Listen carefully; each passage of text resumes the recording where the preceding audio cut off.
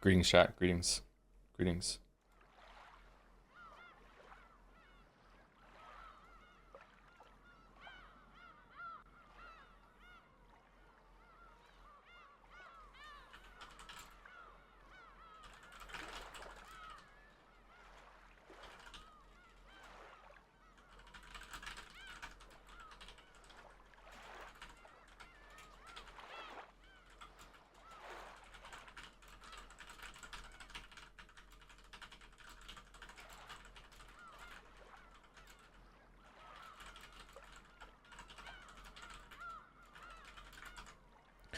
Back with some official time slot streams. Umineko continues today and tomorrow. Returnal should start next week. Sorry for the disruption this week with the link. There we go. That's good. All right, send now.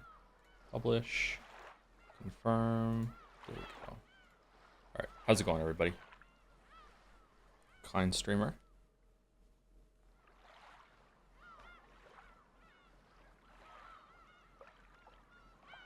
You miss Echo, Joe? Good morning. Less echo. Yeah, it should be much better. Do you want to know why it should be much better? Let me show you why it's so much better. All right. This is my setup right now. This is the real Umiden. Oh no.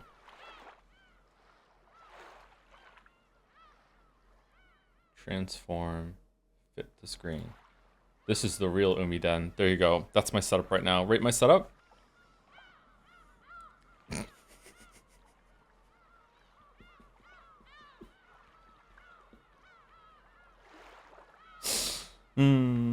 Genius. I think so too. I think so too. The mods helped me workshop it. Blanket should go around the side too. The blanket's not long enough to do that, unfortunately. If I had another blanket, I would, but I only have one blanket right now. Joe's in the closet. I am in the closet. Yeah, I'm in the closet. I'm sorry.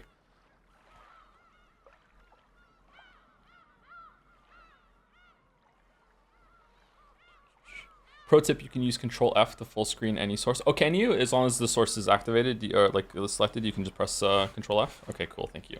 Maybe I knew that already and I forgot. Have you considered streaming from IKEA? Moncton does not have an IKEA.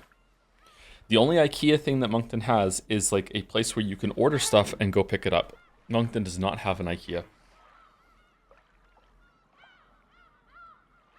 Insane Moncton? Yeah, I know. I know.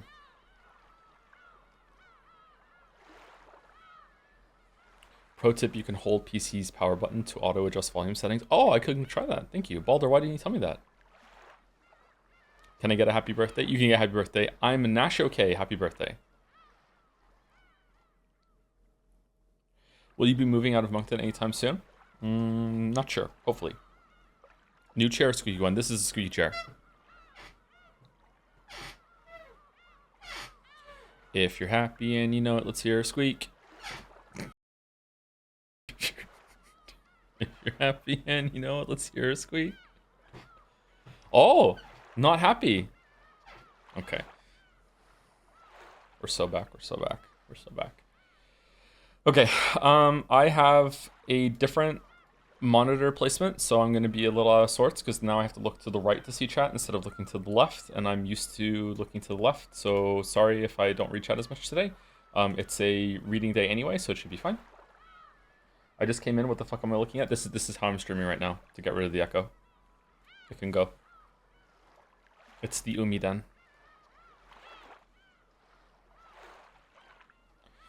Hey, as long as I've got you here, I'd like to recommend Eterna Noctis. It's a top 3 favorite Metroidvania, very challenging and fun. How does it compare to Nine Sols and Hollow Knight? Can you explain Angry Birds to the chatters who don't get it? Nope, I can't. No. If you don't know, I'm not going to inflict that on you. You can go find out.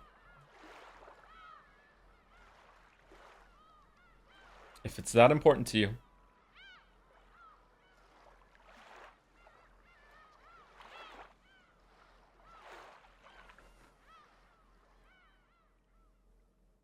When are you streaming Angry Birds?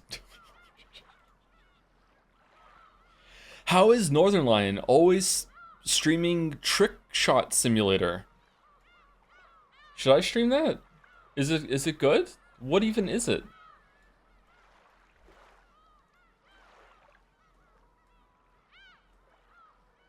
Sereth will disown you. Oh yeah, that was the discussion yesterday. Yeah, that's true. Le discourse. It's Tataris.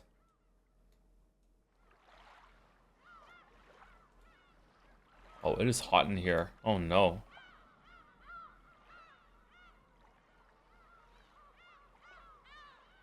I think it was in a state of half consciousness last night where I tried to explain to you if you'd like Persona 2. It was inconclusive. I was in a state of half consciousness when I was streaming last night, so solidarity, yeah. I think maybe I should not have streamed last night, but it was, you know, it was fun to play Helldivers. It's the only real game. No facade, just gameplay. Wow. It's getting hot in here, so take off all your robes. That is one of the biggest, like, the kids say cringe too much these days when things aren't cringe, and I'm one of those persons. But that was, like, legit, genuine cringe watching that video. Like, top 5 cringes of all time for me. The take off all your robes video. Oh my god. Trickshot is a Q&A stream game type. Okay. Cat girls or bunny girls, Joe? This is important. Which is better? Wow, you are not keeping track of all the red statements that I've made on stream, Daniel Locke. You know, as a treat, I will answer directly. Bunny girls. Bunny girls over cat girls. Concerning Eterna Noctis, it's much more platforming focused and the game is pretty huge in size. The difficulty ceiling is really high. The combat is between Hollow Knight and Nine Souls. So it's better than Hollow Knight combat? Really? Blanket Fort Strat worked really well. Damn, your Fallout 4 skeleton is going to be well preserved. Thank you, Jelly. Thank you. So I sound fine, right? Do I sound the same as I did in the house, or no? Which, now that I've said that, I should probably explain real quickly. If you want to know some life updates about me, you can go back and watch yesterday's stream, the Helldivers 2 thing. I don't really want to talk about myself any more than I already have this week. I'm going through a lot, and I feel like I've been speaking about myself and my life a little too much on stream lately, so I just want to go a little back off from that. However, streams were off this week. Again, I've said a couple times on stream now, Lily and I divorced about 6 months ago. I moved out to my own place this week. About 2 months ahead of schedule. A really good apartment showed up that was like, it was affordable. It was in a really good location. It had 4 bedrooms if the kids ever have to come over and stay with me. The setup that we have right now between Lily and I is that we decided we didn't want to uproot the kids, and because I'm the one that has a job, Lily does not work. It just made more sense to do it this way, so the kids wouldn't have to be uprooted. So we did it this way. I still see the kids every single day. I'm like a couple minutes away from the house. It's really easy to get there. I have Gatsby with me. Yoshi stayed at the house. So I'm in an apartment now. So you can, yeah, that's the situation that we're in. Okay. I don't really want to talk about any more than that. I did give some more information on yesterday's stream if you're really curious. But yeah. Gatsby pics. I don't have any available, but I did take one picture of Gatsby today. That's not a very flattering picture of him, so I shouldn't post it. So I'll see if I can get some pics eventually. Who's Gatsby? Gatsby is one of my dogs. I have 2 dogs. Gatsby is a Siberian Husky German Shepherd mix. He's actually a White Shepherd, but I just say German Shepherd because a lot of people don't know about white or Swiss Shepherds. He looks like a wolf. He's very big. He's 120 something pounds of dog. And the other dog is Yoshi. Yoshi is a yellow lab.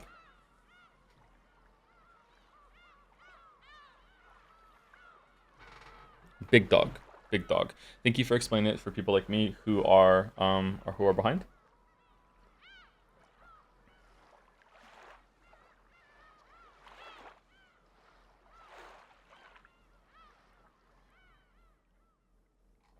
Sorry, I'm drinking a tea. Cat is in the house. Solo stream today? Yes, solo stream today. But Mouse will be on with me tomorrow for the Saturday collab Umineko streams that I think we're going to try to do every Saturday from now on. How can we support you? You can support you just by being here, yeah. I'm doing okay. I am obviously having a rough week, obviously. Like, it's hard to go through this big of a life change without having some bad feelings and bad emotions, obviously. But I'm doing okay. Okay to good. I have support. I'm good. I'm getting through it. Would a golden retriever help with solving the epitaph and finding the gold? Absolutely, yes.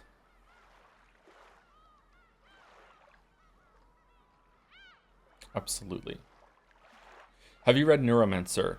No, I have tried to read Mona Lisa Overdrive, and it was very difficult for me to read. I didn't like it, so I stopped. But I will at one point read Neuromancer, yes. Joseph Apartments. I'm Joe on my own today. Joe on my own, not Joe on the phone.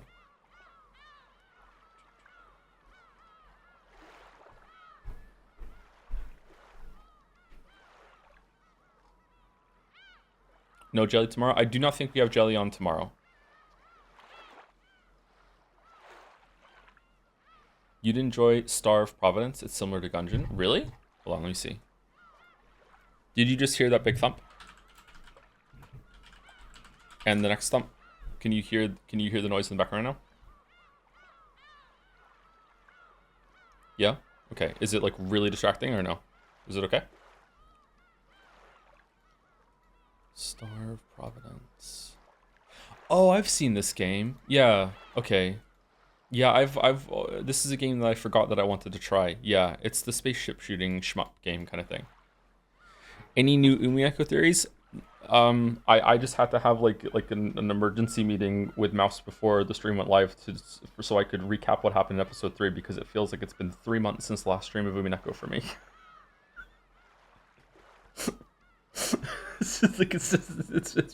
It's been a long ass week, chat.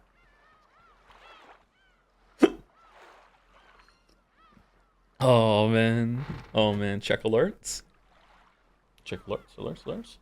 Oh, Simonishi with the best number of all. 69 community gift subs from Simonishi, who I still cannot say the name correctly. That is a lot of gift subs. Holy shit, thank you, Simonishi. Nice. God damn. Fuck. Okay. All right. So I'm gonna say thank you to Sorry, there's a question. I'm gonna say thank you to subs and everything in just a second, and then we'll get into reading. I just want today to be more of a like we're just focusing on the Nada game. But before I do, I just want to give the same thing that I did to the stream last night. Does anyone have any questions? I don't promise to answer them. I'm gonna give like 2 minutes. If there's like a question that a lot of people are asking in chat, I'll be like, okay, I should probably address that question or anything like that.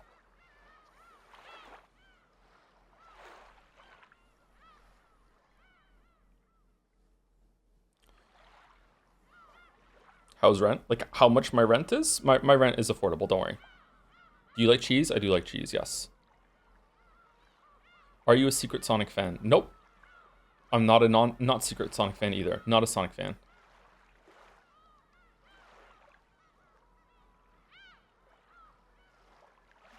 Where's the council on inches nowadays? I lost track. I lost a lot of inches last night from failing in Helldivers 2 so much, so yeah.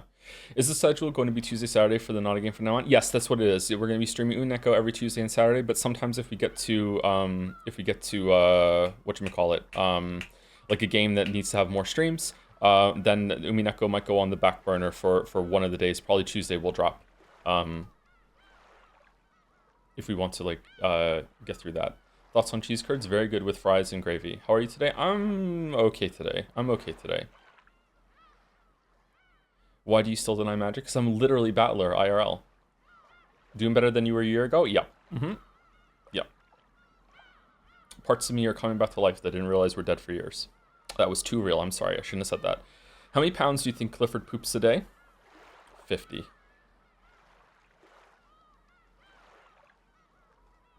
Seen any new Moncton NPCs? Okay, so Sorry, apparently I am going to be doing a little bit of preamble, even though I have a lot to read today. Sorry. I went to the doctor. Okay? This is a short story, but it kind of fucked me up, okay? It fucked me off, okay? I went to the doctor for myself for the first time in about 10 years.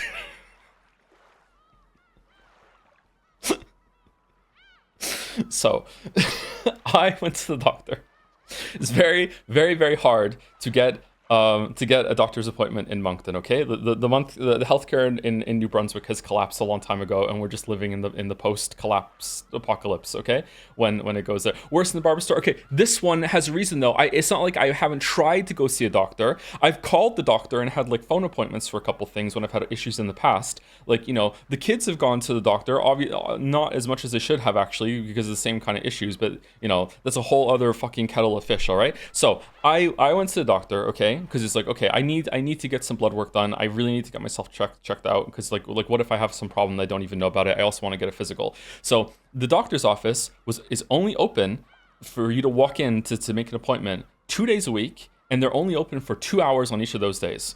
Every other single like walk-in clinic, because I don't have a family doctor, every single other walk-in clinic, that none of them are actually walk-in, by the way. You have to make an appointment. You can't just walk in and see a doctor at the walk-in clinics. I don't know why they don't rename it. I had to go there, right, late at night. It was like right after a stream last week or the week before. That's when I had to, remember I said I have to leave at a certain amount of time. It's because I had to go there and get at the office in order to make the appointment. So they're only open for 2 hours on 2 days a week, okay? I go, right? I get the appointment, and they see me another time, okay? Every other place I called said we don't do physicals and we don't do blood work because we don't keep patient files or records or anything like that, so we can't contact you in order to tell you your results or anything like that. I'm like, okay. So this was the only place I could find that would see me in order to do maybe a physical or blood work, okay? So I go there and I say I want a physical and get some blood work done, and the receptionist, who is extremely nice, says to me, we don't do physicals here, but we can do blood work. They don't do checkups. I'm like, okay, I'll get some blood work done then. All right, so I make the appointment. It's for a couple days. I'm like, okay, that's actually pretty fast turnaround. All right, so I go, and it's like, you know, the beginning next week. So I go there, and I'm waiting in the waiting room, and it didn't take too long. I was there for like, I don't know, half an hour. I go in, and the doctor comes in, and she is obviously overworked because the healthcare system has collapsed, and she's a little grumpy, but it's fine. However, what happened, that's acceptable. What happened next though is still just so like, I don't understand. So she says like why are you here? I'm like, I just want to get some blood work done. It's been so long. I lied and said it'd been 8 years, even though it's been over 10 years. And she looks at me and goes, why'd you want the blood work done? And I said, well, it's been so long. Like, what if there's something wrong, like, and with me? And she goes, how old are you? I said, I'm 39. And she says, at your age, there's nothing that we screen for that, and there's nothing that we test. There's nothing that we're even looking for. Doing blood work at your age is going to be a waste of time.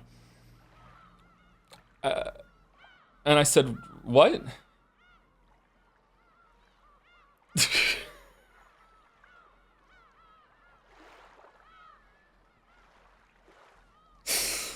Does it sound right? Does it? I don't think that sounds right at all. I don't think it sounds right at all.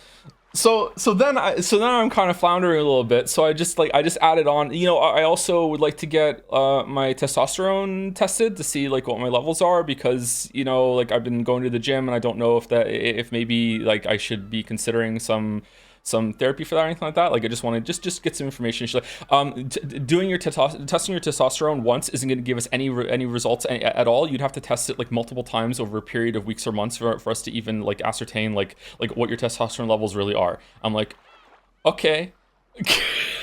Can we...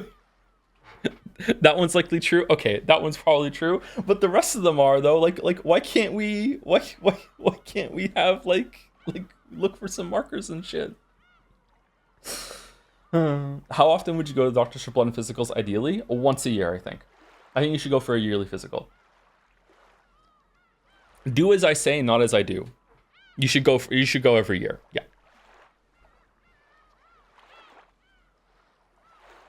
Is healthcare a Moncton problem, or is it pretty bad in Canada all around? I don't know. It wasn't great in Toronto, but you could still see a doctor. I think that it's a lot worse in Moncton and New Brunswick compared to the rest of Canada, but COVID really fucked the Canadian healthcare system up big time. So I don't know if it is, maybe it's this bad everywhere and it's not just in New Brunswick at the moment. Yeah. I mean, are there no private practitioners at all? I think there are some, but I didn't really want to go down that rabbit hole just yet. I think maybe I should. You should have got updated on vaccines while you're there, to be honest. Oh, should I have? She didn't bring that up. She just wanted me out of the room as soon as possible. I was only talking to her for like 3 minutes. I've heard bad things from a med friend in Manitoba. All of Atlantic Canada is really bad, at least. I don't know about the rest, though. It's the same in Nova Scotia as it is for you. Hey, are you also suffering from the fact that Amazon closed down all their Quebec warehouses? So now if you want to order anything from Amazon, it's now just a dice roll if it's even going to show up. And also all of their delivery like services have also shut down now too, so you even no idea if it's even coming or not. I've had so many computer parts just be like, yeah, it's coming tomorrow, and then I get an email saying, oh no, it's been refunded, thank you for returning it. I still didn't order those computer parts. Shit. A friend of mine used to work as a nurse in Halifax and quit a year ago because the whole system was fucked. Yeah, and that's a compounding problem, right? Because it's like the harder it is on the people within the system, like the more people are leaving the system, and that makes the system harder, and it just snowballs forever and ever and ever. Yeah. And Ellis said similar things about the healthcare thing when he was dying from food poisoning. Yeah, but that's his fault for eating oats on the toilet. Okay. So that's not a healthcare problem. That's a skill issue. Okay, like I don't know, like I actually don't know if that's true. I'm just going off what chat told me. Okay, I have no idea how he got the food poisoning. Okay, I have no idea. I've told him to buy the computer parts like 3 days in a row. What more can I? Yeah, I know you have. I'm sorry, you have.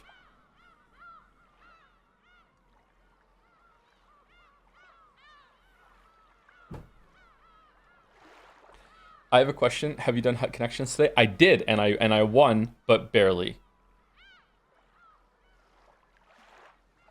Early in his career, he said food poisoning wasn't real. Wow. So, because of his hubris, he got food poisoning. Okay. All right. Okay.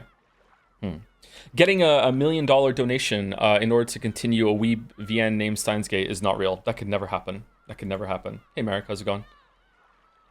Will we ever see Florence again? Probably not. There's another dryer in this apartment that's in the bathroom. Maybe one day I'll let her sing for you, and we'll see. Did you read the Daily Garfield? I don't read any comics or webcomics or anything like that anymore.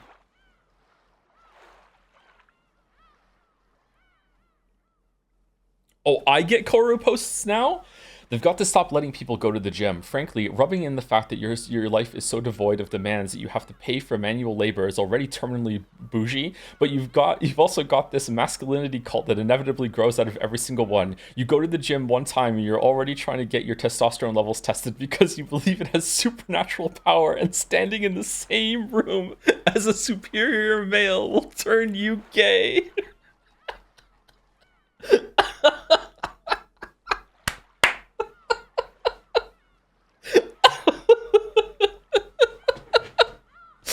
Okay, all right. Jad's mods.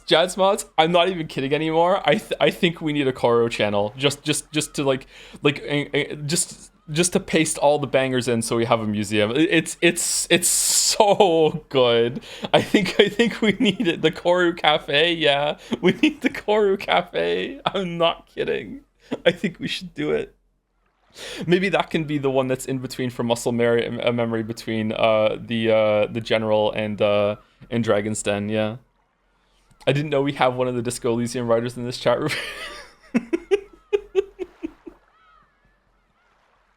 Korra on their way to getting hired to legitimately do some video game writing at this rate. Fucking hell. Okay, anyway, we need to read Umineko. I'm just like vibing with chat. Let me say some quick thank yous, and then we will get into it.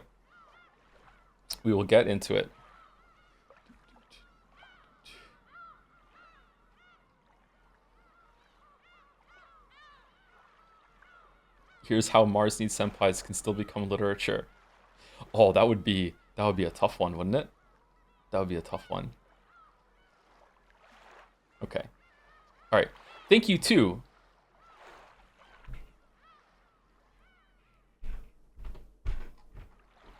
Oh, step.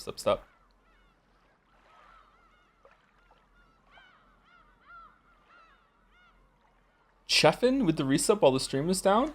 Just want to share a maybe cringe story, Joe. I was a socially inept teenager in high school. One of my classmates' dads passed away, so I wanted to send her a text, but instead of saying I'm sorry or my condolences, I sent her in all caps, "Keep your spirits up," with 3 fire emojis in the back.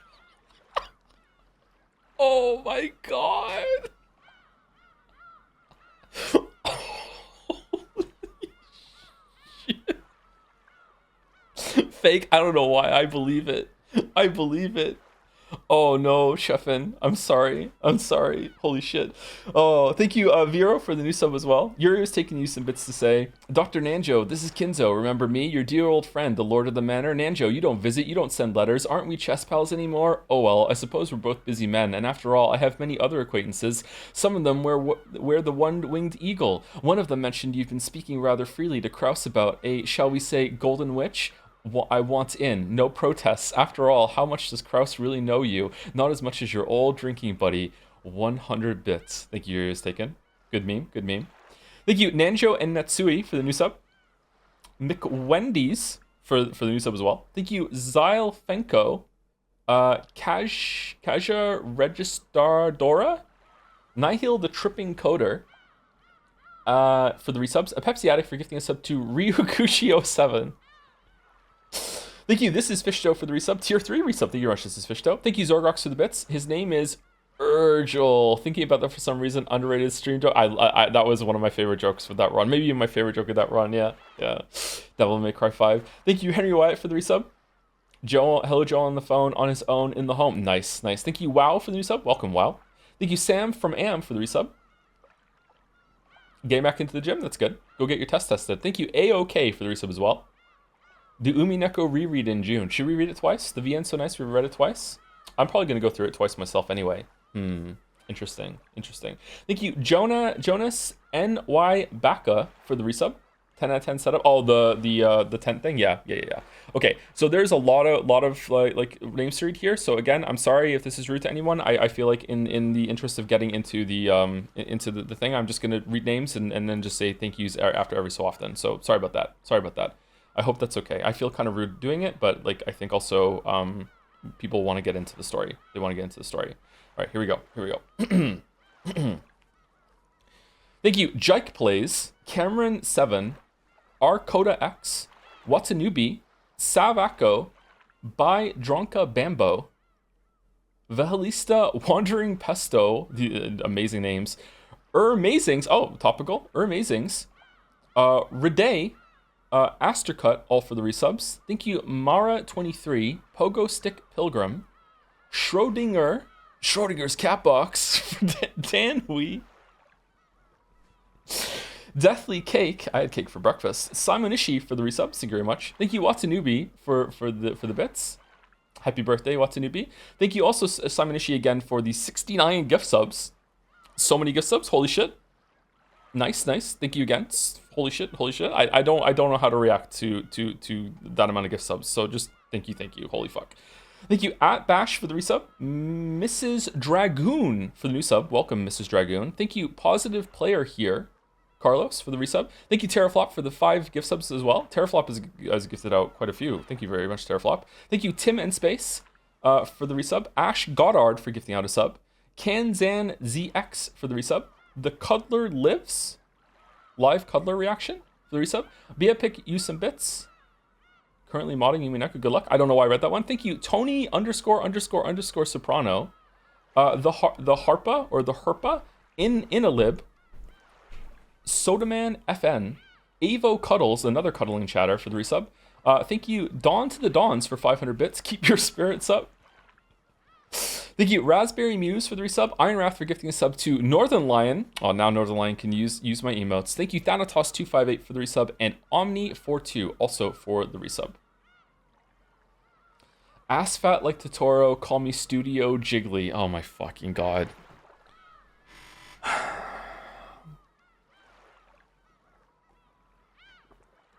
Are you a cash or a debit card kind of person? I'm the kind of person that has both on me at all times, just in case my debit card inexplicably gets declined, because I was so below the poverty line in Canada at some point that I just have a fear associated with using any debit machine that, like, what if this is the time? And it also has happened a couple times. So, like, the system goes down. It happened last week, actually. And then I like angrily went back to the bank afterwards to see if my card still worked, and it did. So I don't know what the hell was wrong with their system. Are you a wallet or a money clip kind of guy? I'm a wallet kind of guy. I'm the wallet kind of guy. Where does Joe live? I live in Moncton, New Brunswick, Canada.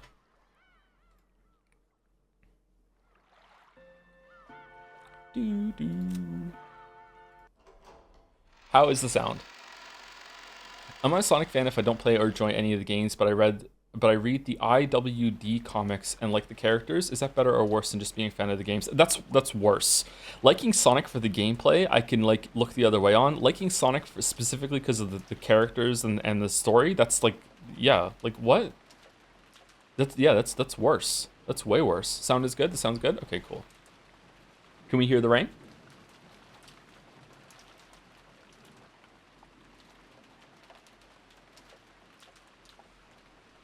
If you like Umineko more than Outer Wilds, will you dye your hair red and become Jotler IRL? I don't know. Do I have enough red in my hair to just pull off the Battler look already?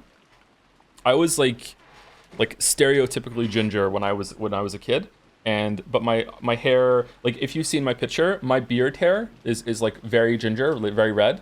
That's what the hair on top of my head used to be like when I was a kid.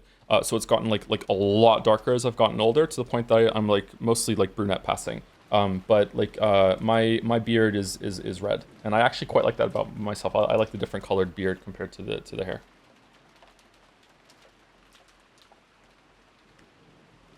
So you were blonde. Anyway, sorry. Let me scroll back up and see. Is the rain? We can hear the rain. Yeah, it's good. Okay. All right. So see you later, chat. I'm reading. Here we go. What, you're not a dragon? I'm not a dragon. Again, if you want to see what I look like, you can go on Dragon's Den on Discord, and there was a picture I posted like a couple weeks ago. Oh, thank you, Rethulian, for 5 gift subs as well. Thank you very much, Rethulian, and thank you that one guy again with the resub. Stop bullying Sonic fans. Oh shit! Thank you, Loner Archon, for 50 gift subs. Holy fuck! And Krutler for 1,000 bits as well. Hey Joe, you inspired me to go back to the gym after a year break, feeling more alive and motivated than I felt in a long while. Yeah, it sucks, doesn't it? Doesn't it suck how everyone was right all along about how getting physical activity and going to the gym and lifting some heavy things and being active really does improve your life in every way, including mentally and emotionally? It fucking sucks, doesn't it? It's like, god damn it, they were right. It's so fucking annoying, right? God damn, like, it's so fucked up, man. It really is. Like, it's just... Thank you, Krutler. Thank you so much, Loner Archon, for the 50 gift subs. Holy shit. Holy shit. Lightning quick story recap, pretty please, for episode 3. Episode 3 so far has been all about it's been very like similar episode 1, but it's got a sharp focus on Ava. This is the time that they hold on, go back to here. In every other episode, most of these characters get killed off really quickly, except for one. In episode 1, it was Natsui. In episode 2, it was Rosa. In this episode, as you can see, the servants have been killed off. It's been a while since they died, actually. Someone else is going to die real soon. The episode is focused on this character. If episode 1 was focused on this character and the kids, I think. Episode 2 was focused on, and also Maria. Episode 2 is focused on Rosa and Shannon and George. Episode 3 so far is focused on Ava, almost exclusively, actually. There hasn't been that many other people that have gotten focus, I think. And also Battler and the dynamic with these characters over here, right? With Ronave, who was introduced in Virgilia, right? This Ava Beatrice is the big thing that's happened. So that's the focus has been on Ava. We have seen the servants get killed. We have seen a big fight scene between Beatrice and Virgilia and Beatrice won. I hated that scene, but I think I'm supposed to hate it. She still looks like a cake. That was your twin towers can't save you now. I really like Ronave though. Ronave is pretty cool. After that, the children, I say children, like the Ushiromiya children and their spouses gathered around and they solved the epitaph. And by they solved the epitaph, I mean they got enough clues that Ava was able to do a leap forward and solve it herself. Rosa solved it immediately afterwards, although maybe she just followed Ava and she's just pretending that she solved it. I don't know, but like it's hard to know where that room even is in the mansion. So Ava solved it.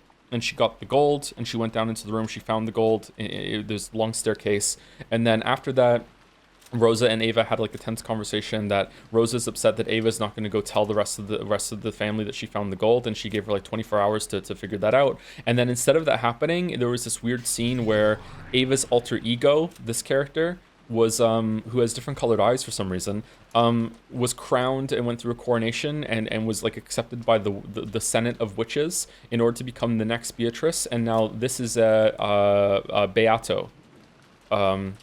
Beato instead of Beatrice. Also, Beatrice's dynamic with Battler has been really interesting this episode, in that I feel like she's opening up to him and showing him things about her life and talking normally to him and like actually trying to get a connection. I don't understand that. Like, I feel like the mask is slipping a little bit. And also we saw that there was a different version of her that was in the mansion on the other side of the island that we just found out about, that Rosa found when she was a kid and accidentally led that person to their death. Yeah, I have a lot of theories about that, and Jelly and I had some pretty fun conjecture last stream that I won't go into. I won't go into it again, but like, yeah, I'm really enjoying where the story is going. And the Senate, I can't explain the Senate. I don't know what the Senate is.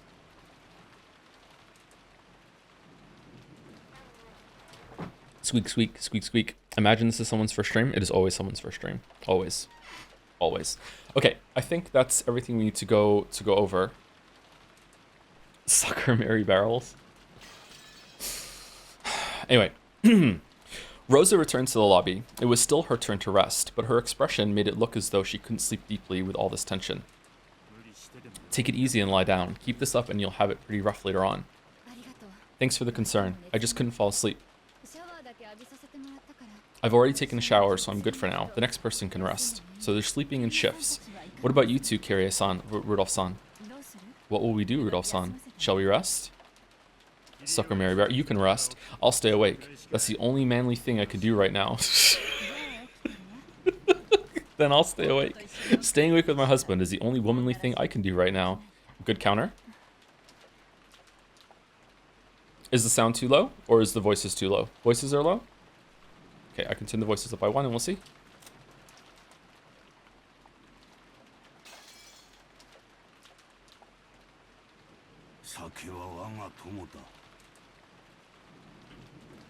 Giggle. You two truly are close. You should talk. Giggle. It seems Eva and Hideyoshi-san are out cold. It appears that, unlike Rosa, they can't fight against their age. Are they in the room sleeping? I would like to know. As though in response to those words, the door in the hall clunked open. Oh, they weren't. Eva and Hideyoshi returned from the guest room. That's none of your business. Oh, Rosa, are you sure you don't need to rest yet? You should talk, Ne-san. Why not take it easy and sleep? Can turn the music up too, I think. There is no music right now, chatter. I just can't get to sleep. Taking a shower shook my drowsiness off. Rudolph, Kirie-san, you can rest if you want. Sure, thanks. Well, for now, let's say I appreciate the sentiment. Why don't you go first, Nikki? How kind of you, but I cannot rest first. That is the most I can do as the oldest brother right now. Do not worry, the two of us will stay awake until the very end. Haven't they been awake for like 36 hours at this point? Maybe longer? Giggle. More importantly, Eva Ne-san, are you okay? You look a little pale. Come to think of it, you're right. Could it be a bit of a fever? Hideyoshi put his hand up against Ava's forehead. It seemed that Ava wasn't feeling her best. That goes without saying. That's what happens. You break your... Missing word? When you break your sleep cycle at your age?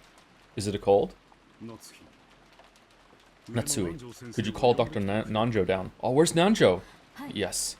I'm fine. You don't have to make such a fuss over it. I have some medicine, so I'll be okay. I tend to get fevers when I'm tired. Don't worry. Ne-san, take it easy, okay? Thank you. If the siblings gather without me around, I get the feeling everyone will start talking behind my back. You know what? Natsui's headaches have been like mysteriously absent this episode, huh? It's a persecution complex from long ago. Oh, I have one of those, base. Sorry, okay. Well, I won't say anything. As if I'd say bad things about you behind your back, Ne-san. Okay, these two are talking, like the last conversation they had didn't happen.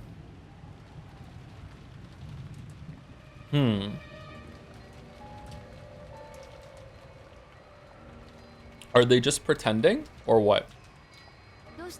What is it? Ne-san, you've been acting strange for a while. Shouldn't you get a little rest now? You're right. Just thinking about raising money by March makes my headache hurt even more. Okay, there we go. That isn't good. Rest. How subtle. How subtle. And I'll hold back too so that your headache doesn't get worse. I've had a bad headache myself for a while now, thinking about how you're also going to raise the money by March. And we're also like, my sisters are having a really good joke right now. Thank you. Well then, I'll take those words to heart and rest for a while. What is it, Ava? Why so angry all of a sudden? Sorry, please let us rest a bit longer. Sorry. After apologizing several times as though praying, Hideyoshi followed Ava out of the lobby. You haven't told Hideyoshi, Ava? What the hell? I don't like this atmosphere. It's all so strained. That's no surprise. There was a murder early this morning. Oh yeah, people are dead. And since then, we've been eating canned food and carrying guns around. It's natural that we'd start to build up stress. I wonder if the kids up there are building up stress too. I'm worried about Maria. She tends to throw tantrums at times like this. At that moment, they heard the sound of wild footsteps coming from the second floor. The guest house was in a cheap building, so they wouldn't normally have heard the sound of footsteps. It was like the sound of someone stamping their feet in frustration. And an instant later, accompanied by what seemed to be the sound of her running out into the second floor hallway, they could hear Maria calling, "Ooh, ooh, ooh," over and over again, sounding displeased. Rosa grabbed her head, her hair flying, and she voicelessly moaned in anguish. What? The adults conscientiously turned their backs to her, pretending not to notice. Rosa Umineko? The noisy clamor came down from the second floor and flew into the lobby. It was Maria who was sobbing along with the other children and Nanjo. In other words, Sumari. They had all come downstairs because of Maria's tantrum. Rosa couldn't hide her dizziness at this new annoyance her daughter was bringing to everyone. Sorry, Aunt Rosa. We tried to calm her, but she just wouldn't listen. Ooh, ooh, ooh. Ooh, ooh, ooh. Wow. What is it, Maria? Could you be a little more quiet? Everyone's watching. It's that rose of hers from the rose garden. She suddenly started saying that she was worried about it. I think she's half asleep. She suddenly woke up and started going on about how worried she was about that rose. Maria-chan, calm down. That was just a dream. That was just a dream. Ooh, ooh, ooh, ooh, ooh. That rose belonged to Beatrice and me. That's 3 in the corner. So if I don't take care of it, Beatrice is going to get mad. It might get snapped off again. Is that one of the best songs of all time? I think that's one of the best songs of all time. I think that's in the top 100 best songs of all time. Ooh, ooh, ooh. Ooh, ooh, ooh, ooh. Ah, I'm telling you to quiet down a bit, okay? The sudden rise in the tone of Rosa's voice surprised the children. But Maria's crying just grew louder and her tantrum grew fiercer. Rosa-san, you mustn't scold a child so unsparingly. Wow. Fucking Nanjo Sumari is like going for it. At times like this, it's best to give them some warm milk or something. Is there any here? The milk we just had for breakfast is empty now.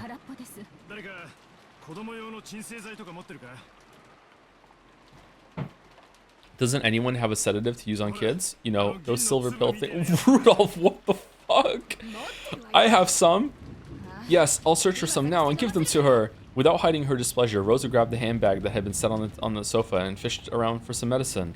It seemed she had brought some child-use sedatives from Maria's tantrums that could also be used to sedate other people in the house and then murder them in other timelines. She found it and opened the bottle, but it must have been empty. Irritated,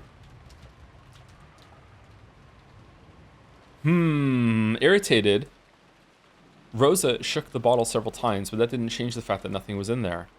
As she did that, Maria's crying grew even more intense.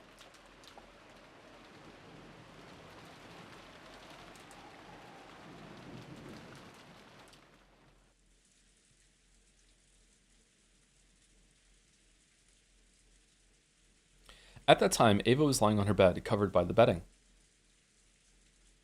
I mean, that means she's in bed. Wow, unreadable. Hideyoshi returned from the washroom, folding a handkerchief soaked in water. Ooh, this is one nasty fever.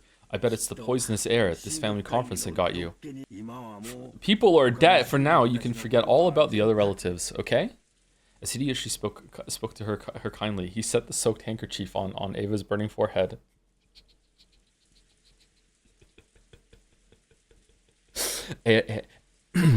ASMR roleplay. You are the new head of the Ushirimiya family, and you're having a hard day, and you've just come back to your Hideyoshi in the room.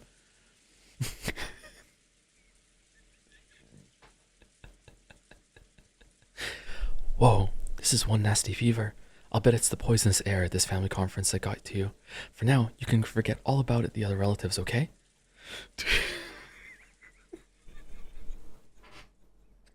Ava rested her hand on top of his. Oh!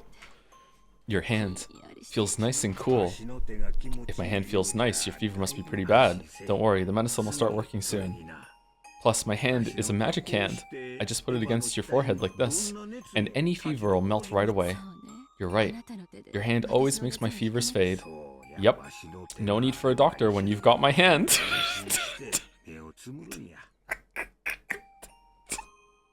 Don't worry and close your eyes. My magic will make that fever fade away. Yes, I know. I can feel your magic. Hideyoshi was about to say it was just a placebo effect, but he stopped. If Eva said she could feel magic coming from his hand, then that was fine for now. Okay, is this subtext? You know what? That's actually quite a good link to just have in the story somewhere, that sometimes someone else can like have that effect on you, and it really is a kind of magic, as long as you believe in it. I wonder if magic really exists. Yeah, it does. Only those who believe can tell, though. Oh, we're just making a text. Okay. There's actually a lot of magic like that out there in the world. If magic actually exists, then I wonder if witches actually exist too. Oh? You mean that witch of the forest, Beatrice? She probably does exist for those who believe, just like the gods. They don't show themselves except in front of those with strong faith. I did it too, you know. Long ago, I was able to use magic. Oh, really? Then you were a witch too. I had dreams that I wanted to come true no matter what. After wishing strongly and trying hard, they always came true without fail. With my magic, my grades were always the best, and I even became the student council president and worked hard to get into the university I wanted. Everything I wished for was granted. Anyone else surprised that Ava didn't take Hideyoshi down into the basement room and they're just sleeping down there to guard their gold? If you knew there was that much gold, wouldn't and you want it that badly, and you're that like greedy and hungry for it, wouldn't you just like want to sleep next to it to guard it? I mean, I guess it's hard to move, right? It's really heavy. Everyone else would figure out what's happening, right? I mean, they still would have to solve the epitaph. Okay, my assumption is that whatever secret door she found can close and no one knows where it is. So yeah, maybe she's worried that the door might get stuck and she'll get locked down there. I guess there is another reason, yeah. Okay, that's right. Your magic was always a thing to be reckoned with. You're definitely a witch. And you work harder than anyone. Rosa would snitch. Well, Rosa can snitch anyway right now. I don't think that changes anything, but maybe. I know all about it. When I was a kid, the whole time there was another me inside myself who always supported me, and that other self was a witch. I didn't believe in Beatrice, the witch of the forest. I always believed that if a witch of Rokkinjima did exist, it was the witch inside my heart. I was so grateful to that witch inside myself. I was always grateful that she brought me to you. You get too timid when you're sick. Don't say anything for now. I'll stay like this the whole time until your fever's gone down. Everyone has a witch inside of them, yes. Don't take your hand away. No matter what. Somehow, I feel like I'm becoming something that isn't myself. And I've been scared for a while now. I get the feeling that the witch inside me was provoked by Beatrice and is growing stronger and stronger. Somehow it feels like she's going to swallow me whole. It's okay. As long as I'm with you, there's nothing to be afraid of. Remember the time we went to that dangerous country and the whole bus got robbed? I drove them off. Didn't you just hand over your gold watch and beg them to go away? It was pretty lame, but it was cool. Don't move your hand away, no matter what. Not even if I fall asleep. And if something creepy sneaks in here, give it your watch. Protect me. Yep, leave it to me. That's why I'm telling you to stop worrying and get to sleep. Because the medicine and my magic will start working real soon. Ava finally calmed her heart and closed her eyes. Okay, two that are close are meant to die tonight, aren't they? Twilight time? At that time, there was the sound of a door being opened violently from the direction of the lobby. It seemed that Maria was having a tantrum. And screams of ooh, ooh could be heard, along with Rosa's rebuking yells. That probably hurt Ava's ears, or maybe it was giving her a headache. Eva moaned as though in pain, and buried herself in the covers. It was easy to guess what was happening. Maria had probably had a tantrum for some reason, gone down to the lobby, and started arguing with Rosa, who then scolded her daughter. And then, maybe, that got too embarrassing to be shown in front of the other relatives, so Rosa had taken Maria out into the corridor. Hideyoshi had no desire to butt in on Rosa and Maria's problem, but just for now, since Ava's condition was so bad, he wanted them to take their ruckus somewhere else. Wait just a sec. I'll ask him to keep it down. Come back quickly. Oh, don't worry. I won't leave this room. Daijobu.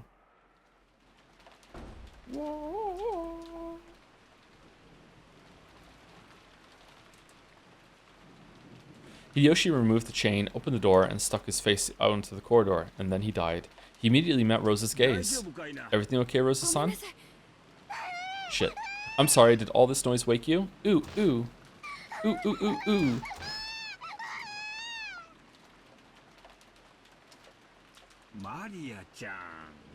Maria-chan, sorry. Aunt Eva isn't feeling well, and she's trying to sleep. Could you quiet down a bit? Who's dying next? I think that the next ones to die are going to be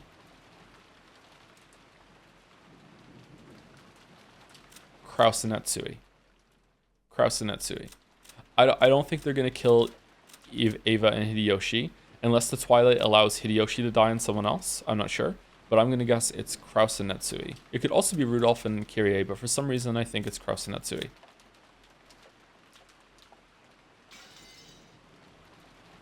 Maria's tone didn't change after Hideyoshi's request. She kept crying ooh ooh and repeating, my rose, my rose. Rosa slapped Maria's cheek, lifted her up while covering her mouth, and dragged her towards the entrance, trying to at least put some distance between her and Hideyoshi's room.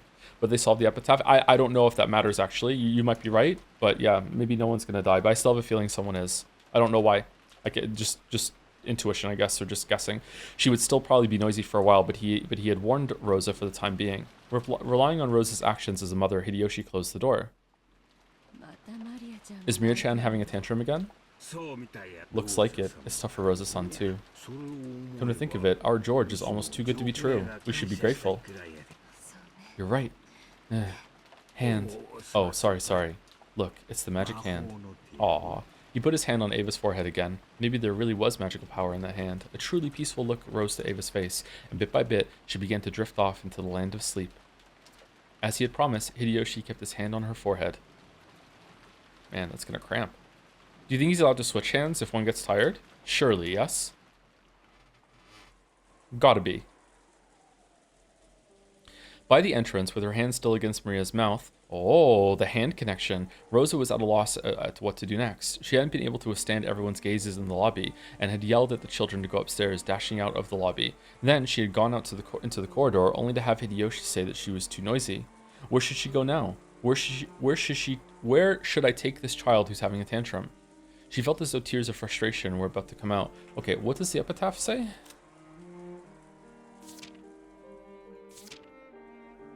She'll tear apart those who are close. Okay, my read on that, considering what Beatrice said in episode 2, is that it has to be like a romantic connection, but maybe it's not. Maybe any familial connection can do it. Could like Rosa and Maria account for that? She felt as though tears of frustration were about to come out. As Maria kept struggling in an attempt to scream, Rosa put her mouth up to Maria's ear and tried to persuade Maria in a properly calm voice. Maria, do you really want to see the rose that much? Maria nodded her head several times, moaning ooh ooh. Why do you want to see it so much? I'll listen as your mother, so will you tell me quietly? I'll hit you if you scream. My rose, Beatrice revived it. It might have snapped off again. I'm worried about that. I can't sleep until I'm sure. Apparently she was still upset about that marked rose from yesterday. Rosa felt her headache throbbing again, but she was at least a little relieved that Maria had now stopped her screaming. Anyway, everyone is having a hard time right now, so don't bother Mama and everyone else. You can worry about that rose all you want tomorrow when it stops raining. So for now, listen to me. No. It's my Beatrice's rose. Ooh, ooh, ooh. Wah! Rosa reflexively covered Maria's mouth. She had spoken a little too harshly and had gotten her agitated again. Rosa realized that it was partly her own fault and clicked her tongue in self-hatred, but Maria thought that was directed at her, and her crying grew even fiercer. Please, just be quiet. What can I do to make you stop crying? What should I do to make you listen to what your mama says? Suddenly, Maria stopped crying so fast that it seemed unnatural. Then she turned around and muttered, If I get to see my rose, I'll stay quiet until tomorrow. Really? Yes. If we go to the rose garden and see my rose, I'll calm down.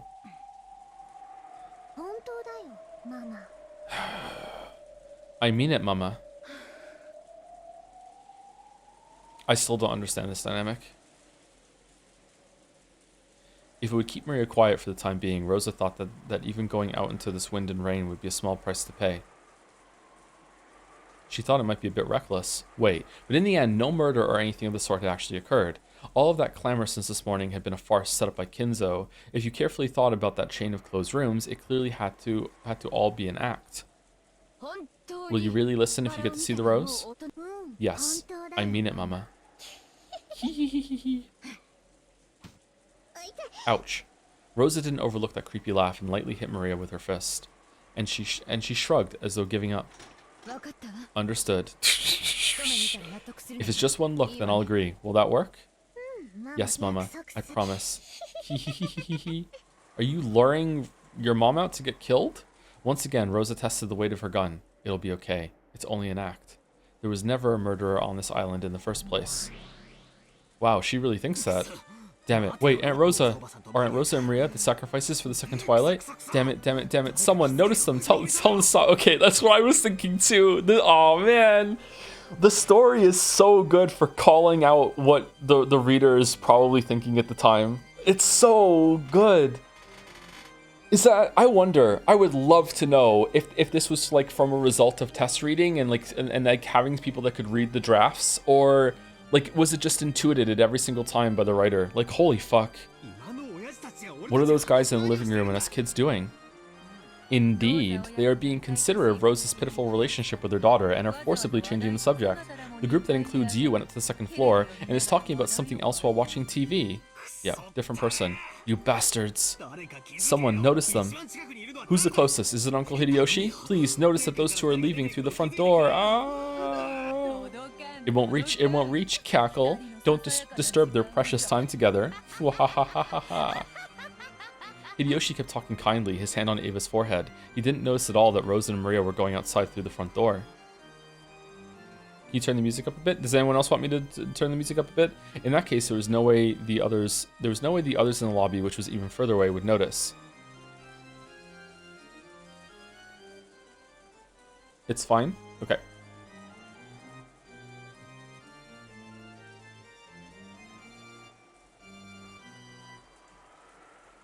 Okay, I caved. I turned it up 1 decibel. That's all you're getting. Much less those in the cousin's room on the second floor. Why are you so panicked? Didn't you defeat me with that bold move saying that the culprit died in an accident on the first twilight? Doesn't that mean there's no longer a culprit on this island? Cackle, cackle, cackle. What is there to be so worried about? Shut up, I can see right through you. Someone stop them. Those two will be killed. Someone stop them! Ah! Gonna start crying, Battler?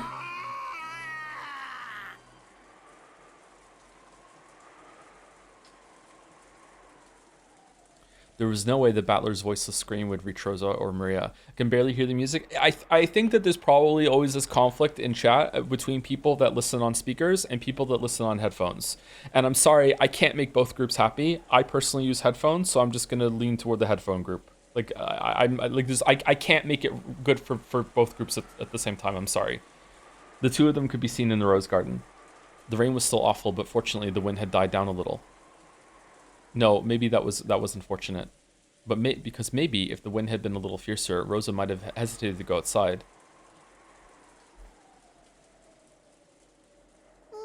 Ooh, ooh, ooh.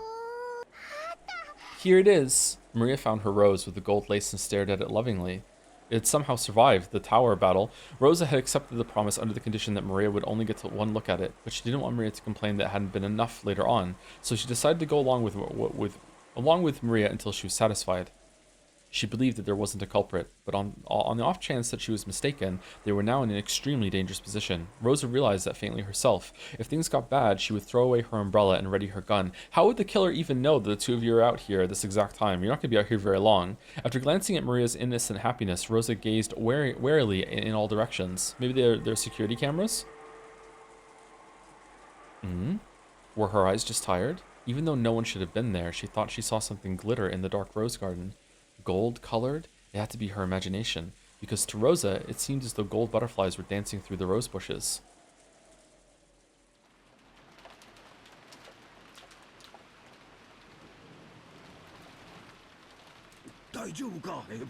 Are you okay, Ava?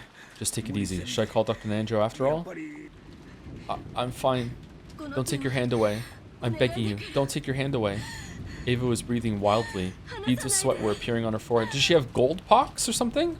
It certainly was true that she had stayed up all night last night, and that things had been rough since early this morning. It wasn't odd that her body wasn't keeping up. Even though he understood that, Hideyoshi suspected that the sudden fever was a sign of some serious illness. Was there like some poison gas or something in the room downstairs? Several times Hideyoshi directed... Then Rosa would have it too, right? No, did Rosa go all the way down and see the gold, or did she just stay on the stairs?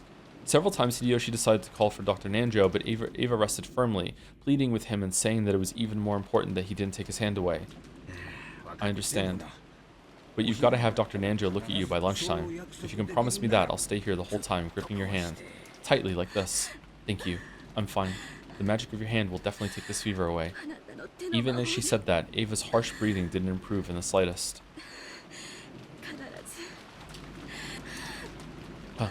Huh. Don't let go. Don't let go. Okay, it feels like Ava's about to fucking die.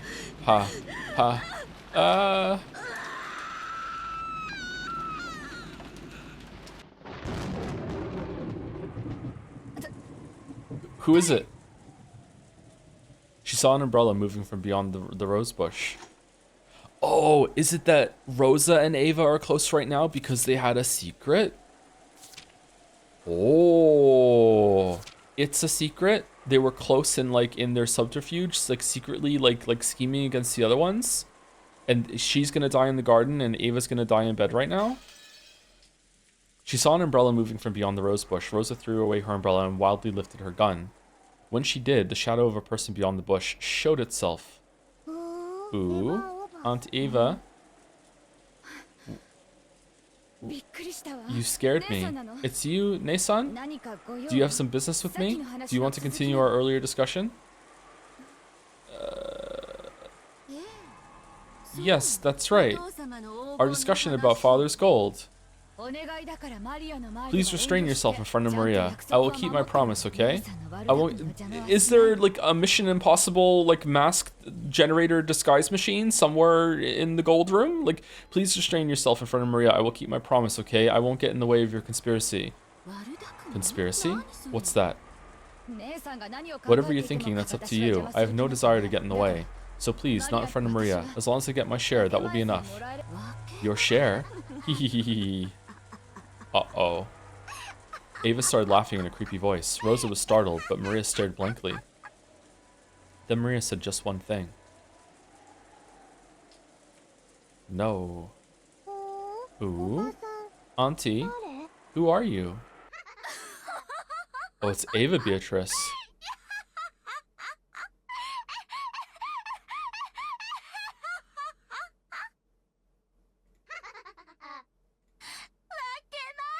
Your share? Who would give that to you? All of that is mine. It all belongs to me, the Golden Witch, Beatrice. Wow. Ava, are you okay, Ava? Ava! Ava! Hold on. Don't let go. Don't let me be dragged away by someone who isn't me. Hold on to my hand. Don't let go.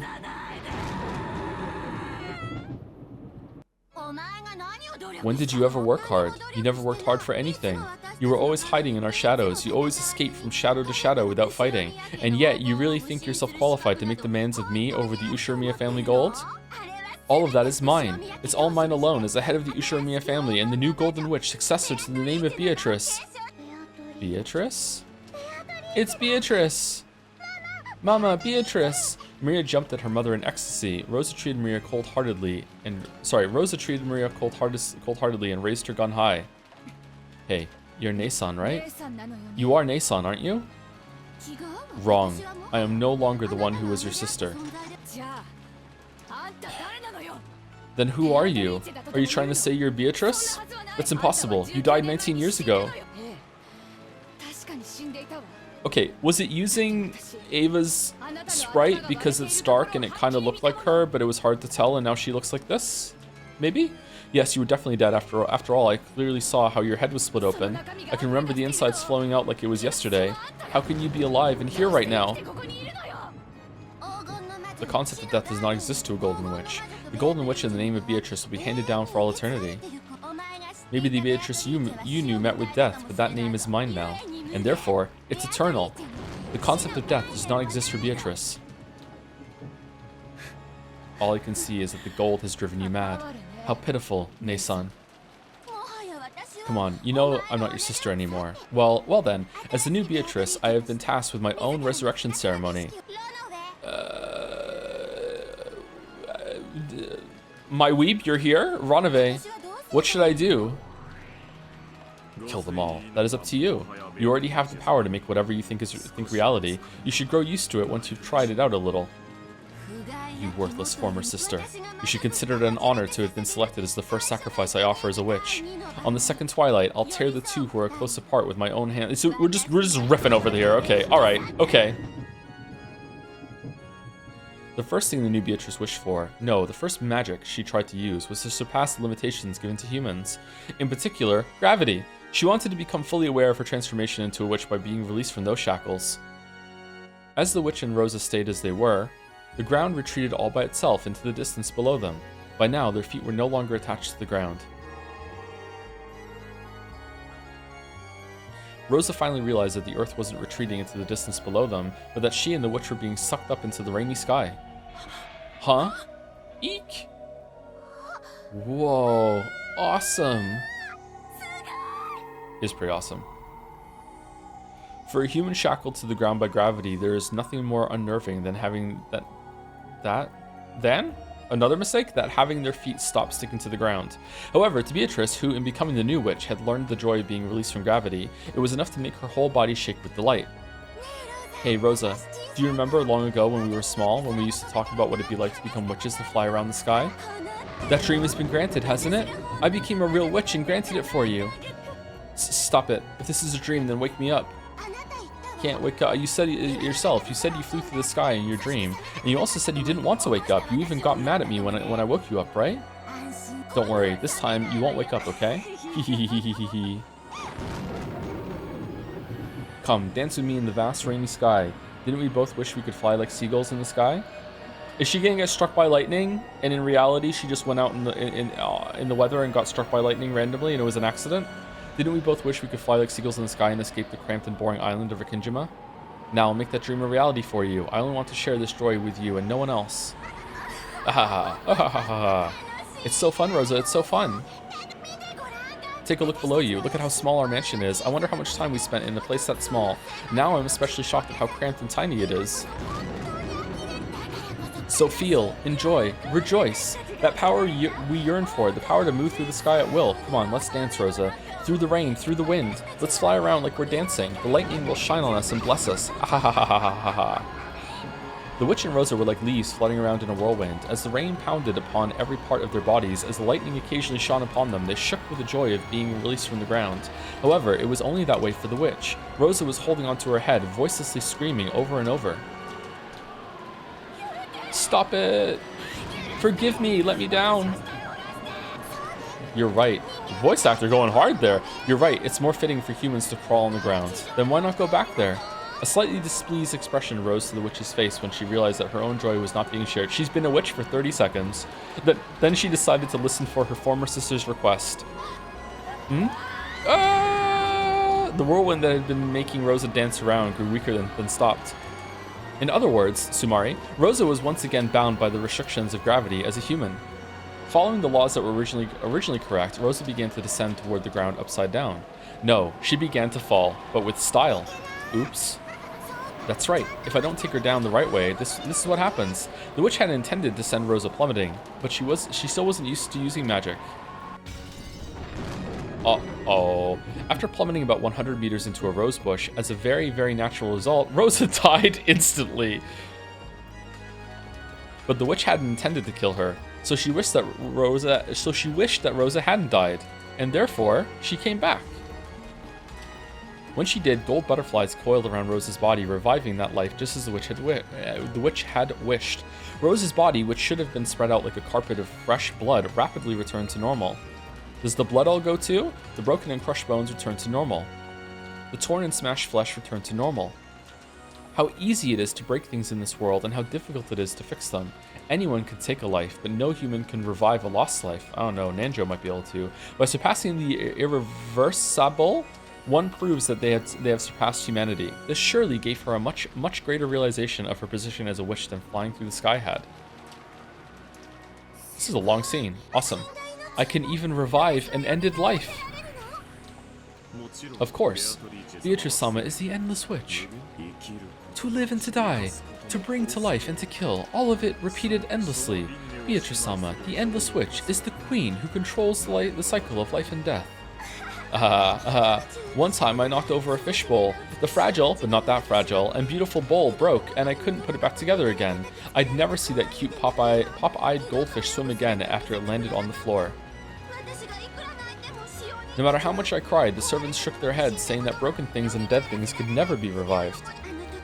That's when I learned something. You must not break things. You must not kill people. After all, you can't fix them. So if you can fix them, I can kill whoever I want. Then you won't get in trouble for breaking them, right? Haha, haha, awesome.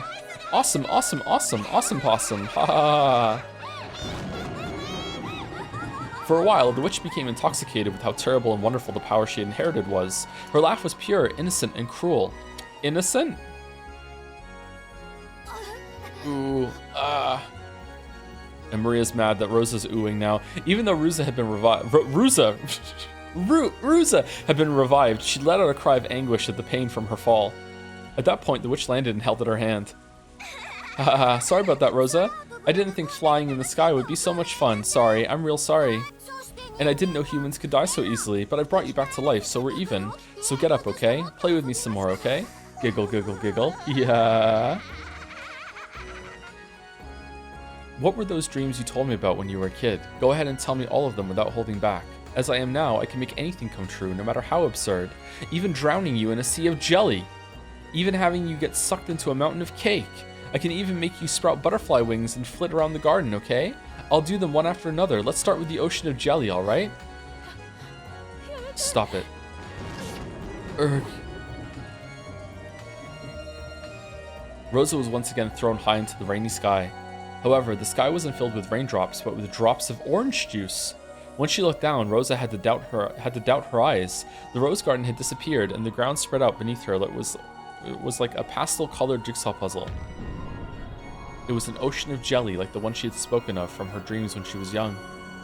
The black part was coffee jelly. The red was strawberry. The yellow was pineapple. And the green was melon. What was the white part? Apple? Did Rosa even have the time to think stuff like that? Rosa fell towards that multicolored ocean.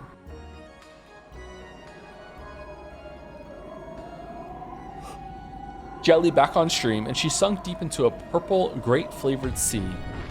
And died. It really was an ocean of jelly. It had no bottom. As Rosa sank, she was shocked to see a school of transparent fish swimming through the grape jelly ocean. They were probably made of grape skin. Grape ocean.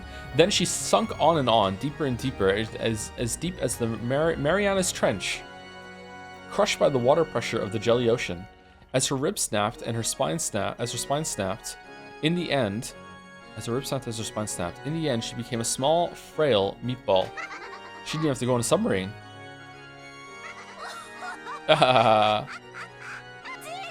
What a truly wonderful experience to drown in an ocean of jelly. It's a dream no one else can imitate.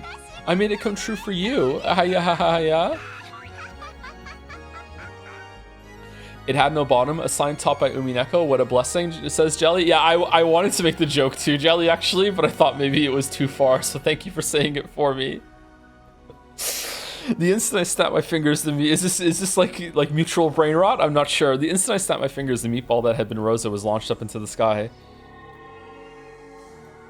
And after being wrapped up in a golden sparkle, she returned to her original form.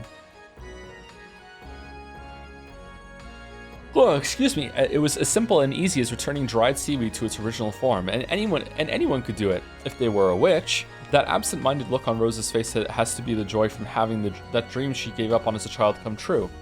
Definitely. Probably. Maybe. Next is the mountain of cake. In an instant, the sky was covered and became black and white in the shape of a chessboard. That almost transparent white part was her favorite rare cheesecake. The elegant black part was a slightly bitter gâteau au chocolat. Chocolate gâteau. That became the ceiling, became a mountain, and several billion cakes were thrown down towards Rosa. If you piled those cakes up, they would surely be taller than Mount Everest. So they probably weighed a lot. I'm not too sure, but I'll bet it was heavier than all the cakes across Japan put together. Maybe the world.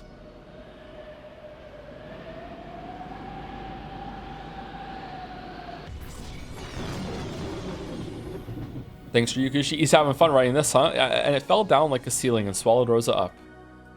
The cake ate her? So as a very, very natural result, Rosa was crushed to death. In less than a second, her bones broke throughout her body and her insides were all smashed and forced out. Squish, pop, slop. Jelly filling cake? Even so, an even greater number of cakes piled up on top, and Rosa ended up as a layer of jam wedged between them. She became as thin as a single hair and was probably spread out over an area of a tennis court.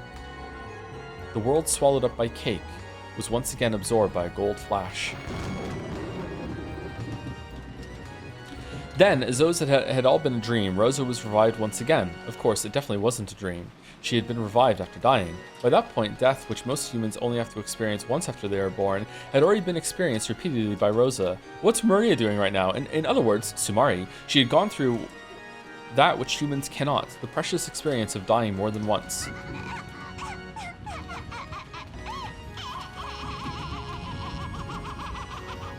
Live dolphin reaction, okay. Isn't this fun, Rosa? Isn't this fun? Next is the butterflies, look. Please have mercy. Ah. No way. Let's play more, let's play more. Laughing innocently, she pointed her gold staff at Rosa as she begged for mercy. When she did, Rosa glittered gold and rapidly began to shrink. She shrank down to the size of a real butterfly. Then gold wings sprouted from her back, and she joined her fellow gold butterflies. But then there was a spider. However, while a human body could withstand that wind, it was a different matter for a butterfly's body. Gold butterfly Rosa was invited to dance by each gale of wind, and she spun in circles around the rose garden. No! Ah! As her dance wore her out, she was caught by a gentle bed. It was a soft, knit hammock in the shadows beneath the roof of the arbor. The owner of that hammock lumbered into view, welcoming its rare guest who had wandered into the night of a storm. That owner, which should have been small enough to crush in the palm of her hand, now looked as big as the top of a canopy bed to Rosa. Yep, so, a spiderweb spider? Yeah!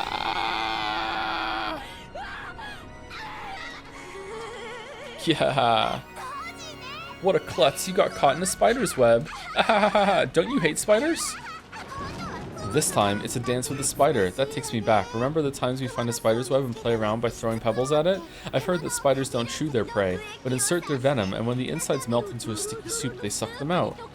Hey, Rosa, remember? Remember how we throw butterflies into the spider's web on purpose and play around by seeing how the spider would attack? Yeah. Squish, squish? I guess you don't remember, do you? This happened before you got into grade school. Make sure you watch closely this time, okay? Very closely. Yeah. No! No! Have mercy, Nason. Help me, Nason.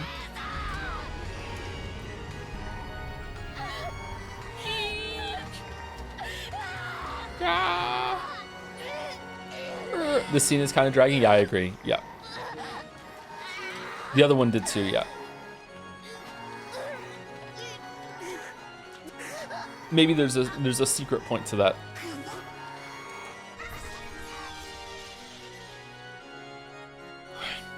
Oh man. This girl's not bad. She truly can use magic at will. Yeah. And been forgotten, I Joe. Amusing. How truly amusing. You feel like laughing too, right, Battler? Oh, he's crying. Here we go. We were one off, Jelly. It was 4 Velvet Room scenes before he started crying again. Don't fuck with me. Stop it already. What's so fun? You're insane. What's so fun about doing something like this?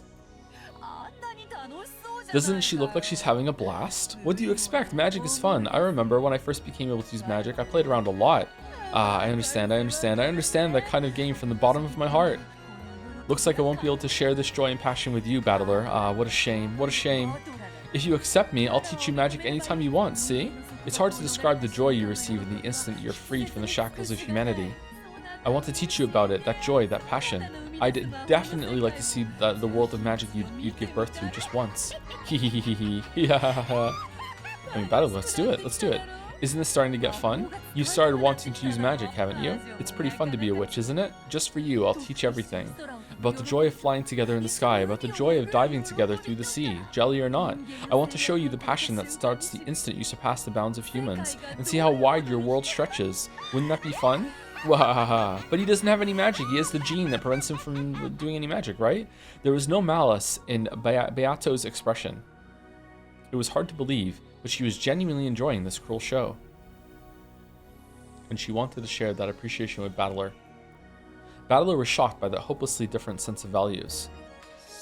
You're insane. Stop it already, damn it. Virgilia, make them stop this insane farce. What should I do? We exist outside the board. We cannot touch the board itself. Virgilia shook her head apologetically. Her body had already been killed. Did that mean she couldn't interfere in any way? As Beatrice continued to look amused in an insane sort of way, Battler lifted her up by the collar and yelled at her. Stop it, stop it, stop it! Quit messing around, witch! Are you trying to tell me that that's Aunt Ava? That's impossible. The Aunt Ava I know might be a bit mean at times, but it's completely impossible that she's the kind of person who'd do something this cruel. This is all part of your deception. Don't toy with Aunt Rosa. Don't toy with Aunt Ava. Stop this farce right now. I told you, I'm not the one playing with Rosa anymore. Like I said, that's the new Beatrice. Is it really so terrible that you have to squeal like that? You're also pretty fond of stuff like this, aren't you? You actually have just a bit of interest in magic and... Ouch. What are you doing? For the first time, Battler slapped Beato's cheek.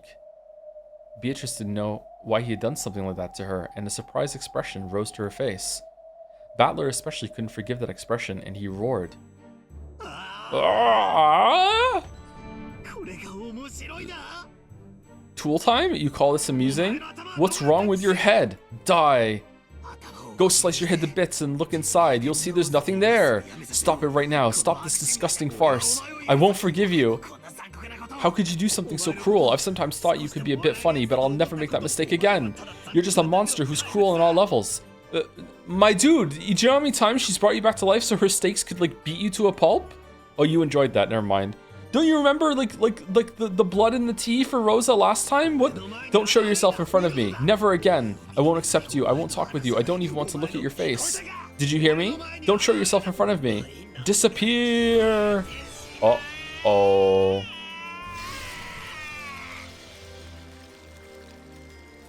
The instant Battler screamed, the power that resisted the witch became a red wall and knocked Beato back onto her butt. Ow, ow, ow, ow, ow. What are you talking about? Isn't it an interesting show? She spoke defensively, but the target of those words, Battler, was no longer there. His figure had suddenly disappeared into the darkness, but Beatrice looked displeased and continued trying to explain herself. It's not as though I'm completely blind to where you're coming from, but this is nothing more than an innocent prank, isn't it? No matter how you kill them, they'll always be brought back to life in the end, right? I thought humans were creatures who say that all is well that ends well. Aw, hey teacher, there was no reason for him to get so angry, right? She was hoping for approval, but Virgilia simply faced her with an indifferent expression. To Beato at that moment, even an exasperated look would probably have been better. I have nothing in particular to say. If you think this is fun, you can keep watching as long as you want. Call me when it's over. My curfew approaches. I will vanish until then. Following Battler's lead, Virgilia vanished into the darkness. Beato, who was now completely isolated and didn't have a clue what was going on, felt that they were making her out to be the bad guy. What's wrong? Isn't it an amusing show? Am I the bad guy? Am I out of touch? It might be a little vulgar, but it's quite interesting, isn't it? Hey, Ronave? It's nothing to get so mad about, right? Cuckoo. Something interesting for you, milady, may not be necessarily interesting for Battler-sama. Does he really hate me that much? Well, certainly we are enemies and opponents in this competition, but is our relationship really so bad that we can't laugh together at this display? Since I applauded together with Battler, I thought I could at least laugh together with him. Does he really reject me so much that we can't even do that? He doesn't have to accept that I'm a witch. We're challenging each other in this game after all. And yet he won't look at my face, he won't talk to me, and he'll probably do all he can to ignore me. Am I really hated that much? Aww. Aww. Aww.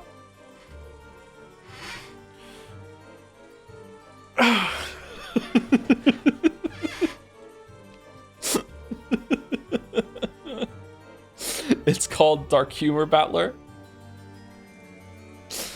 Okay, so that's why the scene went on so long, to have lots of examples and Beato liking them all while Battler is looking on like dejectedly and in anger. I think it still could have been, you know, probably half as long though, and still had all the examples. Yeah. The moves you've made up to this point have been more than enough to earn his hatred. Even a demon such as myself can understand a bit of Battler-sama's feelings. Perhaps you cannot understand because you are especially thick-headed, milady. Who is seeing this right now? Because Battler left. Who are we right now? Who? Shut up, shut up, shut up, shut up. Why don't you disappear too? Yes, certainly. Then if you would excuse me. Beatrice on her own. Even Ronave hid himself in the darkness and Beatrice was left alone, the only one in the rainy rose garden. No one ever plays with a lonely witch, and the fact that no one ever does is what makes them a lonely witch. What's going on? Why won't anyone play with me? Am I really that weird, that cruel? Someone answer me. Yeah, isn't this fun, Rosa? Isn't this fun?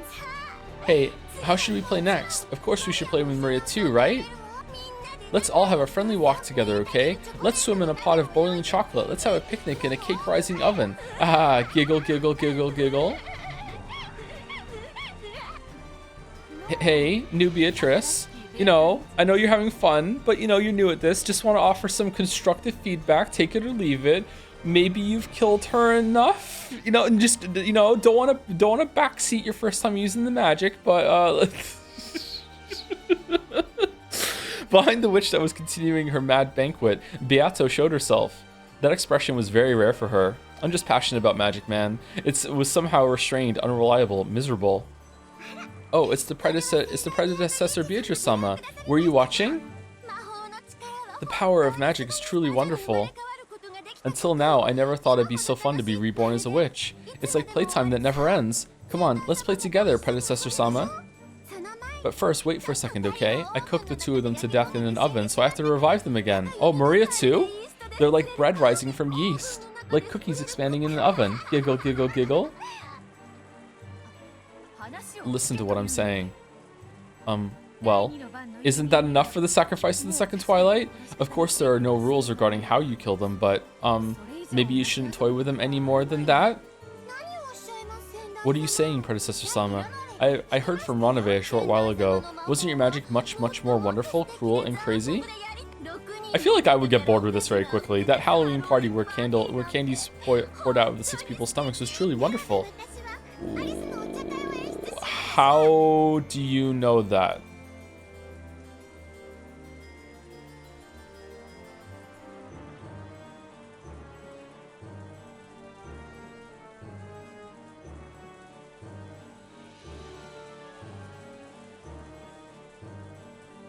Is it the Ronave told you, or do you have meta knowledge now of the different episodes?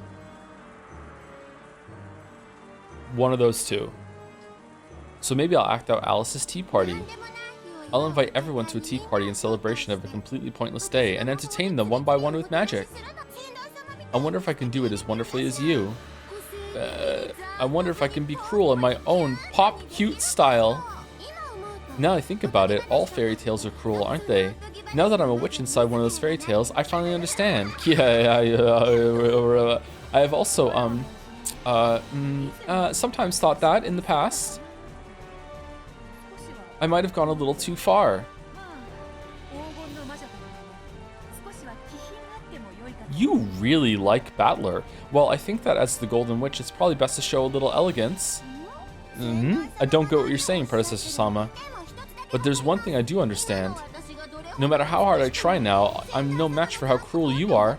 I've got to try much, much harder. I've got to become more cruel and become an excellent Golden Witch. Like I said, you've already done enough here. Anyway, this is an order from me as your predecessor. That's enough for the second Twilight. I'll show you how it's done. Stand back and watch. Yes, Predecessor-sama. I can't wait to see what brutal, cruel, and disgusting method of killing you use. The new witch grasped the sides of her skirt and gave a graceful bow, stepping back as an expectant gaze rose to her face. Stepping back as an expectant gaze rose to her face. There we go, we got it. So you still have magic, okay. She was expecting an even more cruel magic that surpassed even herself. Well, speaking of that, you're only half a witch, so you can only kill with methods like that. I shall show you an elegant way to kill, worthy of the Golden Witch.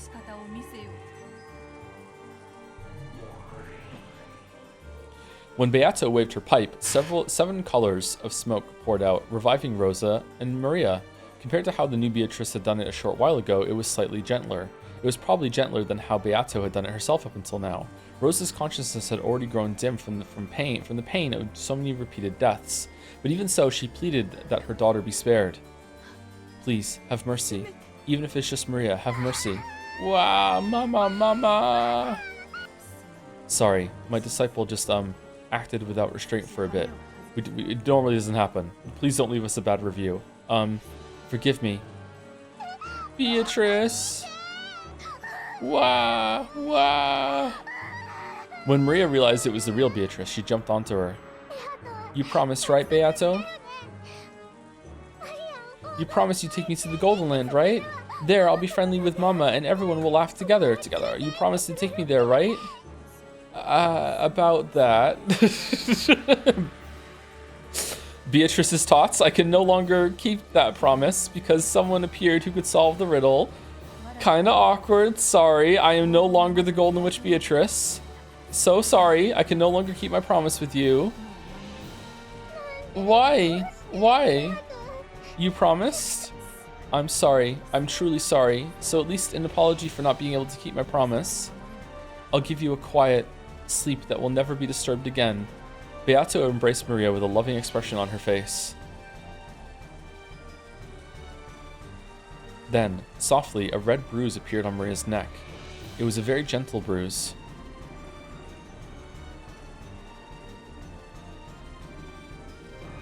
Its redness grew bit by bit, and when it distinctly formed itself into the shape of a hand, Maria's neck tilted suddenly, peacefully, as though she had fallen asleep. Maria!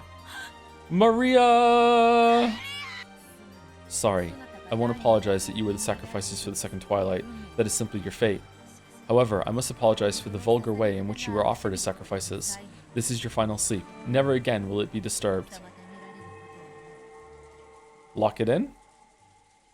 Beato softly, gently lifted her finger as though touching the empty air in front of her nose. When she did, a light breeze lifted up, making Rosa's body dance slightly like a feather. Then, Rosa's body floated softly. And right there was the garden fence with its spear-shaped prongs. Oh, that's how everyone died!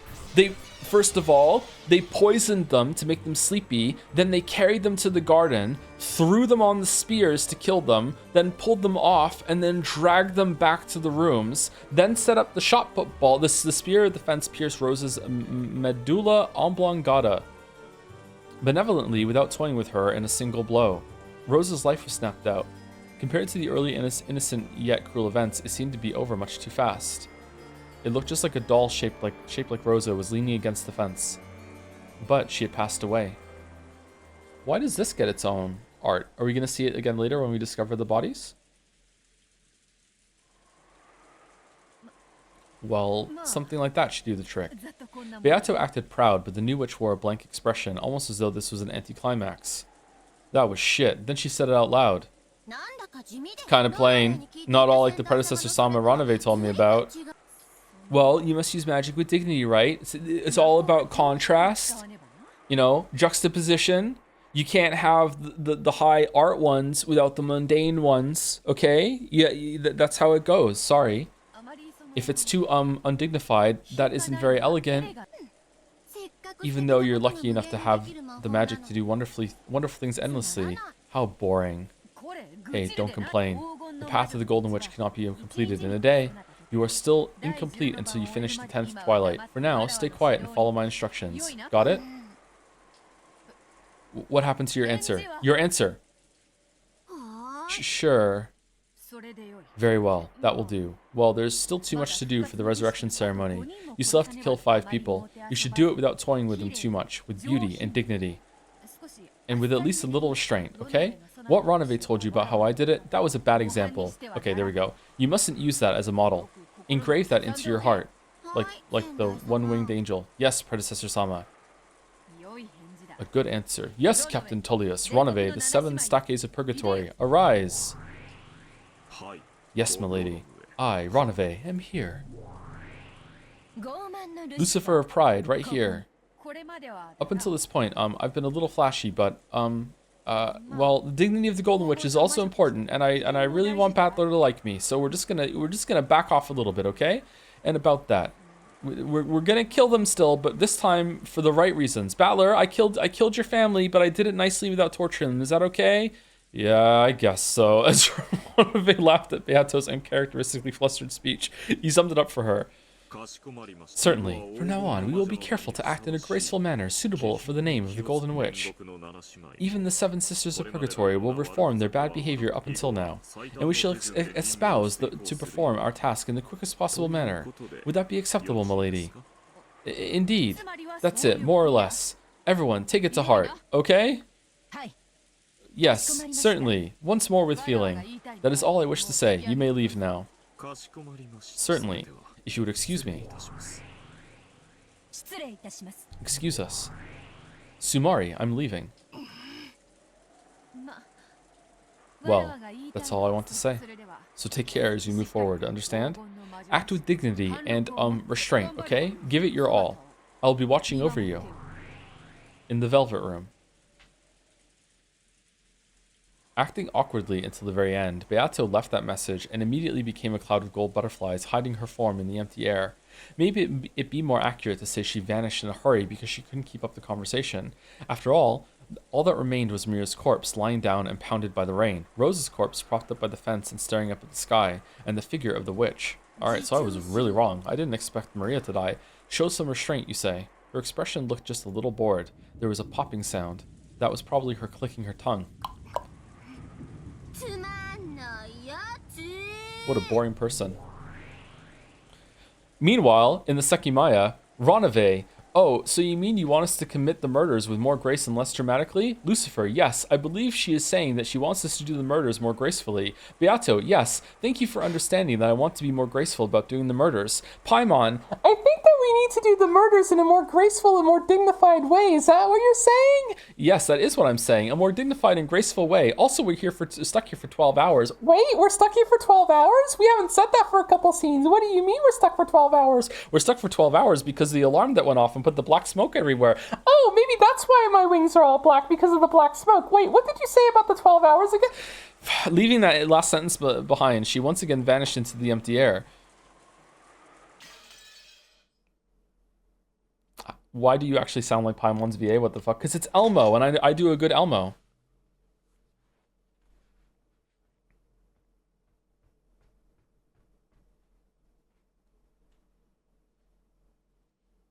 We need a Paimon emote? No, we don't. We don't. We do not. We do not. I haven't seen that movie. Mouse, do you want to watch that movie? Have you seen it? The Room? That's what it's called, right? He did the voice. I have seen it, but we can watch it. Sure, okay. I'd like that. I'd like to see that. See what all the memes are about. If she doesn't, can we watch it? You can watch whatever you want. You should watch it. It's goofy. Oh, hi, Mark. Thank you. Ah, now I see for the resub. Love the channel, man. Just passionate about the channel, man. Thank you. Now I see. Thank you, Red Servaday, for the new sub. Malice the Malicious for the resub. You have some good tea. I might go make a tea during break again. Maybe I should go pre-boil the kettle or something like that, or I'll get it started during break. Thank you, Dolomitos for the resub. Off-brand pizza for Kenzo. Thank you, Aperture City for the resub. Mirot for the resub. A Friendly Potato Cat for the resub as well. Thank you, Sarita XOX for the resub. Always look forward to Umineko streams. Thank you. You're welcome. Glad you're enjoying them. Thank you, Fidais for the resub. Hello, Joe. Is even your real name? No, it is not my real name. You're going to find out my real name tomorrow. Thank you, Tahurvan Bonsai To Hervon Bonsai. I'm saying that wrong. I'm sorry. Thank you for the resub. Thank you, Cybermonk, for the resub as well. So much candy. Thank you, Fresh Gary, for the resub. Aldo and Feet Picks for the resub. Oh no, I'm late for the Penis Ultimate episode 3 stream. Thank you, Delete TF for the resub. Yuri was taken for the bits. Ryder, okay, I'm gonna make Rosa hit her kid. Rosa hits Maria. Ryder, what the fuck? I hate this character. I'm gonna put her through hell. Thank you, Wafer, for the resub. Thank you, Cruzy73 for the resub. And thank you, Ironwrath, for gifting a sub to Ava Beatrice. Thank you very much. Thank you. And thank you, Simonishi and Loner Archon again for the just absurd amount of gift subs today. Thank you very much. Is your real name Mickey? No, it's not. I wish it was, though, because then I could sing the song about myself.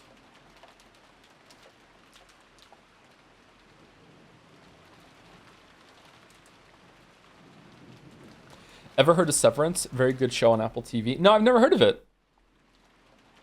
Should I watch that? I don't know if I want to get another service, unfortunately. The Room is genuinely not very fun to watch. The Disaster Artist gets it across, but actually entertaining. I feel like you should watch the movie before The Disaster Artist, though, shouldn't you?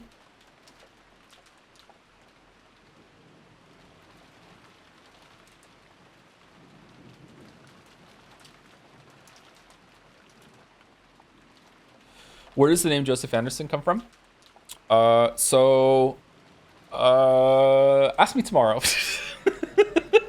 Because I can't tell you all the details until tomorrow, okay? Ask me tomorrow. Have you watched Dune? I have not watched Dune, no. I haven't watched Dune, and I haven't read Dune either. People are very strange these days. I used to know this witch. She had a dozen furniture. Battler found out about it and beat her so bad she ended up in a hospital on Rickenjima Street. What? Have you met your neighbors yet? You mentioned footsteps. Have you considered it's actually a ghastly ghoul? I have considered, yeah, I have considered finding out like weeks from now that the upstairs apartment has been vacant the whole time. I have not met any of the neighbors yet, no. But I haven't heard any of them talk yet either. I can just hear footsteps and running sometimes. Didn't someone suggest Dune for Jelly Jonah? Yeah, I don't know. Do you want to do Dune, Jelly? Like, that's a long one. That would be a mix of classic, memeable, and contemporary. We could do Dune.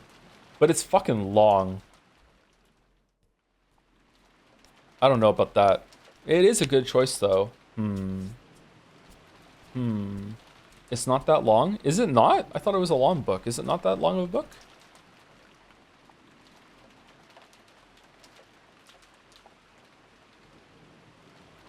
Is it weird that I am genuinely mad that Eva Beatrice cooked Maria and Rosa? No, it's not mad at all. It's kind of fucked up. Yeah, like you like having empathy about the deaths and the torture that she's putting them through is the right reaction, I think. Any roommates in the new place? Nope. I'm just me and the dog. Me and Gatsby. Fear and Hunger as a stream game possible? Possible. I'm not sure yet. We'll see. We're definitely not locking any more games until we are until we've gotten through some of the backlog. Sorry, recycling my joke from DMs. Neither of us are virgins, so I think it won't work.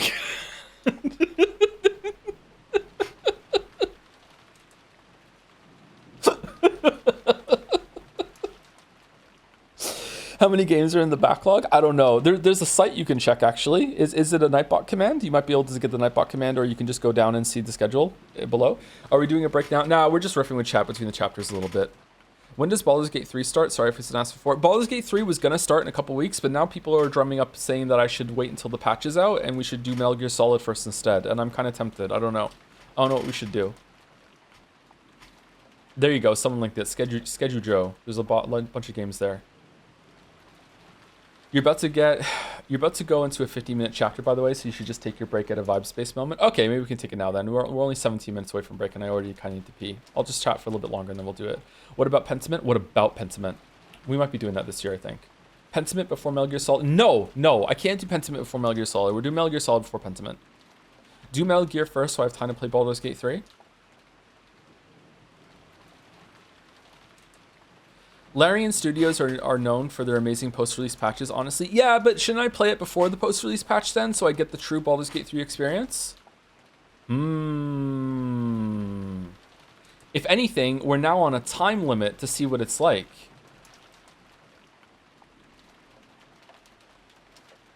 Are we doing 1000 X resist first? Or yeah, we are. We are doing 1000 X resist first. Yep. We're doing that after Returnal. You scheduled Pentiment before Metal Gear Solid. Yeah, but I don't remember that. Therefore, it's not true. That's how it works.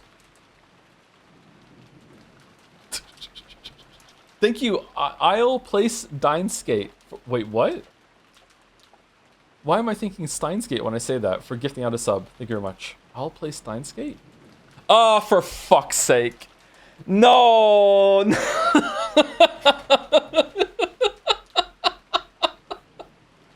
It's not a game. It's not a game. It's not a game. It doesn't count. It doesn't count. It doesn't count.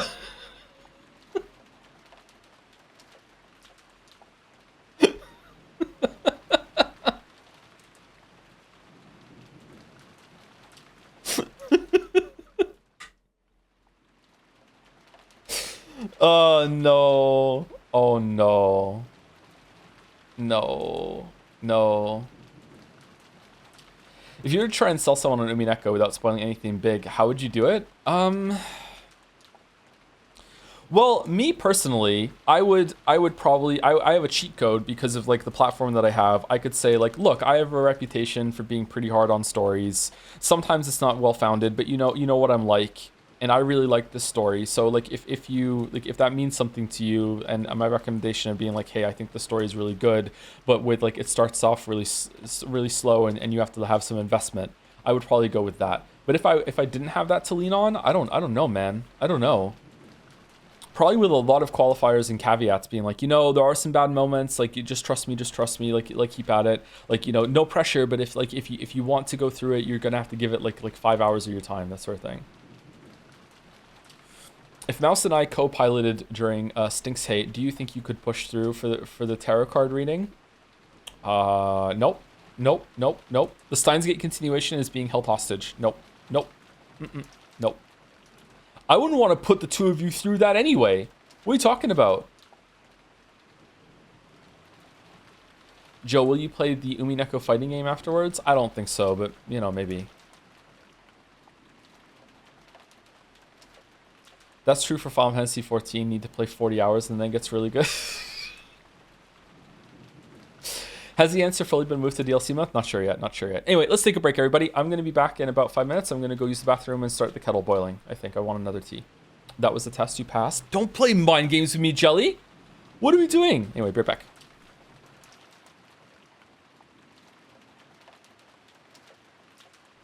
Oh, if you've been sitting the whole entire time, like get up and walk around, go get a drink, brush your teeth, blah, blah, blah, blah. It's not good to stay sitting for the whole entire time. Be right back.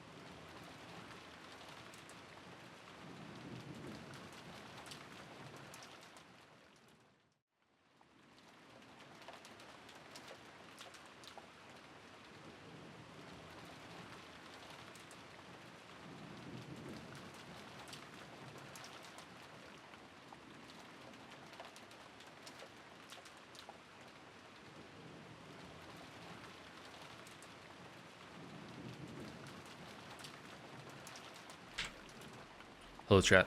Okay, so it's stream has been live for an hour and 56. So at 2:01, I need to go finish the lemon tea, which will take me about 30 seconds. Gatsby wants to come in here with me, but unfortunately he can't because of the tent situation. So it's a little too strained and tent in here, so he might knock something over. Watch your Edith Finch video, and it was really good. Can't wait for Umineko to get the same treatment. Tent? I mean, you're in a tent. Oh, some of you weren't here from the beginning? Yeah, I'm in a tent. Here, I'll show you.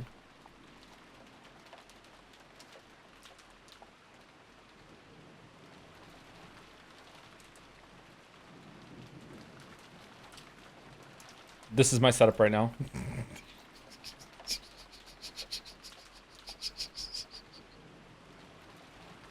Why? Because it echoes if I don't do this.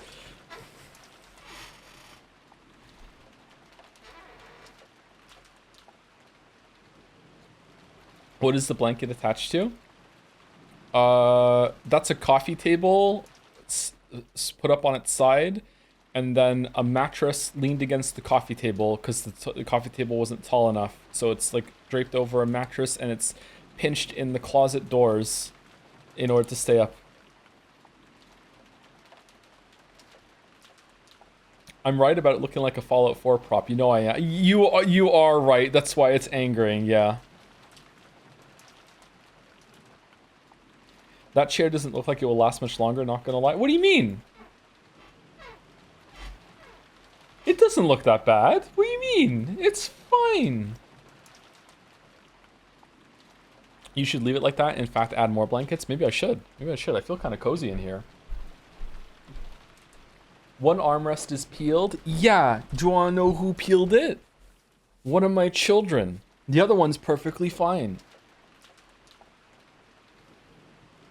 Cozy stream.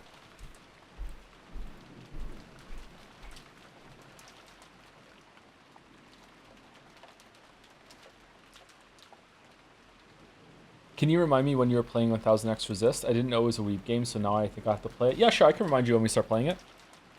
It'll be like an ad on Discord. It's gonna be the week after next, I think. I don't think Returnal is gonna last longer than 3 streams, is it? Maybe 4?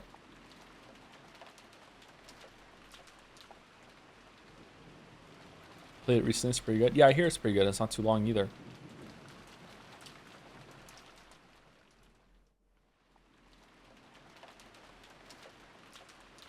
I'm one of the 3 Sekimea guys you dropped in the volcano. What? I would estimate it to take you 40 hours with the amount you both stop. You are not obligated to like it or feel bad. It's fine. I'm not the key man.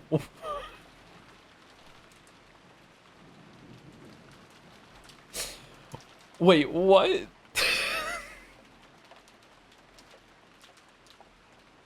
That's the oh no. Oh no. Oh no. Oh no. Oh no. No, no, no, no, no, no, no. I need my emotional support mouse right now. No, no, no, no, no, no. No, no, no, no, no, no, no, no, no, no, no, no, no, no.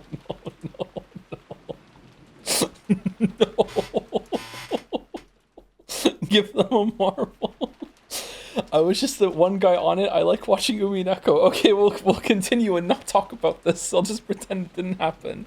Please give them a marble. Okay, fuck, you can have a marble. Okay, you can have a marble.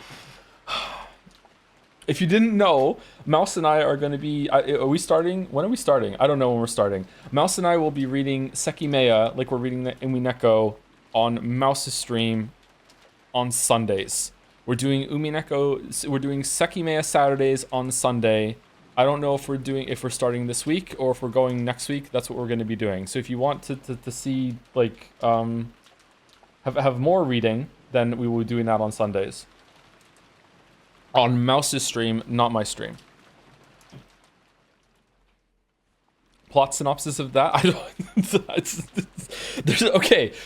There's a there's this small town in the middle of nowhere.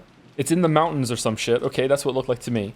And for some reason, like Amazon, Walmart conglomerate, minor like mining operation, but also synthetic crystallized gemstone manufacturer or something. I don't fucking know. Makes this huge, gigantic like box building that's like bigger than anything around in the town. And then they have discovered or created or found in some way something called the Sekimaya, which is this amazing gemstone that I wish I could describe to you. However, they don't fucking show it at the beginning. So the whole setup is that you are Akaro, and Akaro and his friend, I can't remember her name, Sayaka Fako, goes into this museum to have a tour, and you're there with one other person that you just met there, and then Naomi, who is the tour guide, is going to take you into the building. You're going to be the first ones ever from the public to view the Sekimaya. The Sekimaya, this gem that's valued, like it's just completely like fucking priceless or whatever. So you go in the tour guide, and you can only go in groups of 3 with the tour guide, and you go there and you're the first people ever, and as they're she unlocks the cabinet to show you the Sekimaya, and just as they're about to show it, some black smoke appears in the room from seemingly nowhere, and then they talk about endlessly the black smoke for the next hour and a half. And it's just non-stop light. It knocks them out. It coats the cameras. It goes all over their clothes. They have to wipe the sludge on them. And when they wake up, okay? I swear to God. I swear to fucking God, okay? When they wake up, Naomi's gone.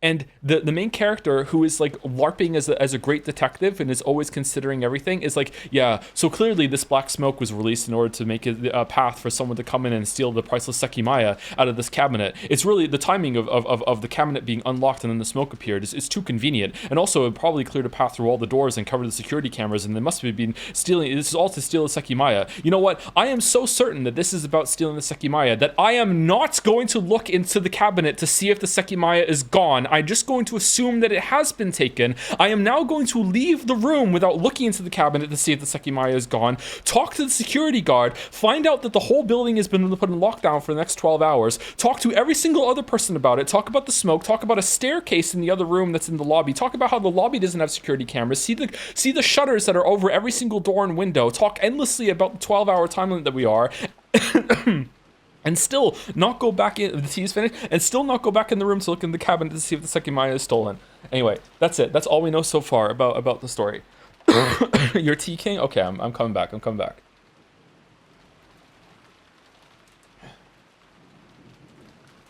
Brother, you're not even on the plane yet? There's a plane? No. Bacano? Isn't Bacano already there? Is that a free duplicate one? Anyway, I'll be right back.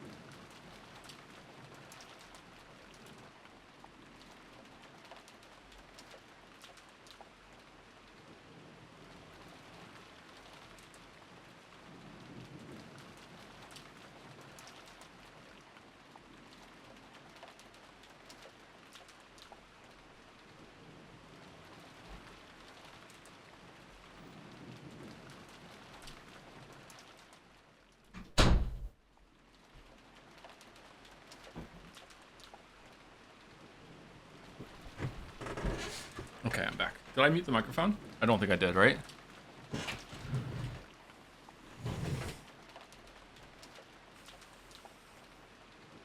How did Assistant Weeby rope you into joining his ploy to finally get me to read Sekimaya?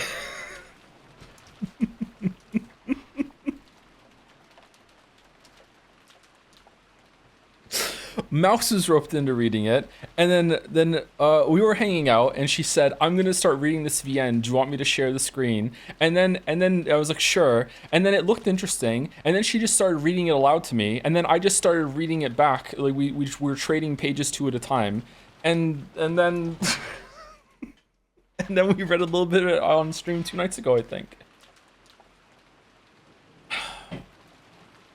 And now here we are. Based on Twitch logs, in 2023, the writer said, "You would not survive Sekimaya. It's too mystery focused at the expense of all else." Okay, all right. They seem to know their story. All right.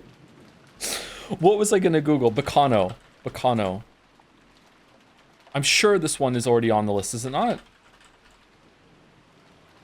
Yeah, I have a it's whatchamacallit. It's not blue. Yeah. Okay, I don't need to read this one again. Okay, it can get another marble then. Okay, it can get another marble. Okay. I can now freely criticize that story in front of one of the people that worked on it because they got a marble in compensation.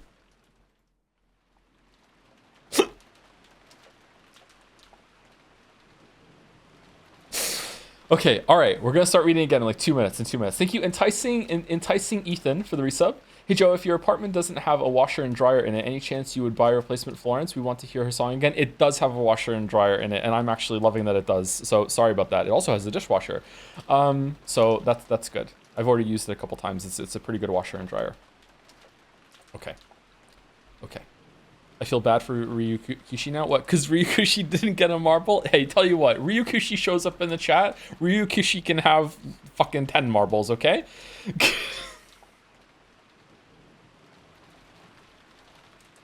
Z. Phew. Looks like she's finally calmed down. Hideyoshi wiped his own forehead.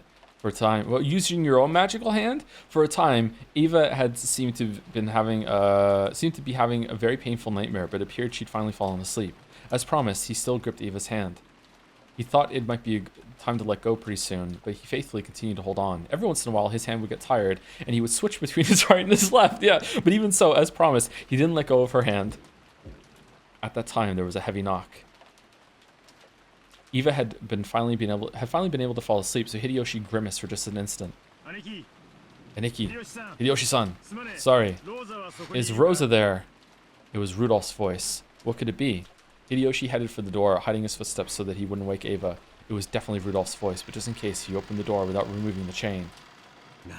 What is it? Something happened to Rosa-san? We can't find Rosa or Maria-chan. I thought they might be with you. I heard her scolding Maria-chan in the corridor. They got quiet after that, so I thought they'd gone back to the lobby, but did they? That idiot. Rudolph clicked his tongue. Other people could be seen in the corridor. Rosa hadn't returned for a while after going out into the corridor, so they began to worry in the corridor. Near the front door, at the end of the corridor, Natsui pointed at the unset chain. The chain isn't set!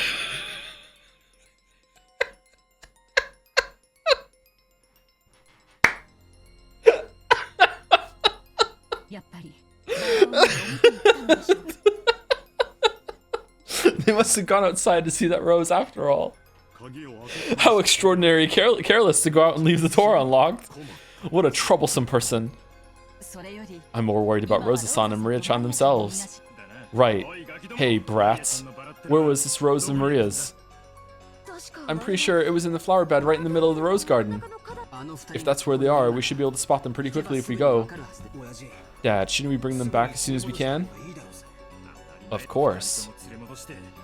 These two don't look alike at all, do they? Of course, we'll bring them back and give them a good spanking. I'll dash out there and come back. Lock the door as soon as I go out. Dad, I'll go with you. Don't be stupid. It's obviously a brat's job to watch over the house with Mama. Mama? What is it?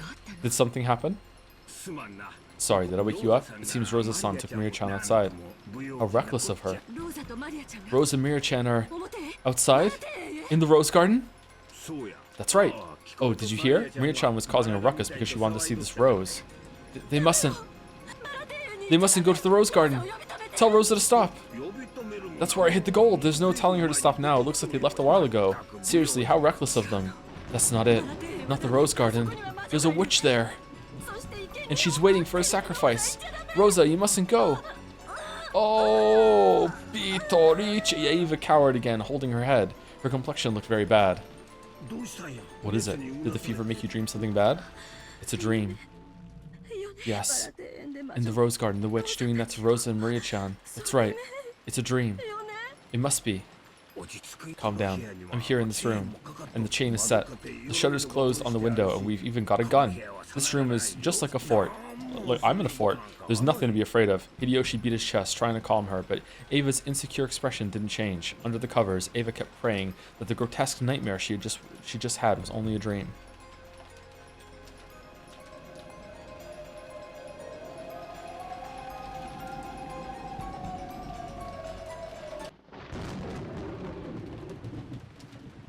Uh-oh. In the center of the Rose Garden, Rudolph identified the corpses of Rosa and Maria. After that, he returned to the guest house, called for help, and carried both of them into the guest house. If we can trust Nanjo's examination, the cause of Rosa's death was a stab in the medulla oblongata with the pointed gate at the fence. It is thought that Maria's death was due to strangling with bare hands. However, due to the devil's proof, we cannot discount a misdiagnosis. I will say it in red. Rosa and Maria died. The causes of death were as Nanjo diagnosed. She wasn't eaten by a spider, nor was she crushed by a mountain of cake. She got frustrated, killed Maria by strangling her, and then threw herself onto the fence in shame. Don't worry. So, you argue that even though you both toyed with their death so much, it's all fine because the corpse is neat and clean? I definitely won't forgive you. I definitely won't forget all of that brutal treatment you gave Aunt Rosa. So I won't forgive you. Like I said, that wasn't me. I believe I gave them a much more peaceful death than the way she treated them. Shut the hell up. I'm not talking to you. It was stated that there are no more than 18 people on this island, and now that 8 people are already dead, we can narrow the field of suspects down to 10.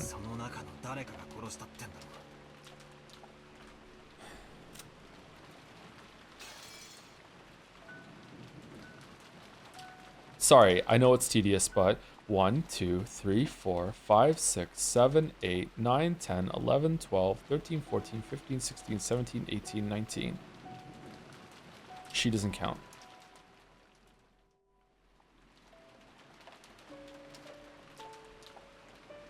The way that she's repeated that no more than 18 people instead of saying there are 18 people makes me think that there could be fewer than 18 people. But if that's the case, some people don't count as people, which I think was line of thought that these people are furniture instead of counting. And if that's the case, that takes us down to 15, which means that there's definitely room for extra people to be on there that we're not seeing, that we maybe have never even seen. But it could just be one, and like no more than 18 could mean that there are only 16 people on the island. Like these 15 here, and then 3 furniture plus 1 more is 16.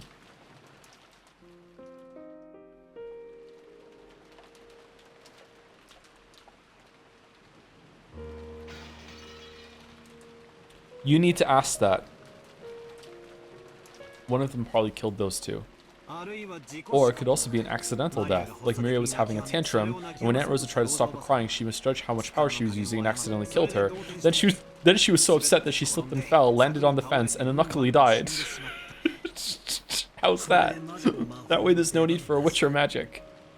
Well, that's not quite true. Actually, Rosa and Maria... Shut up. Didn't I say I wasn't talking to you? You're an eyesore, so disappear, you monster. Battler said that without rage, but with a horribly cold voice. That strange behavior was something Beato had noticed right off the bat. In a fight, both of them could go at each other without restraint. However, he wouldn't even step into the ring. She could feel that coldness. Beato didn't find that amusing. She thought about flaring up, but she held back. Maybe even though she was innocent and childish, she had enough sense to realize that she shouldn't pick fights.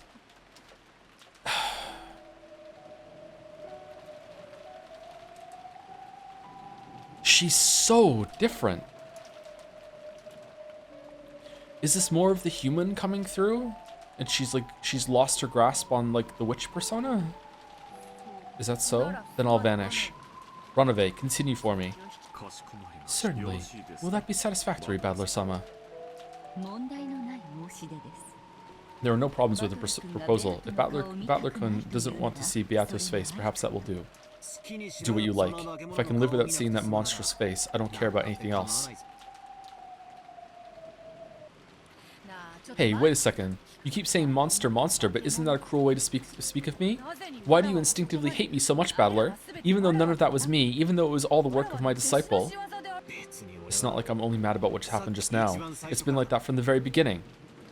Hey, Battler. Don't misunderstand, okay? Aren't we just a pair of players confronting each other through a game? We look for moves to make things painful for each other, but... Don't get the wrong idea. I don't hate you because you're my rival in this strange game about whether I accept you as a witch or not. I just can't forgive how senselessly cruel you are. Well, serial murders are a part of this game. It's probably impossible to avoid a little cruelty. I'm not just talking about what just happened. There was the last time, and the time before that too. Tearing everyone's stomachs open and stuffing them with sweets, plowing their faces. What was the point of all that? That's... Well... When it comes to closed room murders and tricks and alibis, I'm willing to give you a pass. You want to claim that this is a murder done by magic, so I'll grudgingly accept that those complicated crimes need to occur. But what exactly is the point of all those grotesque murders? Well, it's to cover some shit up maybe, and now, ooh, are you actually mad or is this a tactic? Well, nothing much. Just wanted to make it look good and interesting for you. That's right. They don't mean anything. You're just fooling around by mangling the corpses for fun. That has nothing to do with whether you're a witch or whether it could or couldn't be done with magic. You're just exploring the depths of cruelty for fun. This isn't about whether you're a witch or anything like that. There are just some things I can't forgive as a human. What do you mean as a human? For example, the 6 people of the first Twilight for this game, well, other than Grandfather being burned black, the other corpses were killed in a normal way without any unnecessary shaming of the dead. Normal murders. It wasn't clear whether the weapon was a spear or a gun, but anyway, as far as killing goes, that was acceptable. It was much better than the nonsensical grotesqueness and cruelty from the first Twilight last time or the time before that. And this time, there were 6 closed rooms tied together to make a closed room chain. That was sort of interesting. When we were going back and forth with each other that time, to be perfectly honest, I thought it was just a little fun. You were frantic to make me accept your existence, and I was frantic trying to deny it. We were both frantically doing all we could. This may sound weird, but I felt a faint sense of sportsmanship between the two of us. Oh man, Jelly should be here so we do the play-by-play. We exist in conflict, but I faintly thought that we might not be completely unable to understand each other's existence.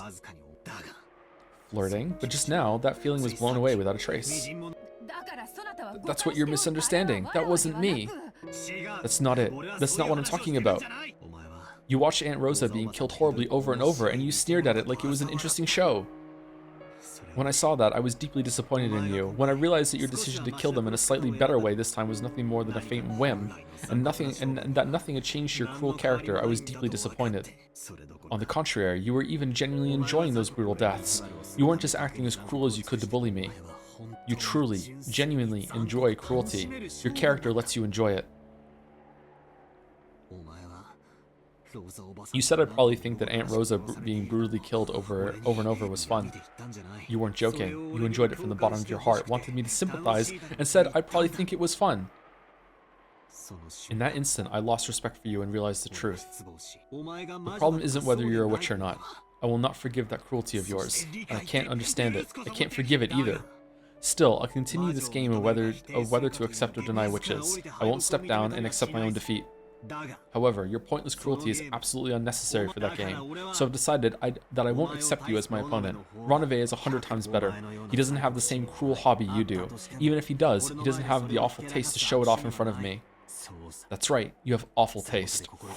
You're heartless and cruel, so you can't understand. That's unpleasant in an opponent. Fucking hell. So I don't want to see your face again. As Battler went on and on by himself, Beato was shocked into silence for a long time. Maybe she couldn't understand what she was being told, and this was a sign that she was doing all she could in an effort to understand. For a while, she kept switching between angry expressions, frustrated expressions, bold expressions, all the sprites, as though even she herself didn't know what attitude she should take. Do you think Battler is being too harsh here? No! In the end, she made her face into a candid expression, as though she had come to her senses, and shrugged her shoulders as though she was tired. In that case, do as you like. From now on, I will continue this game through Ranave. You have no complaints as long as I don't show myself, right? For the time being, but I definitely won't forgive all of your cruel actions up until now, and I definitely won't accept you. For that reason as well, I won't back down from this fight you've picked, and I definitely won't lose. That's all there is to it. Beato, no matter how many more excuses you give, his impression will not waver. I have something to talk about later. Until then, stay back. Indeed. Understood. Then I'll vanish until you call. Alright, so what, we're setting up the end of romantic comedy act 3 where, you know, he has to chase after her and just find her miraculously in some place. And then she says, "You found me," and then they'll be fine again, right? That's what's gonna happen. Look forward to it. They belong together. Looking lonely, Beato turned her back to them and vanished. Battler watched, a slightly displeased expression on his face. Catches up to her at Golden Butterfly Airport. He thought his argument had been valid, but for some reason his mood didn't clear up. She's an idiot. That's true. An idiot, and a straightforward one. That idiot watched Aunt Rosa get killed horribly with me, then turned around with a huge smile on her face. She really believed that she could laugh with me at that cruel show. She really believed that I could sympathize with that emotion. Looking at that innocent smile, I felt just horrible. It would have been much better if she had said it with her normal bullying face. Damn it. Milady has never had the experience of having a friend. In addition, she has probably never had something spoken to her that strongly. Madam and I are her attendants. No matter what we say, it will not reach her ears. For Milady, this is... Okay, I feel like we're being spoken to about the person that Kinzo like raised to be Beatrice. The one that came in after Rosa accidentally got the other one killed. Like, and she doesn't understand like how fucked up she is. Was that part of it? Because I can't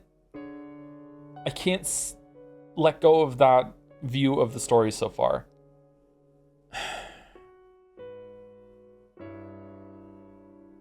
So I'm trying to make it fit with that.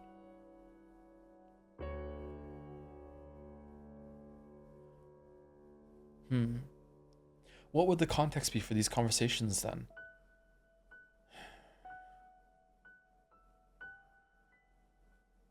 Who are we talking to right now?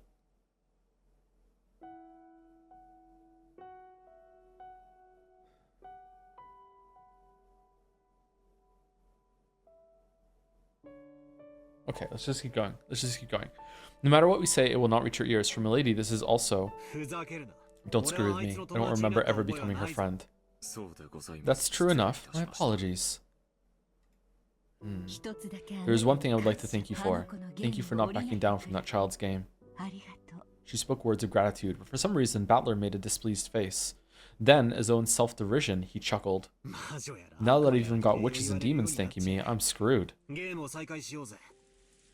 Let's resume the game. Of course, I don't intend to go easy on you. I wouldn't have it any other way.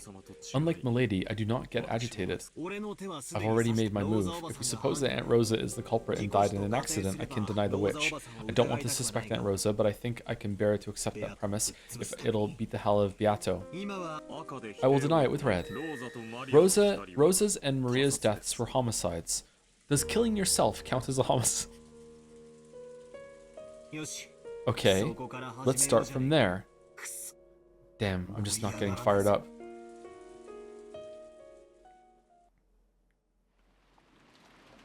If Rosa was like choking Maria in her last moment before she died, or like it clamped around her arteries or whatever, and she like pushed Rosa really hard, and then she fell on the fence, and then she collapsed and died afterwards because of the damage done to her neck.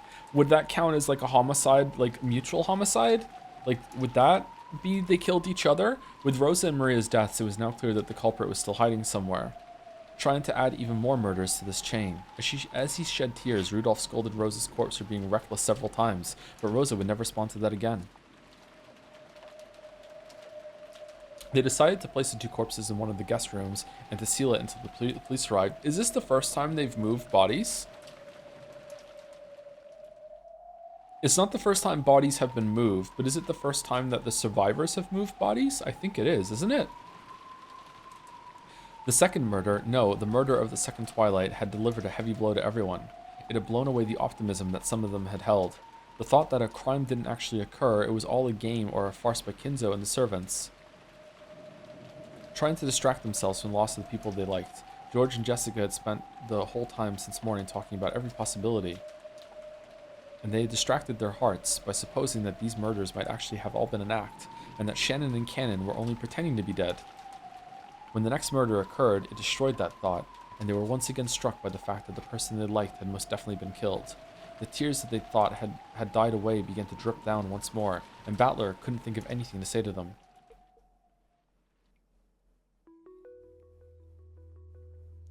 After that, unlocked, and they confirmed that no one suspicious was hiding anywhere. On top of that, they checked their weapons once again, and checked with each other to make sure that they were all mentally prepared so they wouldn't hesitate to fire off a preemptive shot if they saw a shadow of a mysterious person. Also, no one had gone to the cabinet to see if the Sekimaya was still there. Rosa's gun had been found near the scene of the crime. Free gun. Someone had gone out of their way to leave it there, so everyone suspected that it was some kind of trap. But when Hideyoshi delicately used the fire iron to fire off test shots, it was able to discharge without incident.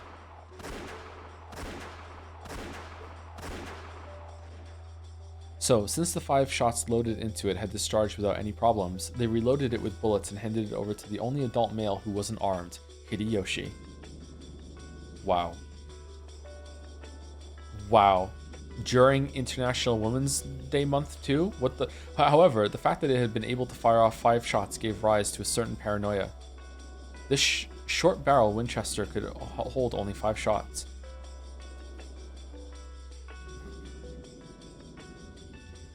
Nanjo has a gun. Does Nanjo have a gun?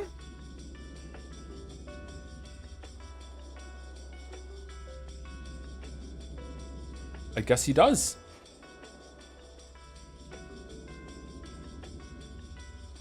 This short barrel Winchester could only hold 5 shots. In other words, Sumari, Rosa hadn't fired even once, unless someone reloaded it, and yet the 2 had probably been killed by someone with their bare hands. This meant there was a possibility that the crime had been committed by someone whose face they knew. When the first murder occurred, I privately thought of the possibility that it was all an act.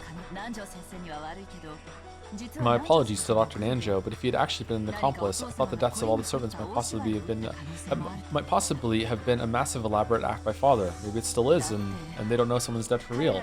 After all, the closed room situation they were in couldn't have been created unless we supposed that it was an all an act. We also suspected that. No, I still want to believe that that's the case. My apologies, but that is not so. I am quite old. I might possibly make a misdiagnosis. However, I would never mistake whether they were alive or dead. I get it. Don't go out of your way to say it out loud, Dr. Nanjo. My apologies. They had no way of knowing, but Beato had already used the red to proclaim the deaths of the 6. No, the deaths of all the victims so far in this game. That faint dream that it was all a farce, that the victims were actually alive. I'm sorry to say it, but that's impossible. In that case, it makes more sense to assume it's someone familiar with the mansion, someone hiding around and carrying out a really well-polished crime. So ever since the typhoon came to this island and sealed it off from the outside world, there's been more than 18 people here. Of course, there was no way for them to know about that either. That claim of Rudolph's had also been denied and read. There are no more than 18 humans on this island. I might have a way to look at it that keeps things consistent, at least a little. Simply put, this person in hiding is someone who shouldn't really be on this island right now, and yet there's a likelihood that they were someone Rosa-san knew, someone she let her guard down around. It's Maria's dad. So, for example, could it be a servant who wasn't on this 2-day shift? It's hard to be certain about that one. When our servants finish their work and leave the island, it isn't as though we punch their ticket or something to make sure. If we're supposing that a servant on a shift from a few days ago only pretended to leave the island and actually stayed here, that would be hard to deny. I don't think Rosa-san is such a fool. If a servant who wasn't supposed to be here popped up in front of you, who wouldn't be on their guards? I'm not even sure we should be assuming that it was someone she recognized. Maybe they suddenly attacked Rosa from the darkness and were about to steal her gun. Then Rosa fell, hit her head against the fence, and stopped moving. The guest house was nearby, and they wanted to avoid the sound of gunfire, so they killed Maria-chan with their bare hands. There's also that possibility. Still, even if that is the case, would they really intentionally leave Rosa's gun at the scene of the crime? We don't know what the culprit's armed with, but they've got to feel insecure about our guns. Wasn't that a perfect chance for them to thin out our supply? Why would they intentionally leave it at the scene of the crime? At first, I thought that gun was a trap. That's what chessboard thinking says it should be. By purposely leaving it, they wanted to make one of us touch it, and they must have wanted us to make us pull the trigger. I was sure that something dangerous had been done to it, which is why I let Hideyoshi do it and not someone important, to make it explode and cause massive injuries. But it was actually okay. The culprit probably panicked. I'll bet that right now they're regretting that they missed their chance to steal a gun. I don't like it. It ticks me off, like it's a message from the witch saying she isn't even scared of guns. However, in any event, this is truly a fearsome opponent. Even at a glance, they should have been able to tell that Rosa had a gun. To think that we have been. This is just for peace of mind, but at the time we think Rosa-san was attacked outside. Where was everyone?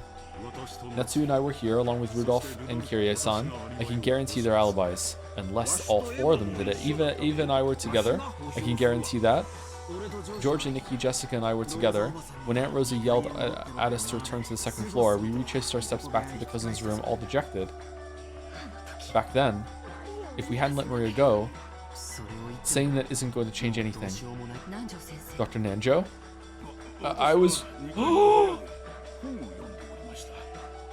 Oh. Oh. Fucking Schrodinger's cat box. It was I was reading a book in the room on the second floor. What was the book? I was by myself, so no one can verify my alibi, but I believe everyone saw me return to the second floor with the children. Once I say this, it'll never end. But what if you jumped out the window, attacked Rosa, then climbed back up using a rain gutter or something? Don't be absurd. How could I perform a feat such as jumping down from the second floor story or climbing up with this? Okay, I'm sorry, but Nanjo should be in confinement right now? You're right. It's like Natsui-san says. For now, let's stop suspecting each other. That's right. We may be useless as far as searching for the culprit is concerned. We can only stay alive until tomorrow, inform the police, and follow their instructions, because the police will definitely expose who the culprit is. Yeah. What is it, Ava? Is your body still feeling bad? Mother, what's wrong? Oh yeah, you're their kid. Are you okay? Sorry. It looks like my fever is still strong. I'll be fine, so leave me alone. It's all that time I've spent killing people in the rain. When they looked, they saw Ava staring at the floor, her breathing harsh again. She'd been able to act firm for a time due to the urgency of their situation, but it seemed her body wasn't at its best after all. Hold on. Hideyoshi could have ran out while you were asleep, went out and followed them, killed them, set the trap with the gun, and then when Kirie like expertly made you fire it, disarmed the trap that you knew was there.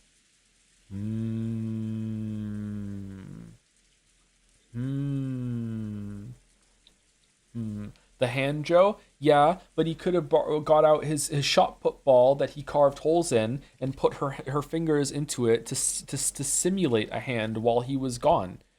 Easily. I think it could have been Hideyoshi. Yep. Oh fuck, you're here now? Yeah. I killed those two. Now we're the only ones who know about the gold. So I won't give up even a scrap to the other siblings. What have you done? There was so much of that gold, right? Giving Rosa and the others their share wouldn't have been a problem at all, right? It would. That gold is to be passed on only to the head of the Ushiromiya family. That's because it, as a whole, represents no more or less than the honor of the head. To wound that even a tiny bit is definitely not something that I, the new Golden Witch Beatrice, will permit. Giggle, giggle, giggle, giggle, giggle. Do you plan to continue these murders according to the witch's epitaph? Do you actually plan to become a murderer 5 more times? Yeah. If I don't finish that annoying ceremony, it seems my power as a witch won't become complete. Hey, me. The power of the witch is really awesome. It really can make all the crazy things we imagine become reality. The power to make dreams more than just dreams. Now that I've learned of this power, I can no longer stop being a witch. If I can finish the ceremony and make my power complete, I'm sure I'll be able to teach you that feeling too. Giggle, giggle, giggle. Cackle, cackle, cackle. Cackle, cackle. Stop acting like a fool. Haven't you played at being a witch enough? We found the gold, and we've even been promised the position of the successor. We'll probably need to tightrope walk just a bit, but by now, that's a dream that will definitely come true. Beyond that, what more could you wish for? I wanted to become a witch. I don't give a damn about that dream. That's right. Because I kept holding on to that dream, I've lived at this age forever. When you become an adult, you threw that dream away. No matter how long you wait, the rabbit hole holding a clock won't visit you. The rabbit holding a clock won't visit you, and you won't be able to meet Humpty Dumpty. Of course, you definitely won't be invited to the land of cards. Because you gave up and accepted all that, you became an adult. Peter Pan and Alice in Wonderland thrown together? So you don't want to become a witch or anything like that anymore. You've even forgotten that it truly was your own dream at one point. Anyway, stop it. I've already gotten my hands on 2 dreams. The gold and the position of the head. What about having your son George and a nice husband Hideyoshi? What about that? That's more than enough. So please, your dream has nothing to do with me. Stand down. No way. Magic's too interesting. Also, those 2 dreams of yours both came true because of my magic. It wouldn't be fair if my dream didn't come true too. I'm grateful for your magic, and I acknowledge that you're a real witch. So just stand down and return to the inside of my heart, and never appear again. No way. We're both misunderstanding each other, aren't we? That's right, I am not you anymore. You are Ushiromiya Eva. I am the Golden Witch Beatrice. So it's not my responsibility to go back inside your heart. I guess I feel like a butterfly who's broken out of her cocoon, meaning you. Huh. Huh. Ugh. The fever is making my mind cloudy. My inexperience with magical power is forcing me to support it with your vitality. Until I finish the ceremony and become a full witch, you might have to bear the burden. I'll take that as payment for making 2 of your dreams come true. It's fine, don't worry, okay? For the remaining 5 sacrifices, I'll avoid your family. Let's see, Rudolph, Kyrie, Kraus, Netsui. After that, what about that old geezer Nanjo? Perfect, I'll kill those 5 people. Giggle, giggle. Could you call this a murder announcement revealed only to you? Giggle, giggle, giggle, giggle. Eva finally crouched down. Hideyoshi rushed up to her and lent her his shoulder. Are you okay? Let's take it easy and rest. Are you alright? Dr. Nanjo, take a look at Eva. When Nanjo and George tried to approach, Eva made a gesture to stop them. Thank you. I'm fine, Dr. Nanjo. I'm taking medicine.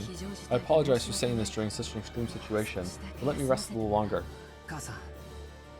Mom, I'll lend a hand too. Thank you, but I'll be fine as long as your father watches over me. Go back to the second-story cousin's room and don't come out no matter what. Understood? No matter what happens, you must not leave the guest house. Outside. That witch will. Ooh. Don't talk anymore.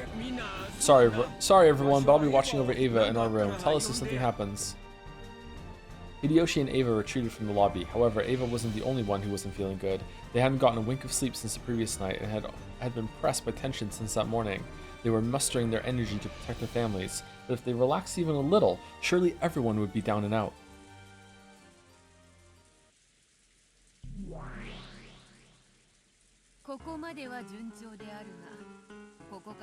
Everything has gone as planned until now, but from here on out, it will become difficult, you see? Difficult meaning? Indeed. Normally, as the ceremony progresses and the victims increase in number, they begin to tighten their guard, and in most cases they hole up in one place and stop moving. That is extremely inconvenient for us. Are you saying that we witches are inferior to a bunch of humans in a group? Witches are never inferior to humans. However, perhaps you could say that times change and that humans have gotten their hands on a poison. That wasn't a problem a long ago when people believed in witches, but just like that annoyance battler, people in the current era deny magic on a fundamental level. In other words, their existence itself is anti-magical, Sumari. As a result, at some point, they grew to possess a toxin inside their bodies that denies magic. Sumari, you're saying that the more humans there are, the stronger the magic resisting toxin gets, and the greater the disadvantage is for us witches. The combined amount of power in their hearts that denies magic. Sumari, their magic resistance power becomes the denominator in the equation of your magic's power. Understand? Is that a bit too difficult for you? You're joking. Actually, I understand it easily. Sumari, you're saying that the more people there are who don't believe in magic, the stronger their will is, the more the effects of our magic are divided. Yeah, if it's so formulaic, I'll have to rethink my method of attack. Fundamentally, magic possesses a vast power. It can even make a rain of fire fall from the heavens or divide a sea, and reviving a lost life isn't impossible either. However, that power is extremely weak against the toxin that rejects it, and that toxin started piling up in humans since the time they forgot to respect things sacred. until finally this earth was covered with enough toxin that the miracles of magic could not be displayed.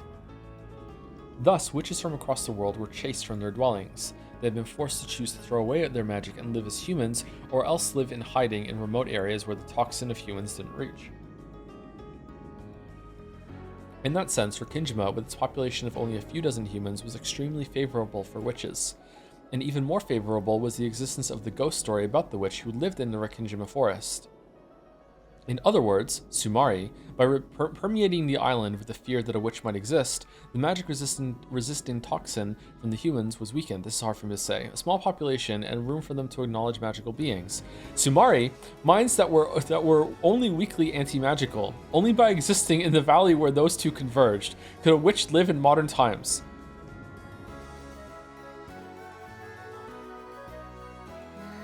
I see. So using this formula, we can arrive at several rules for how a witch can use her power efficiently. The first is presentation.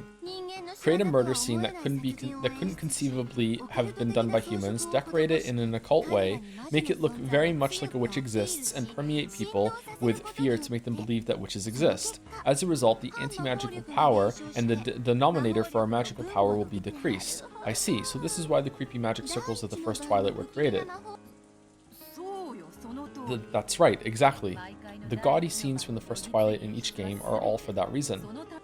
It's definitely not as though I like being cruel or I'm doing it for fun. In that case, Predecessor-sama, you failed this time around. You killed them in a very plain way. It doesn't look like anything more than a simple mystery. I heard about last time and the time before that from Ronave. You should have damaged the corpses more grotesquely. And you're just taking in stride that there was a last time? Aren't you thinking now, what if there's a next time? Are you just a part of the crew now? Like, what's going on here? You should have damaged the corpses more grotesquely like you did then, making it look more like fantasy and instilling fear in those people. Well, about that, I thought it wouldn't be artful to do that every time, you see. Don't think too deeply on it, it's just a whim. Actually, it really had been her whim. After what Battler had said to her, she couldn't say it out loud anymore. She really had decided her methods of killing based on mere whims. No, would it be better to say she had half-heartedly let Ronave decide? After all, she left the closed rooms of this game's first Twilight to him. What?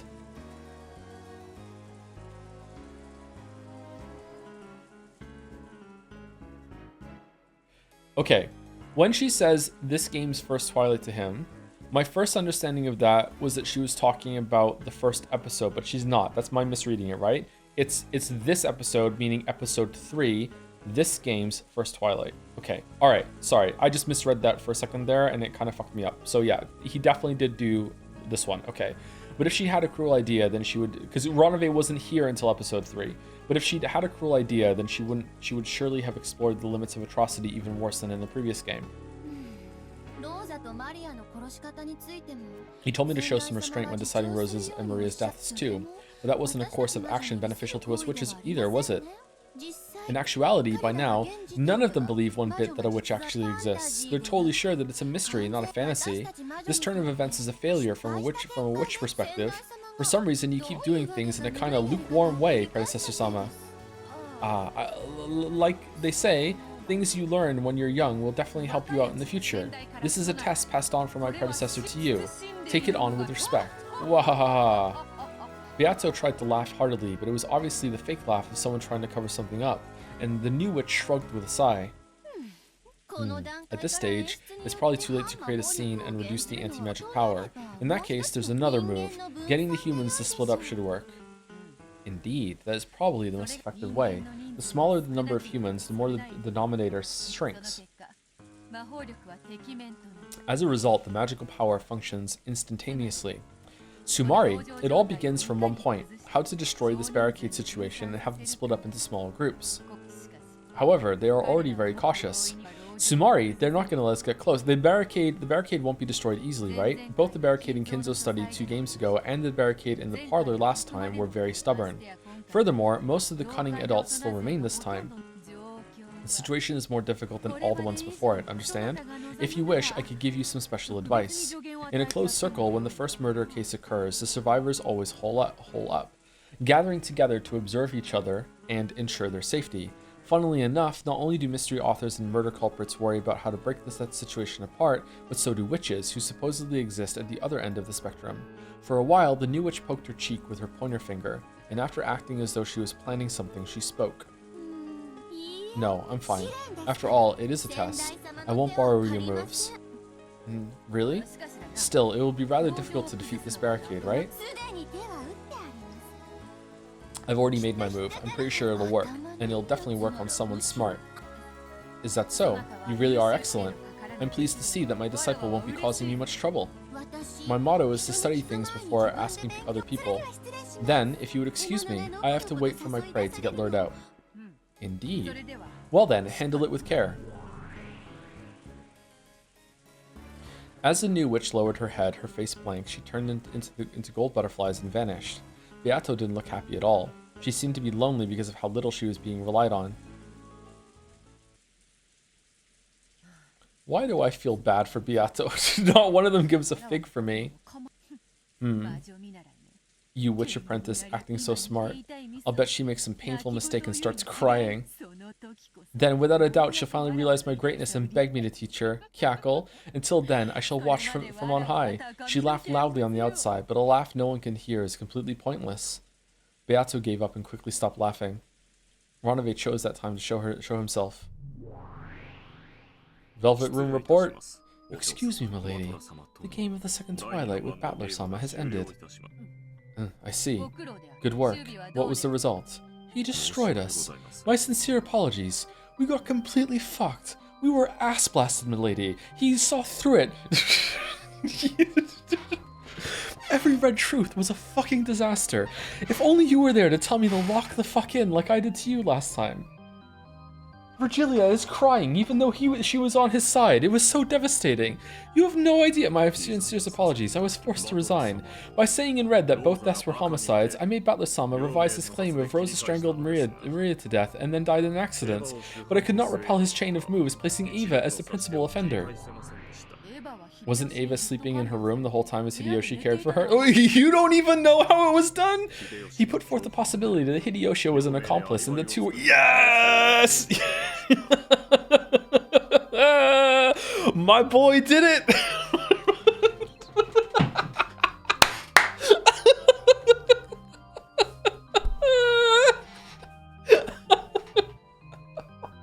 Oh, this has happened every time!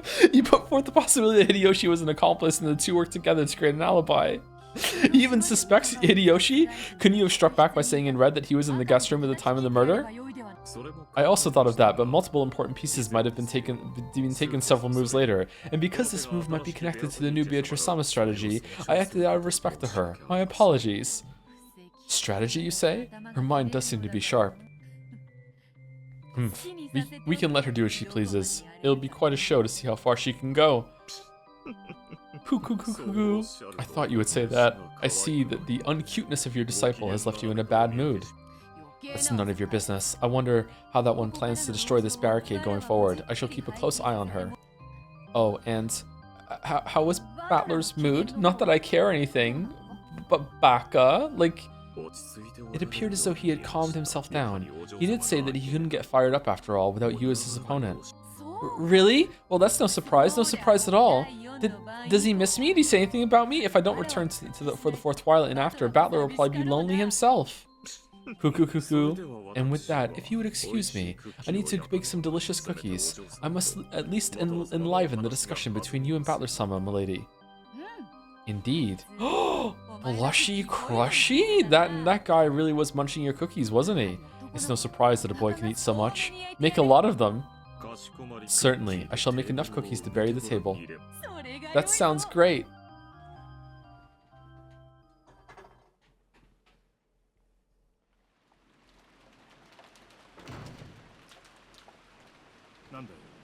Blushy Crushy. Thank you, Omega Green XY for the resub. Joey Umineko, thank you. Thank you, Bartiox, or Bartios for the resub as well. Thank you, Elaine Meow5 for the resub. Umi Pico. Thank you, Lazy Potato for the bits. Can Paimon say Sumari? In other words, Sumari. Paimon thinks... No, I don't think I did it right there. Do I need to start with Paimon thing? Paimon thinks Sumari! There you go. Thank you, Ricekins, or Ricekins, for the resub as well. Doing well, Joe. Congrats on the new place. Thank you very much, Ricekins. Thank you.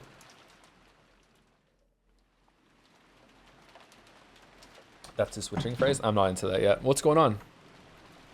Shit, I clicked the wrong place. What's going on? What did you want to talk about? Kyrie called Rudolph out into the corridor. It was obvious that she wanted to talk about something that she didn't want the others to hear. Yeah? I want to go outside.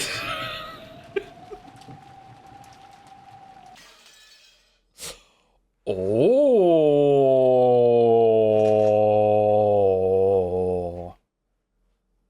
Does rain turn her on or something?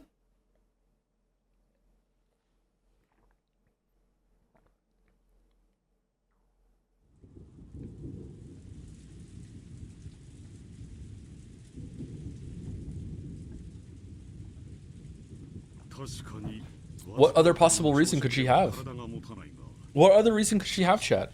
Certainly, the body cannot last with nothing more than a small breakfast, but of course, we understand. Still, as time passes, it'll get darker and darker out. It's probably at its brightest now. It's the most convenient time. Only about an hour has passed since Rosa-san was attacked. This is simply too reckless.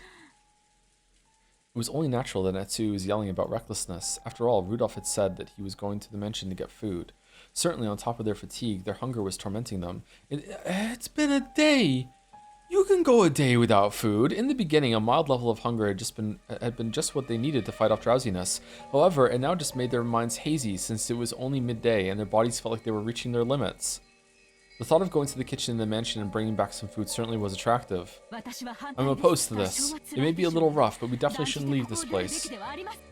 Don't worry about us, but it would pain my heart to keep the children hungry. I must be responsible as a parent, and also, you know, just get some food for myself while I'm there.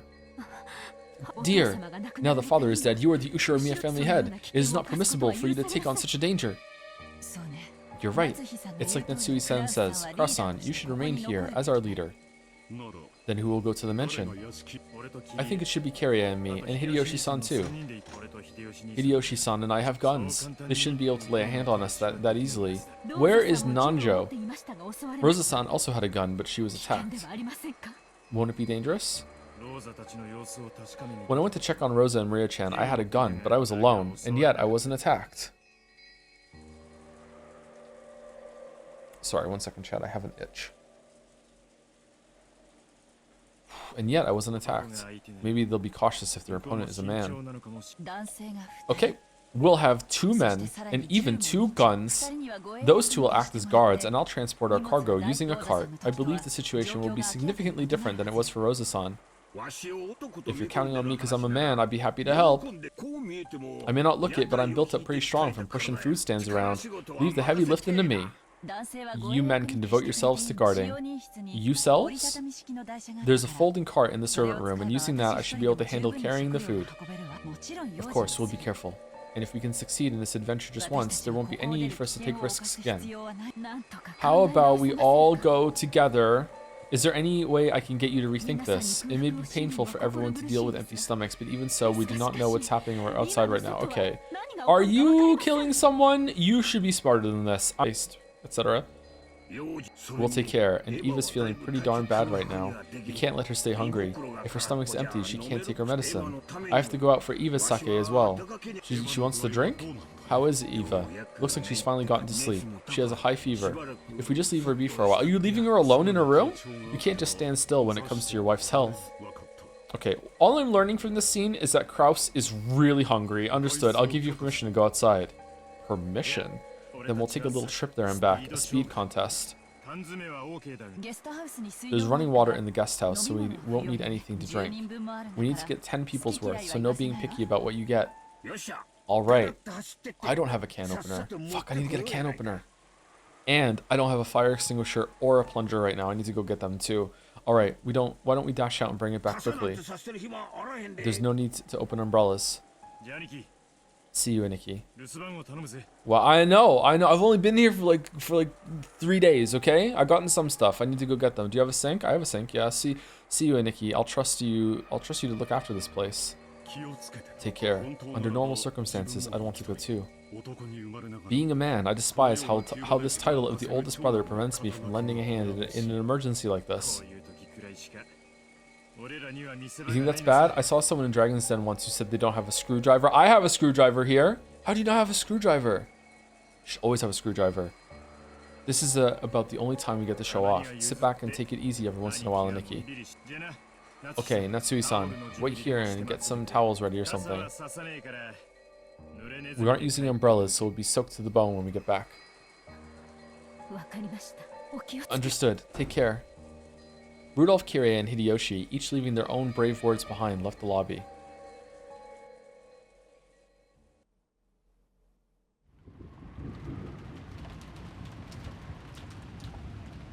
Compared to the time Rosa and Maria had gone outside, the winds were much stronger. Rudolph's group of three... Oh, so the typhoon still hasn't, like, passed yet, or begun to pass yet. Okay. Rudolph's group of 3 people jogged through the rose garden without umbrellas, holding their guns in a folded cart. If everything had been still and quiet, without the wind and the rain, they probably would have kept their ears open and moved with caution. But in this rain, even if some suspicious person was hiding nearby, it would be difficult to notice them. Because of that, it had been Rudolph's plan to instead dash through the dangerous area. If there was a chance that their opponent was equipped with a gun, then walking slowly with their guard up would only make them targets. Taking swift action was probably the correct choice. The Rose Garden. It feels like we were just asking to be attacked. Please, let no one come out of there. Even as Rudolph and Hideyoshi continued to run, they looked around restlessly, vigilant of their surroundings. Rose and Maria's deaths had not been caused by a projectile weapon. However, it was easy to suspect that the servants had been killed in such a manner. Will they come flying out of the dark, or will they take careful aim and snipe from the shadows? Either way, they couldn't relax their tension for even an instant. But even so, when they reached the overhang in front of the entrance to the mansion and escaped the reach of the raindrops, they felt themselves breathing a sigh of relief. No problems for the first step. Unlike how it was for Rosa-san, maybe they can get their hands on us easily. I'd like to believe that. Kirie, unlock the door while we keep a lookout. Ready, personnel?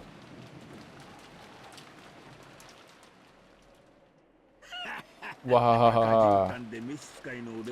If we had a welcoming party of servants with a red carpet, it'd be perfect.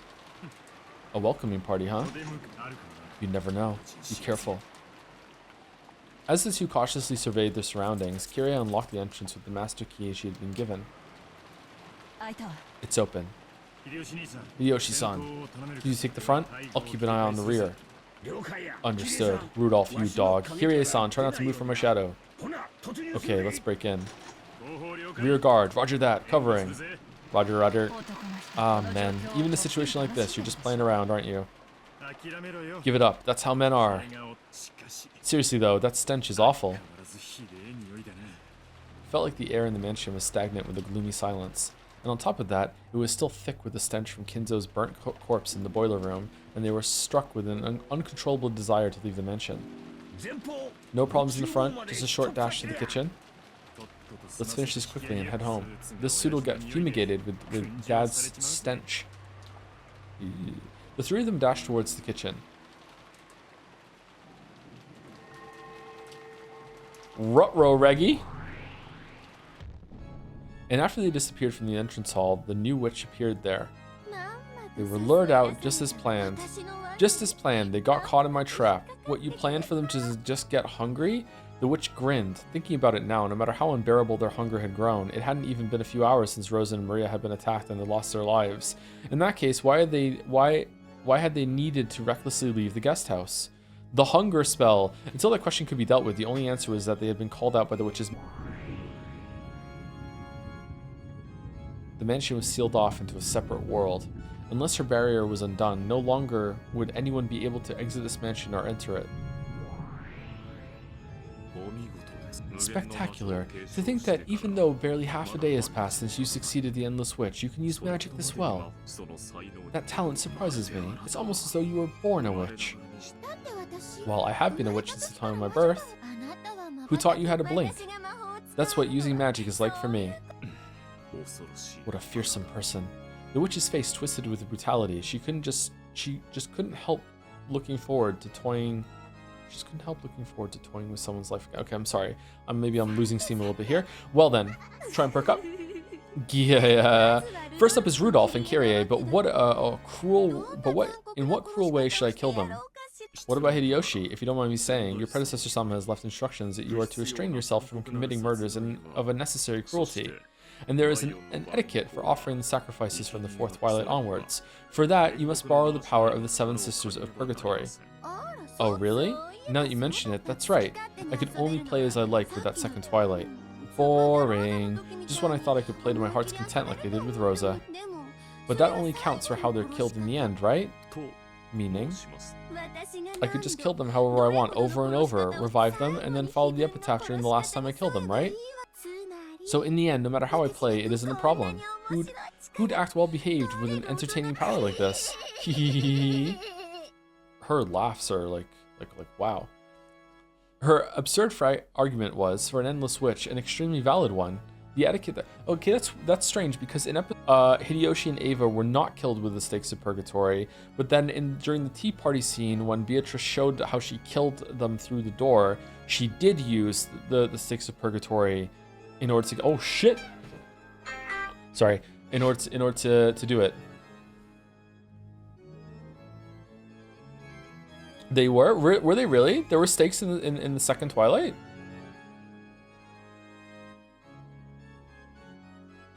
Were there? Oh, you're right, there were. Okay, so why is episode 1 different then? Why is episode 1 different?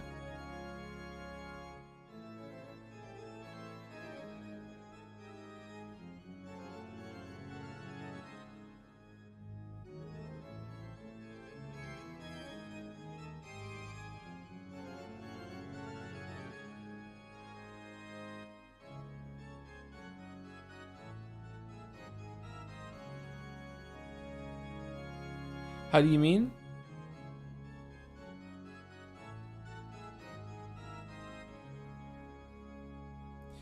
Etiquette for offering sacrifices from the fourth Twilight onwards. For that, you must borrow the power of the Seven Sisters of Purgatory. Well, in episode 1, it was the second Twilight that uses the Seven Sisters of Purgatory already.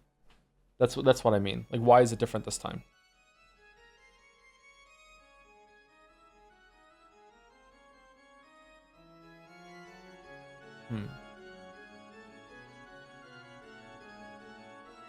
What's the problem with that? It isn't a problem. It's just different. Like, now it seems like there's etiquette to use the stakes where that wasn't the case before, but they still did use them. So maybe the Twilight in this one is different. The etiquette that controlled the manner of the killing sacrifices of the fourth Twilight and onward was represented by the lines like "gouge the head." However, that referred to the way those people died in the end. In other words, Sumari, in the process leading up to that, she was free to tease and kill them however she wanted. She just had to keep on reviving them and follow the rules only when she killed them the final time. Though Ranave felt that her innocent cruelty was part of her talent as a witch, he was beginning to notice an innately brutal side of her. They do say that apprentices are the most brutal of witches, and now I see this may be true. Do as you wish, is what I would like to say, but here it may actually be wiser to show restraint. They have guns. Weapons with a high anti-magic power, such as guns, are the natural enemies of witches and demons. The witch stared blankly at this demon butler, who was surprisingly afraid of guns. That can't be right. Shouldn't witches be able to take a shot from a bullet easily? No, it would be just as fatal for a witch as it would be for a normal human. To prevent that weak point from being noticed, most witches rigorously strengthen their guard with the defense of protective barriers and furniture. Do I have any of those protective barrier things? Constructing a barrier to even make gun bullets ineffective requires much in the way of preparation and ceremonies. I'm a power. I really do have to be afraid of lead bullets. It's annoying, but I don't have a choice. So in that case, should I call some furniture to act as my arms and legs? Yes, leaving everything to your servants while not exposing yourself to danger is also a part of a witch's refined tastes. Beatrice-sama, leave this to the furniture and hide in a safe place. I get it. Womp womp. I call on the Seven Sisters of Purgatory. I don't care who, any two. Leviathan and Belphegor responded to the call. Yo, what up? Leviathan of Envy, right here. Belphegor of Sloth, right here. Show me your power. Your targets are Rudolph and Kyrie. Don't attack Hideyoshi. Come on, show me just how cruel you can be, furniture. Alright, so the killer is Hideyoshi. My apologies, but we received orders from the predecessor Sama to refrain from unnecessarily cruel actions. But I think the predecessor Sama's orders does give us some leeway to tease them. Do you still want to go through with it? Huh. I get it. I'll compromise. Don't let them die easily. Thoroughly corner them and let them taste the fear of death before killing them. Will that be okay, Ranave? Yes. Depending on the degree, I do not believe there will be a problem. Then go. Yes, leave it to us. Your opponents are armed with guns. For those such as you, dodging them should be easy. But if you are hit, the wound will be fatal. Oh no, yawning. Proceed with an appropriate level of caution. Don't worry, we aren't that incompetent. The two sisters of Purgatory vanished. Whoops. Ranave bowed and vanished himself. Joe is so bored. I'm not bored at all. I'm just tired. I haven't got much sleep. There are even rules on how to kill them. Why do I have to be constrained by my predecessor Sama? It's so rigid and boring.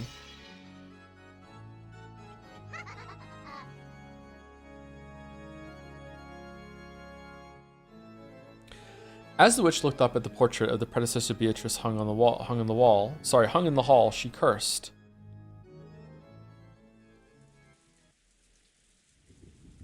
The three people had already arrived at the kitchen and were gathering food supplies. Considering the possibility of poison, they gave up on the alluring fruits and vegetables and gathered a whole cardboard box full of only the safe canned goods. It was very heavy, but oh, I didn't do that. Sorry, chat.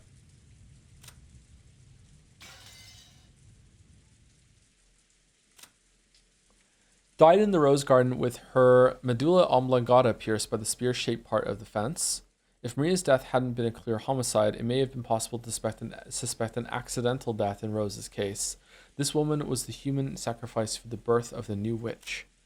Maria. Her corpse was found in the rose garden. The cause of her death was strangling, probably by bare hands. Circumstantial evidence makes it reasonable to assume that she was killed after Rosa. Then her blood became the red ink for the witch's oath. Huh. It was very heavy, but by piling on the cart, they could carry it well enough. This should be more than enough for 10 people to hold out until tomorrow's breakfast. That should carry them until the boat arrives. The two men were supposed to be focused solely on guard duty, but the weight of the load was tough on Kyrie, even with the cart. Hideyoshi, who wanted to show off his power, switched to be the cart pusher, and Rudolph and his wife took up the task of guard duty. With all this, even George and the kids will be full. The trip back will be a picnic, so let's go. When Hideyoshi vigorously announced their departure, Kyrie frowned and seemed to be gazing into the distance. There was a wall in that direction. No, if her gaze could go through that, there was the main hall behind it.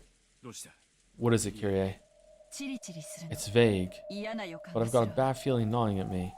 Kyrie stopped walking and narrowed her eyes even further. Woman's intuition?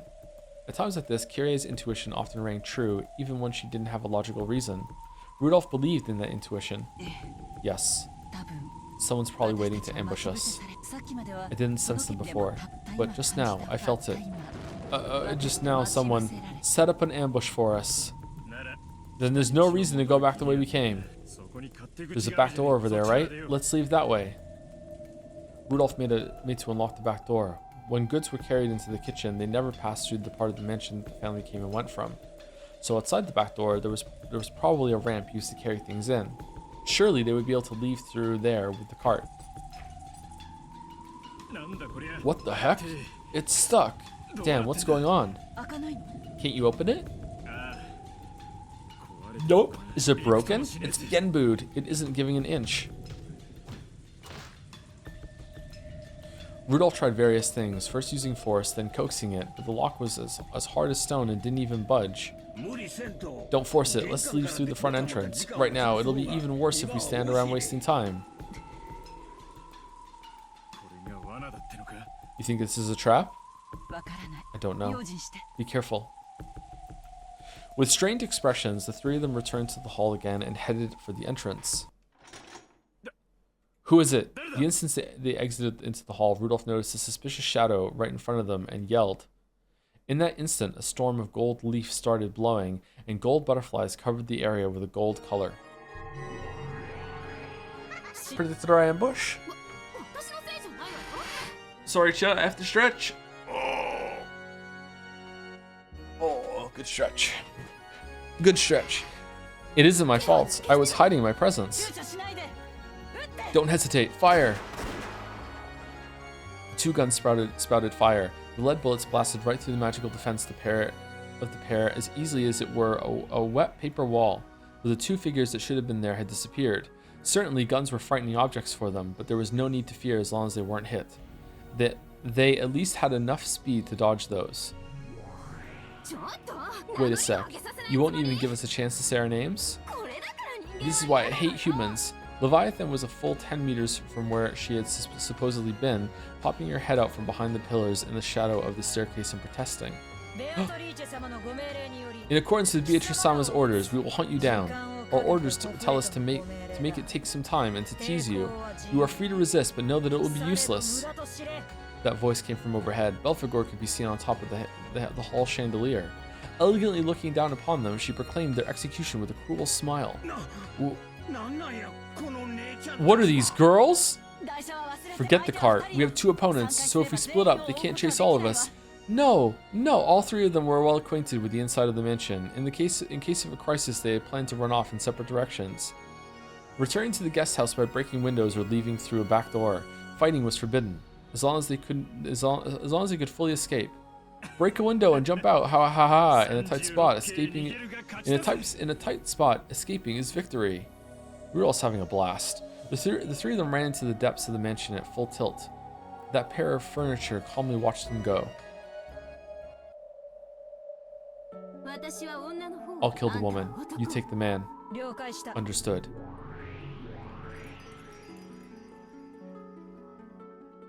Music! The furniture in the shadows of the pillars and on the chandelier made their figures explode, and leaving behind only the sound of a hopping beetle knocking against the wall. They pursued their respective targets. Their speed was overwhelming, and they easily blocked the other's path of retreat. Let's see what this furniture's got. I hope they're at least able to amuse me. Beatrice-sama, it may not be prudent for you to reveal your form unnecessarily, and you don't unnecessarily move your king away from the center. That's part of a monarch's and a witch's dignity. Belphegor was already blocking the way in front of Rudolph, who had boldly tried to escape to the second floor. It's useless to try and resist or escape. You don't need to think about anything. Just close your eyes. Close your eyes. I'll gently end it all for you. You'd make a good woman to come home all tired. To think you're still relaxed enough to speak with such insolence at a time like this really is Battler's dad. Beatrice-sama, thank you for this excellent prey. She then raised a purple curve springing out from her arm. However, incredibly, before that arm could decapitate Rudolph, he had swung his gun behind him. The barrel remained pointed behind his back, from the same motion with which he had reloaded the sawed-off gun one-handedly. It was pointing right at Belphegor's chest. Click, click, clunk. It was the sound of the ejected empty cartridge finally hitting the wall after the reload. In other words, Sumari, it meant the next shot was already fully loaded. Without turning around, his gun pointing right at Belphegor's chest, Rudolph grinned. Not bad for a middle-aged man. Don't look down on the generation that loves old westerns, okay? You brats don't know anything about the refinement of a lever action.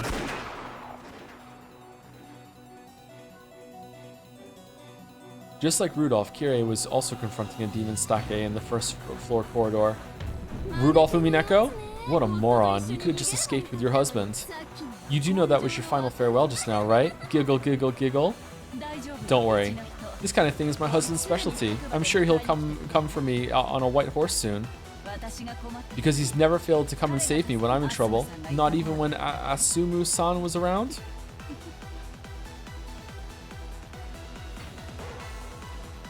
Battler's mom? Or a reference? Hehehe. What a happy couple. I'm jealous. I am Leviathan of Envy. Envy itself is my power. Okay, jealousy's not the same. My anger, my lifeblood. I agree. Envy is the source of a woman's power. And if that is power, I won't lose to a girl like you. Imagine saying that to the one who governs envy. You actually think I'd let you two be reunited? I'll give you a tragic farewell. The arm Leviathan swung was trailed by a purple curve. It was a magic blade that cut with the power of a malice. Kirei blocked it with her gun.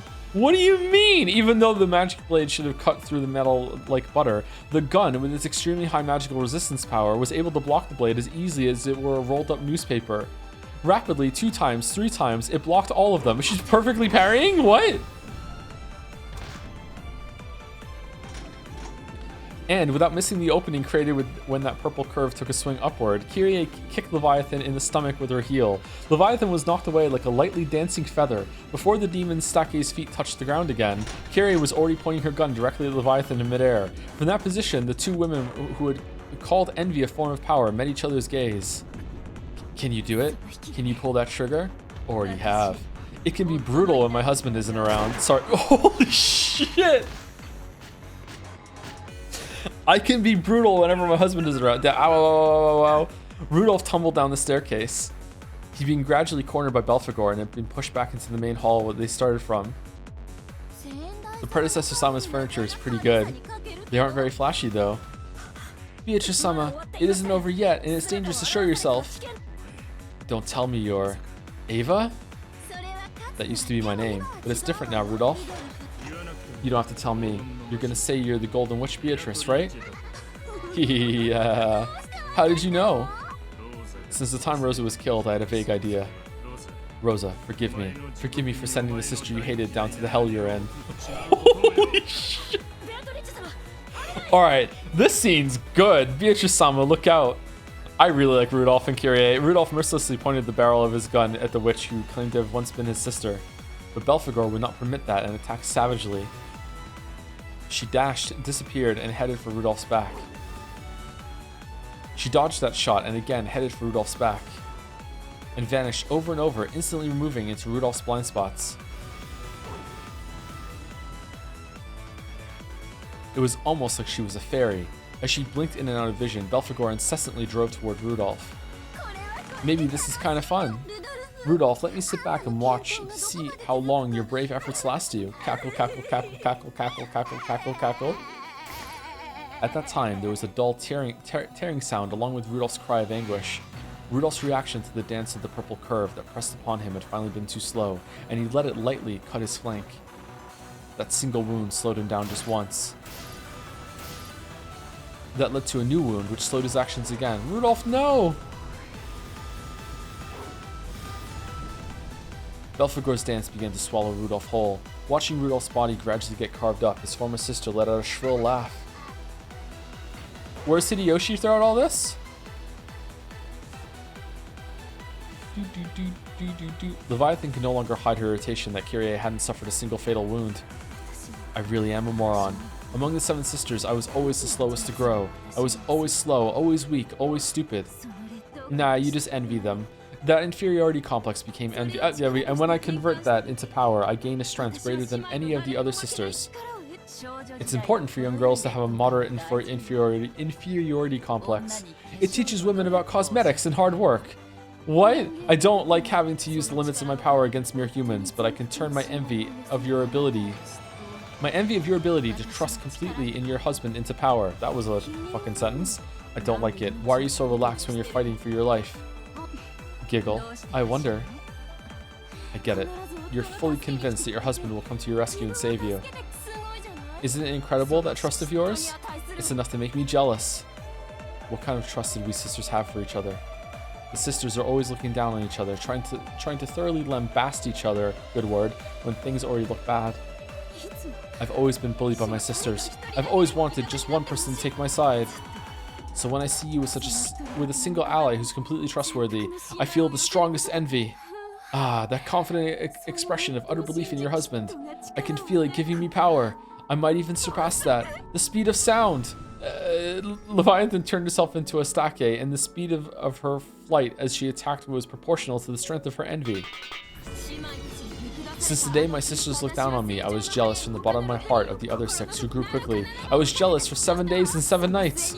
You can see the power I gained as a result in my speed. Die, Ushiromiya Kyrie!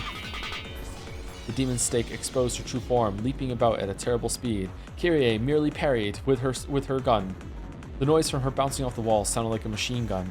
By now, Kyrie probably couldn't tell if it was a single stake or a swarm of beetles flying and bouncing around. Leviathan was 100% certain of her victory, believing it from the bottom of her heart. Then, Kyrie spoke with an unbelievably calm voice. I was the one who went out with Rudolph-san first. Asumu-san blatantly cut in between us, and shrewdly got pregnant. I don't blame Rudolph-san. That woman used her body as a weapon to seduce him, and then acted even more repulsively. We're doing this now? Cornering Rudolph-san and forcing him to get engaged to her. Asumu-san had been carrying Battler-kun, and at the same time, I was also carrying a boy. As fate would have it, our marriage. I think about it sometimes. Oh fuck, what if Asumu-san had the miscarriage and I had been the one to give birth? Would Rudolph-san had broken off his engagement and married me? But I couldn't give birth to my child. So until Asumu-san died, and until I got pregnant with Angie, I cursed Asumu-san and was jealous. Let Asumu-san die, then I want him to marry me. In my envy, I kept cursing like that over and over until Asumu-san finally died. Are we having like a backstory envy battle right now? Is that what I was certain? I was certain that I used the power of magic to curse and kill Asumu-san, but that didn't quell the flames of my envy. Don't tell anyone, okay? Every time I look at Battler-kun, I remember that woman. Every single time I look at him, and I think that only if my child had been born, he would be the same age. I'm still jealous of her, tormented by her, even now and from now on, into the future for all eternity. You say you were jealous of your sisters for 7 days and 7 nights. Oh my god! Oh, the next line is gonna go so fucking hard. Holy shit! That's right. Here we go.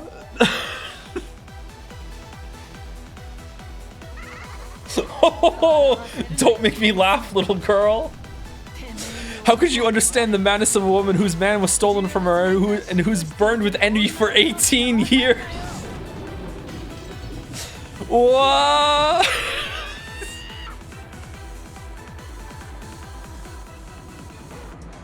If Leviathan had the power of 24 hours times 7 days, or 168 hours of speed, then the power that Kyrie had piled up was 24 hours in 1 day, 365 days in 1 year, and 18 whole years. Sumari, Leviathan was fucked. Even without counting leap year.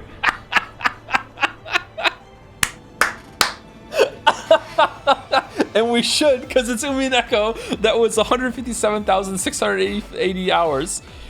Compared to Leviathan's power and speed, it was more than 938 times greater. So then, even if Leviathan could soar at the speed of sound, 1,225 kilometers an hour, to Kyrie's eyes, it only looked like 938th of that.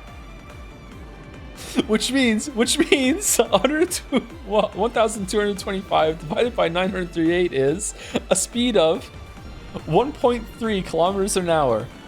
They say a human's walking speed is 4 kilometers an hour, so it was even less than half of that. This is almost the same speed as a baby crawling on the floor, which means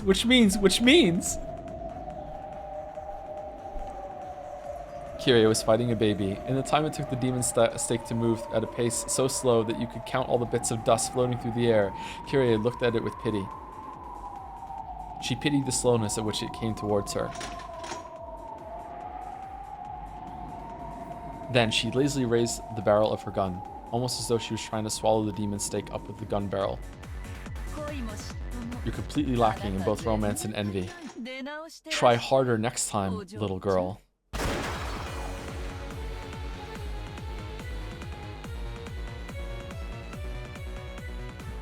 Damn. Okay, I think this is the first battle that I've liked. That was good. Rudolph, what happened to all that vigor from a couple seconds ago? You're supposed to slice up a fish while it's still flopping around. After it dies, it isn't interesting anymore. That's enough. Why not kill you now? Yeah, damn it. I'm surprised you managed to endure this long after being carved up. That's enough. From now on, you don't need to think about anything. I'll steal away your life painlessly. Wait, there's a favor I want to ask. At the very end, I want to do one of those. What do you mean, one of those? You know, that thing you see in all the westerns. We start with our backs together, walk 3 steps, and then bang. Ah, a duel. Very well. If that will satisfy your regrets in this world, I'll accept. Rudolph moved his wound-covered body and turned his back to her. Belphegor responded and turned her back to his. Belphegor had an honest nature that was uncommon in a witch's furniture. Let me warn you, even if you press the barrel of your gun between my eyebrows, I can move instantaneously, even faster than you could pull the trigger and have the bullet reach my skull. Yeah, I can feel that already. You're faster than a bullet. I have agreed to this out of respect for your courage in challenging me to a duel despite that knowledge. Thank me. Well, you're an honest and principled person, and a good woman. You might just steal my heart away. Let's begin. 3 steps will do fine, yes? First, 1 step. 2 steps. 3 steps. Is that okay? Yep. And since you still haven't noticed, after walking 3 whole steps, it's my victory, miss. What? Rudolph turned around and fired a bullet. However, Belphegor could easily see through the speed and trajectory of a bullet like that. It should have been no problem at all to dodge it.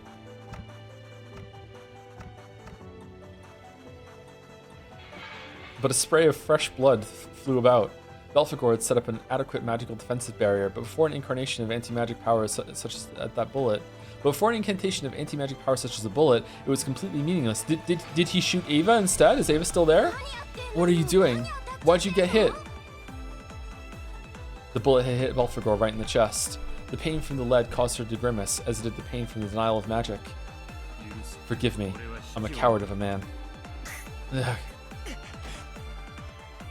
Merry Christmas. What a killjoy. To think that furniture of a witch could be defeated by a human.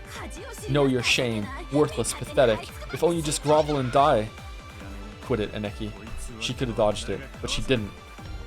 She realized that you were in the line of fire, Aneki. So this faithful girl took it without dodging, protecting you. At the very end, she saw that I was pinning the rook and the king. Spectacular. Don't hate me for it. I plan to resign if you... Out of... Honorable victory. Damn. And this on an empty stomach. Can't believe he's so hungry.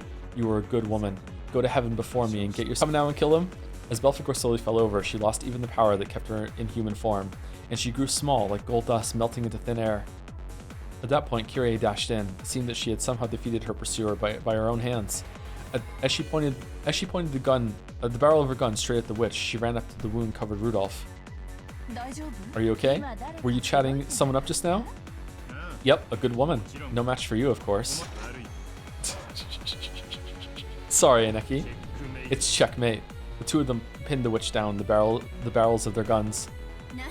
Worthless furniture. To think they'd been beaten by human opponents. Worthless. Stupid. Boring. Beatrice-sama, we should retreat for now. There is no furniture or barrier to guard against bullets here. Hehehe. Cackle, cackle, cackle, cackle. The witch began to let out a muffled laugh. It surprised not only Rudolph and Kyrie, but Renove as well, because a situation like that, I need to get new furniture that's suitable for me. I use them out of obligation, but I've always hated secondhand stuff. As she said that, she looked down at Belphegor's remains, which had already finished turning into a pile of gold dust, with disgust. I don't know what you're talking about. Be a good girl and put your hands up. Then, the witch obediently raised her hands, but instead of raising her hands because a gun was pointed at her, it looked more like she was a conductor facing an orchestra, waving her conductor's baton. Come, arise, furniture suitable for me. Not that cheap furniture, much stronger ones, cruel ones. Can we shoot her, please? Stop this bizarre act. I'll pull the trigger. Dude, do it!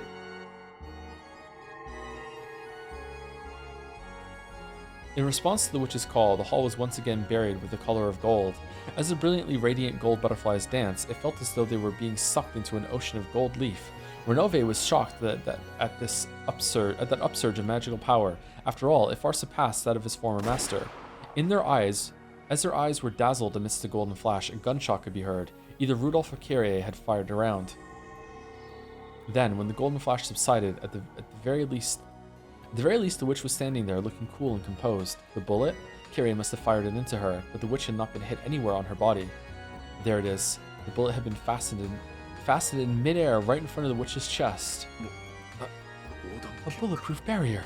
In an instant, a barrier that would require a significant amount of preparation, even for the predecessor, had been. Renove's face was twisted in shock. And the surprise did not end there.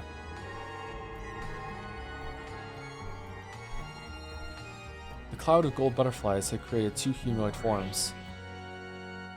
It was a furniture summoning. Oh no. Oh,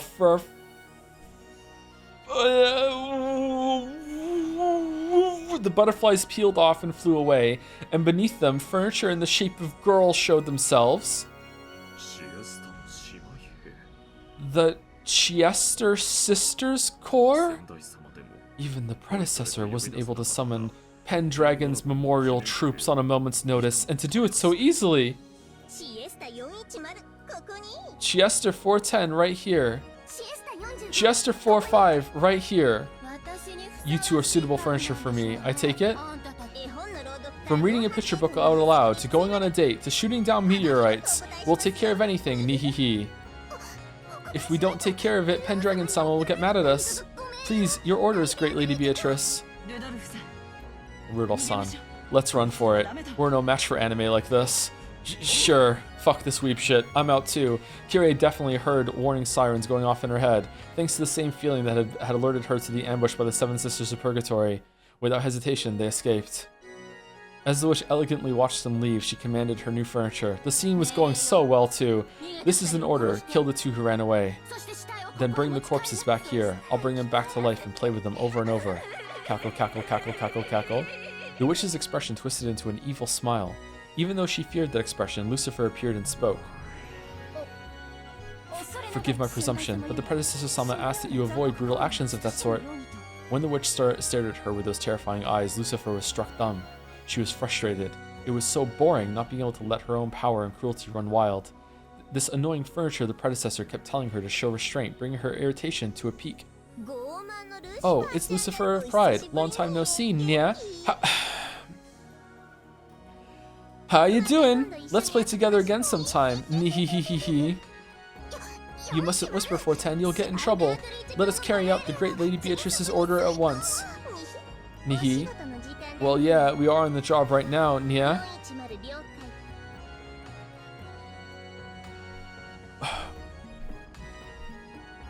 Booted? Ring? What?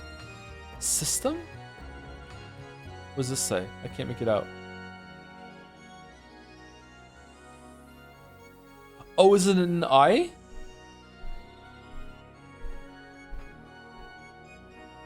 Guidance.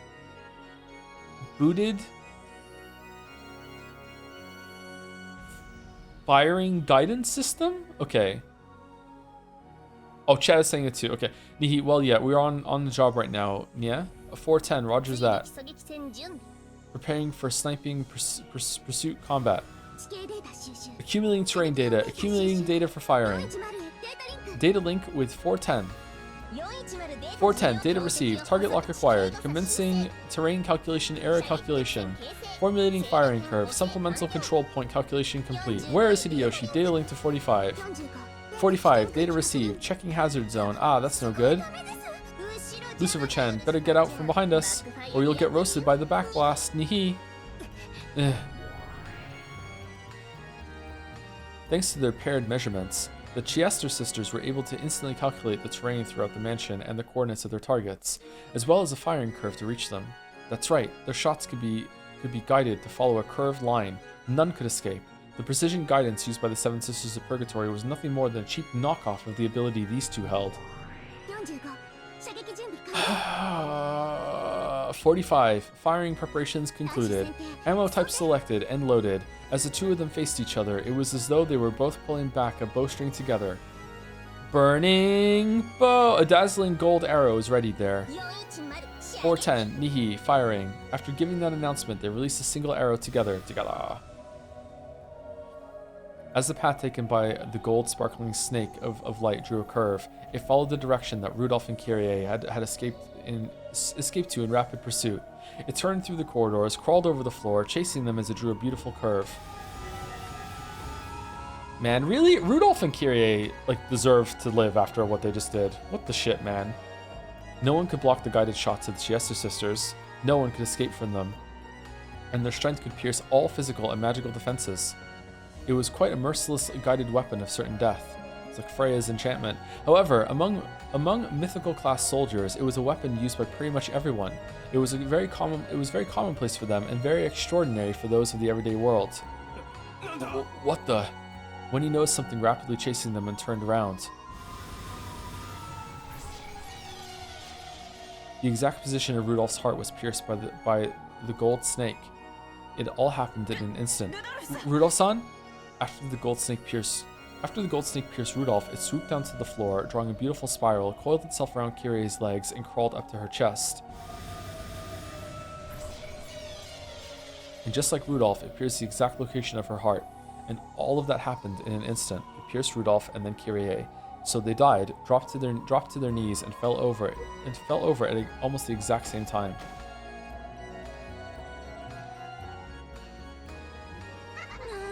What's this? Talk about overwhelming. Ha ha ha ha. Ridiculously easy, isn't it? Yeah. This is the kind of furniture I need. Way different from predecessor Sama's second-hand furniture. Come on, bring their corpses here. I'll keep reviving them until I'm bored, and I'll try killing them in as brutal a way as I can think of. To think being a witch could be so much fun. That taking a life could be so much fun. Ah ha ha ha ha. From the time humans are born, the most shunned action they can take is the murder of another human. It's only natural that humans can't understand how pleasurable it can be to break this taboo. But she was no longer a human, she was a witch. And there were some pleasures that only witches could understand. By now, she had tasted those pleasures and was totally immersed in them. After learning that the contents of the forbidden pot were honey, she could no longer live without them. No, maybe the contents were honey because they were forbidden. Anyway, by killing humans gruesomely and doing it over and over, she could feel the drug-like pleasure even now. As the witch rolled over laughing, the gold snake that had just been shot returned as though being reeled in. At the tips, 2 people were pinned and dragged along. Oh, damn. The witch's order had been fulfilled. Rudolph and Kirie had been killed instantly, and their corpses had been carried back. Siestas 4-5 and 4-10. Order execution complete. We await your next order, Great Lady Beatrice. Please, your orders. From babysitting to playing online games with you, to shooting down a space shuttle, we'll take care of everything. Nihihi. It looks like these 2 are the sacrifices for the 4th and 5th Twilights. So in the end, I'll need those worthless 7 sisters. Or are they the 5 sisters now? I need those guys to pierce and gouge the forehead and chest. But I can do that at the very end. I'm free to play in any way I want until then, right? Wait. Have you already forgotten what I've told you? Oh, it's you, Predecessor Sama. Do you have any complaints? Of course I do. You're doing whatever you please, aren't you? Why haven't you followed my directions? What's wrong with doing as I please, Predecessor Sama? Anyway, I don't plan on deviating from the rules of the ceremony in the slightest. I'll definitely clean these 2 corpses up later and drive stakes into their forehead and chest. I'm telling you, that is not the problem. If you act so undignified and cruel, some people might take it badly. You mean your opponent in that game, the one you're supposedly fighting against somewhere? Renove told me. Damn that blabbermouth. Well, to be perfectly honest, that's how it is. If you go a little too far, that person will object, you see? Why can't this person just complain to me directly instead of making you take a message? That coward. Well, this is a resident of a different world from yours. There's no choice but to use me as an intermediary. Well, that's beside the point, but... Which means that this person couldn't interact with me even if they wanted to, and I can't interact with them even if I want to either. Simply put, this is a completely unrelated person from a world that distant, right? Indeed. For example, perhaps you could say these worlds are like very close parallel lines. The distance between them is quite small, but because the lines are parallel, they will never cross. For now, that should be a convenient way for you to view that world. Morbing. They never cross, which means that world has nothing to do with me. If you're speaking for that person when you tell me to show restraint, please pass this message on to them. I don't give a shit to them. What should I say? It's none of your business, so disappear, you old hag. If only you just give up and die. What? Oh, I'm sorry. Since it was a friend of yours, I just assumed she'd be a woman. By old hag, I'm definitely not talking about you, Predecessor Sama, so please don't get mad at me. Cackle, cackle, cackle, cackle. Oh, okay, I was glad she clarified. Yeah. When she spoke, the witch was looking straight into Beato's eyes. Anyone present would be able to tell what she meant by it. Predecessor Sama, there's something I find really strange. Why do you have to play a game with someone from another world, and have him accept that you're a witch?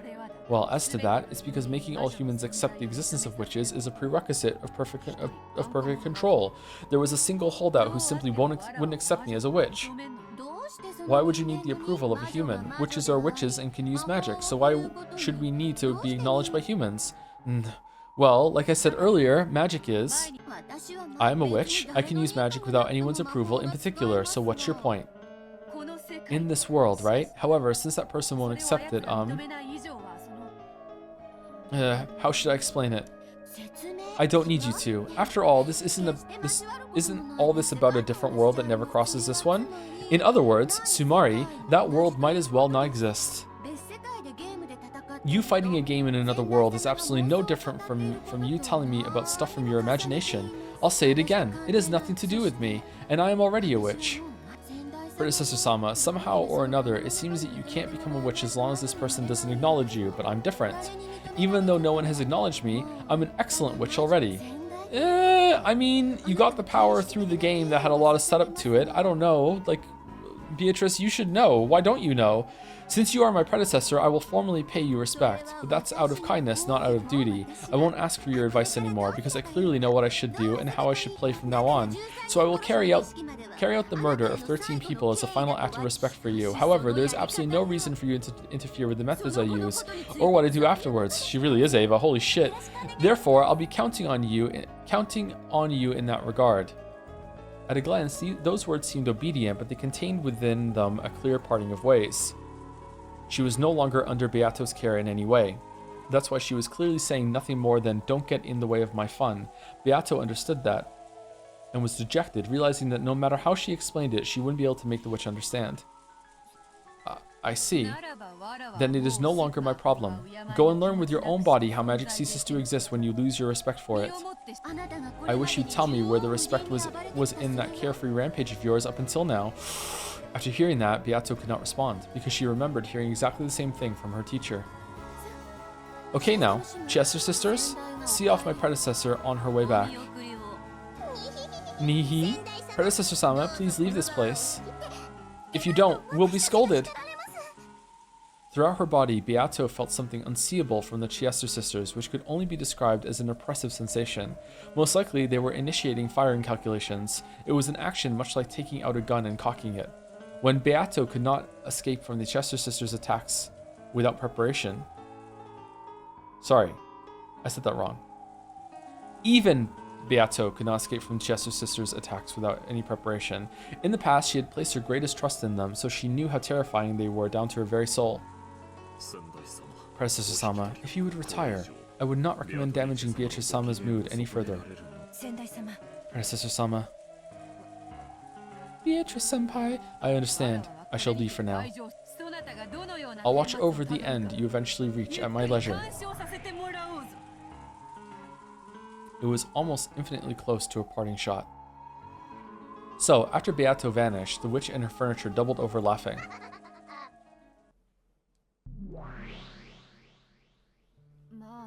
Well, I do understand. The endless power is fun. The joy of freely toying with an extremely limited life cannot be explained to those who have not tasted it. I can understand that feeling of being possessed with a pleasure similar to drugs. It must have been quite fun, judging by your antics in the past. Are you saying it's just like when you tried to admonish me in the past over and over and I did not listen? Why have you started trying to scold that child for her actions? Well... There's a single large difference between you and that child. That child may already be a witch. Of course, you are also a witch, at least in the world on top of the game board. However, to be acknowledged as a witch in the world outside of the game board, you need to have Battler-kun, your opponent in this game, acknowledge you. You must have understood that when you started the game. I thought that if I could show off a whirlwind of proof that I am a witch, blow away his desire to deny me and make him surrender, he would acknowledge me as a witch, and it all went my way last time, so I thought I was just a breath away. It's actually the opposite. Battler-kun was disgusted by your brutality. He did not step up to the plate as a player because he acknowledged you as a worthy opponent. It was based on a strong animosity, his resolve to completely deny the existence of a brutal witch. In your foolishness, you probably felt that Battler-kun's acceptance of his role as your opponent was his first step toward making him acknowledge you as a witch. However, it was actually the opposite. Battler-kun challenged you in this game because he was absolutely determined not to acknowledge you. No matter how hard the thoughtless north wind blows, the traveler only wears his cloak even tighter. You were committing a huge error from the very beginning. Okay, so this episode, like Beatrice is one of the main characters instead of Battler. Like, Battler's barely in it, actually. Okay. This game is not torture to make Battler-kun surrender. It is a test. Oh, barely in it's a bit strong. It is a test in which you must try to make Battler-kun accept you. Ooh. I vaguely noticed that. The last game was a tough one for Battler. But as it seems you've already noticed, this game is a tough one for you. What should I do from now on? Think about it for yourself. Fortunately, you have already given up your pieces on the game board to the new witch. You should have plenty of time to reflect upon your own self. But Battler's already a massive hostility to me. He won't accept witches, so he won't accept me. In that case, what can I do to make him accept me? Are you saying that if the North Wind doesn't work, then I should shine on him as the sun from now on? Me, after all this time? It's October now, the Halloween season. It's the month of rebirth, when the sun dies and is revived again. When the sun is weak right after reviving, it may not reach far through the cold winter winds. However, it slowly grows and is eventually able to hail the coming of spring. At that time, the traveler may even fold up his cloak. Are you saying that I've been mistaken?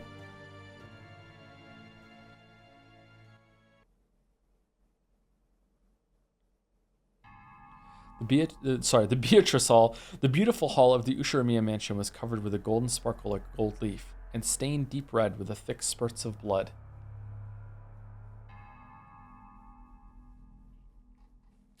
Thank you, Krutler, for another 1,000 bits with the message, I was waiting for your reaction to this part for so long. You did not disappoint. Great stream. Oh, I didn't? Okay, that's good. That's good.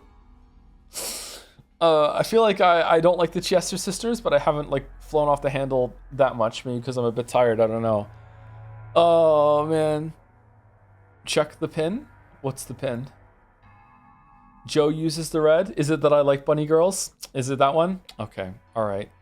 Okay. Maybe I don't like anime bunny girls. I don't know. I don't know. Oh.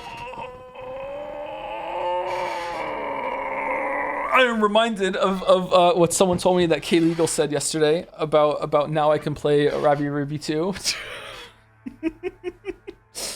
Oh, thank you, Krutler. Thank you, Synergize with Big Data for the bits. It's Steins Gate, but they lured you with 60 hours of mystery before getting you with the Niang girls Lamea. Yeah, great. Yeah, I'm not owned. I'm not owned at all. Not owned at all. Nope, not owned. Not owned. As long as we don't go to a maid cafe, maybe it's gonna be fine.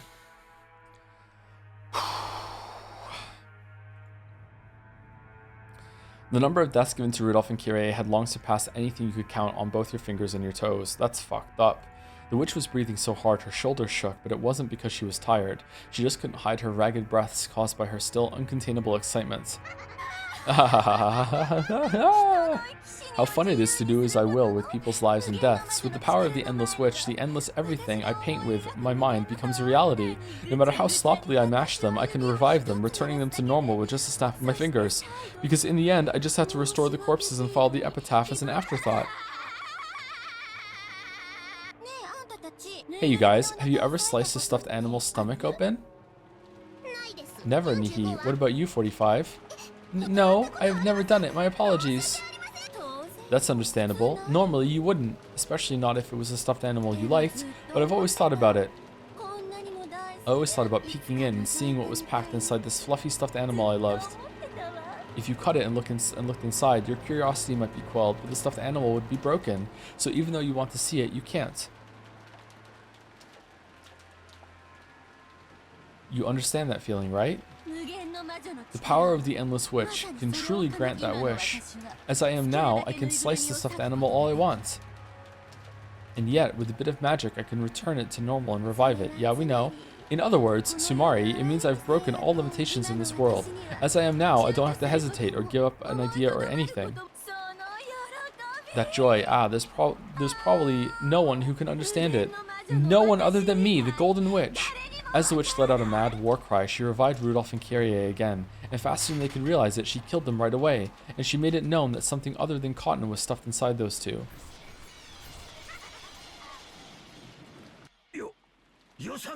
Quit it! Eva! Huh? Ah, it's you. How long have you been there? In that gruesome hall, Hideyoshi appeared with his gun ready. The witch had settled... Okay, so where did you get the gun from? I thought they only had 2 guns. Did they each take a gun? Did Kiria have a gun after all? The witch had sealed the mansion with a barrier, so Hideyoshi had nowhere to run. He probably picked up Rudolph. Oh, okay, there we go. He probably picked up Rudolph for Kiria's gun and come back. The gun, which should have been something to be feared, was apparently no longer an object she took seriously now that she was overflowing with magical power. Her bold expression didn't flinch in the slightest. Why did you have to kill Rosa-san and Maria-chan? And Rudolph-kun and Kirie-san? Huh? I am the head of the Ushiromiya family, the Witch of Rikinjima. Everything that occurs on this island is all up to me. Whether they happen to be alive or dead at any particular moment in time is meaningless to me. You went mad after finding Father's gold. Just how high must that gold have been piled? I can't even imagine it. It must have been enough to steal away your sanity. But if there was that much gold, why didn't you think of graciously splitting it up? You misunderstand. All of that belongs to the Golden Witch. No one is qualified to touch it except me. Giggle, giggle, giggle. What are you? Don't tell me you're that thing Eva told me about long ago. The witch Eva from when she was young. That's right. I am the me from my years as a girl who's been living in the heart of your wife, Ushiromiya Eva, this whole time. And I'm a witch. Eva became an adult by forgetting me, so she can't use magic. All kids get their heads filled with innocent but cruel ideas sometimes. When I was young, I'd sometimes go around stepping on ants and pulling the wings off of dragonflies. However, I learned the importance of life and graduated from that cruel childhood age. It was last week. Right now, you really are a child, a personality that I know Ava graduated from. That personality isn't Ava. It's a completely different human. That's right. I am not Ushiromiya Eva. I am the Golden Witch Beatrice. It's so fun not being bounded by any limitations, and the pleasure of being able to do as I will with life and death is truly wonderful. I don't have to apologize for breaking a goldfish bowl, and I can tear stuffed animals up as much as I want. There was a crisp sound. It was the sound of Hideyoshi slapping the witch's face. Looking at the hall stained deep red with fresh blood, he should have been able to imagine how terrible the witch was. But without fear, without even hesitating, Hideyoshi had walked determinedly up to her and hit her on the cheek. You fool! Don't act like you're cruel, not when you're really a coward and a weakling. I'll correct that evil nature of yours again if I have to. You fool! Fool! Ow. Ouch. Hey. You're a woman who understands how important, how fragile, but not that fragile a life is, aren't you? I'll make you remember. What are you calling a witch, you stupid fool? You're my wife, Ushiromiya Eva. If anything, you're witch of the kitchen, who can always make the perfect snacks out of refrigerator leftovers in a flash. Won't you open your eyes, you fool? Did I just tell you that I'm not Ushiromiya Eva? You stupid fool. You. Ooh, as tears dripped down his face, Hideyoshi kept hitting the witch's head. He wasn't even pointing the gun at her anymore. Therefore, the sound of gunfire couldn't have come from the gun Hideyoshi was holding. The gun, which had fallen in the corner near Rudolph's corpse, was floating in the air, and smoke lingered near the barrel. And the bullet? A red stain was slowly spreading across the chest section of Hideyoshi's vest. Even though his back was facing the barrel of the gun, the bullet had driven through Hideyoshi's chest. Ava. Ooh. Like I said, I'm not Ava. What a stupid, annoying man. You're a pain, so I'll switch the sacrifice of the sixth twilight to you. If only you just hidden under some bed, shaking or something, eating Domino's pizza, I planned on letting you go. But no, you went to all the trouble of coming back. You really are a stupid man. Thunk. There was a dull sound as Hideyoshi fell to the floor. Even though death would have allowed him to escape from that pain, he resisted until the last second, and staring straight into the witch's eyes, he passed away. Because he had died without closing his eyes, the witch didn't realize that he was dead for a short while and remained pinned by that gaze. Should we make this one a new toy and play, Nihi? At those words, the witch finally realized that Hideyoshi was dead. Yeah, right. What'll we do? The Chiesa sisters waited for instructions. On the inside, they imagined the sorts of even more brutal orders their master might give. But the expression that rose to the witch's face looked as though she'd gotten over her excitement. She looked down at Hideyoshi's face, which still had tears dripping down it. It's such a killjoy, and it's all that guy's fault. I'm done. Renove, are you there? Yes, right here. Take care of the cleanup. I'll bet the predecessor Sama makes a fuss over this one. Please make it clean enough for that old hag to accept. I guess I'll follow the rules of the ceremony out of a sense of obligation to my predecessor Sama. Treat these 3 corpses as the 4th twilight, 4th through 6th twilights. Lucifer, it's your turn. Lucifer of Pride, right here. Dig into these 3 corpses and gouge them. Into corpses? That's right. Got a problem with that? No. The 7 Sisters of Purgatory had their own sort of pride. It was the pride of a hunter, the pride of gouging prey that had been brought down themselves. However, being told to gouge a corpse that someone else had brought down ran contrary to that sentiment. Of course, the witch didn't mean it in that way, but for the 7 sisters, it was horribly humiliating. However, they had already screwed this up, and with 2 of the sisters defeated, they had no right to question her. Only Renove appreciated this, and he rested his hand on her shoulder in understanding. Kill then gouge? Is such a thing possible? This is an order from Beatrice-sama. Lucifer, carry these 3 and dispose of them in accordance with the etiquette of the ceremony. Then, when you are done, lend me a hand with the cleanup. Certainly. The witch looked down upon Hideyoshi's corpse as though implying that the now delicate atmosphere was all Hideyoshi's fault. Stupid man. And you didn't even have to die. Dear, are the bunny girls bio and info yet? I don't know, let's see.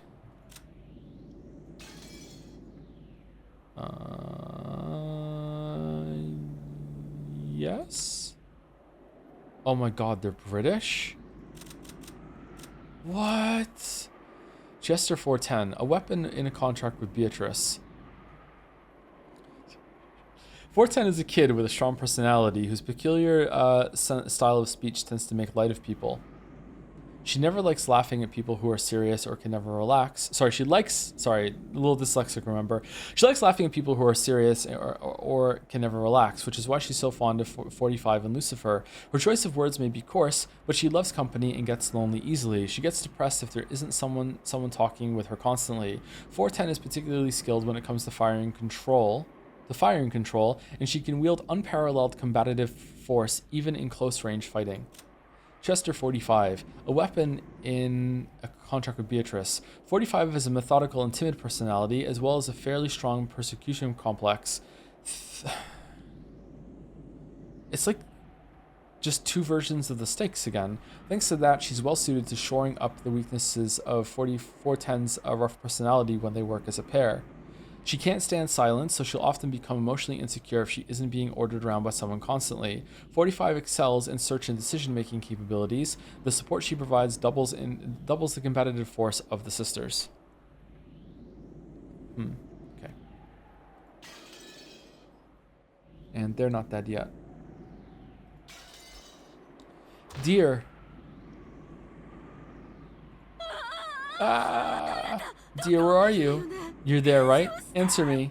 The crash of a thunderbolt woke Ava from her nightmare. If Hideyoshi had been gripping her hand at the time, her fearful heart, I'm sorry, I'm really running out of steam, would probably have been instantly healed. I think we're overdue for break, right? Is Mouse here? Is this a good time for break, or should I push on to the next scene break? I think we're like an hour and we're a little over break time. Sorry, even more. Push on to this next scene break and soon. Okay. However, Hideyoshi, who had supposedly sworn that he wouldn't leave even for a moment, was nowhere to be seen in the room. Dear, answer me. Dear. Wah. Oh, okay.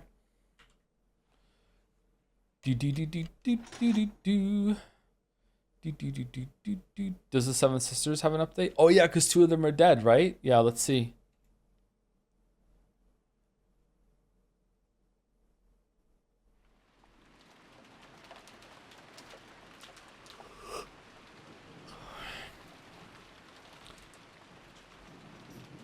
Oh, we get like ASMR rain for the break. That's good. That's good. That's good. How has sound been throughout this whole entire stream, by the way? Still good? It was Leviathan and Belphegor that died, right?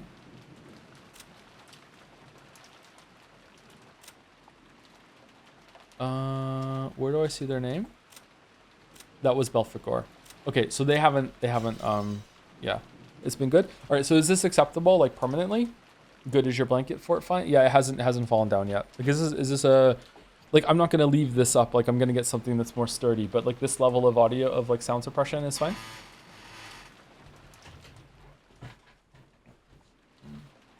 Can I just say, some people in chat, when you mentioned you don't like anime bunny girls, said, what other bunny girls are there? The self-report holy. There's a lot more, but doesn't, okay, I don't know actually. Don't anime bunny girls come from the idea of the Playboy bunny?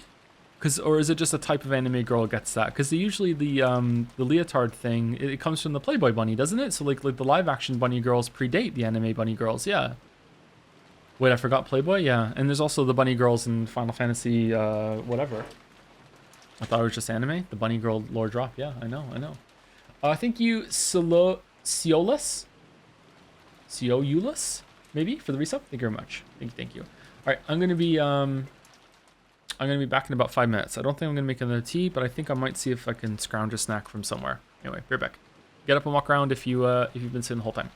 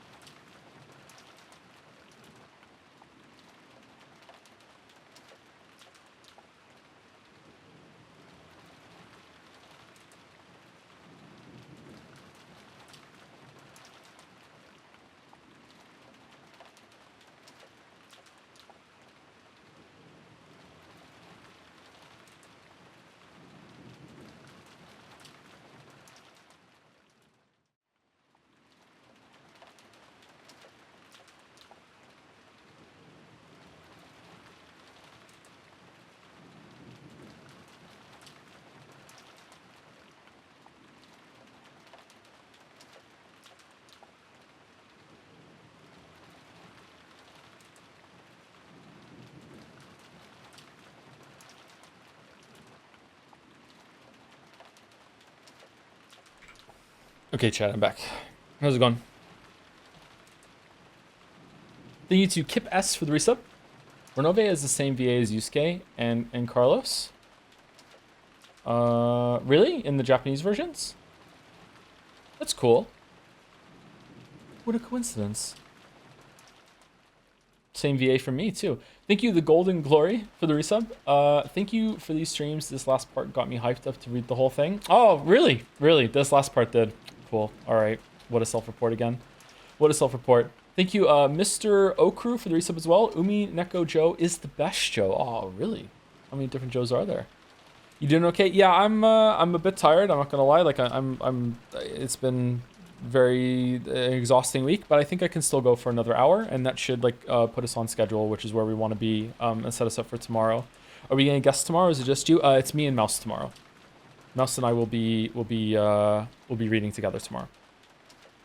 I am making a tea after all, so I'm gonna go finish it in about 5 minutes, and I'm gonna sneak a couple biscuits to kind of perk myself up a little bit as well. The blanket is making you sleepy? Yeah, maybe. And a name reveal, apparently? Yes, I will be telling everyone my real name tomorrow.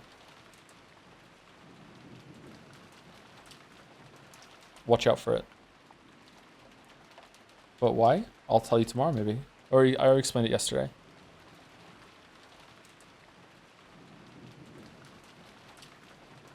On Mouse's stream? No, Mouse will be on here with me on my stream.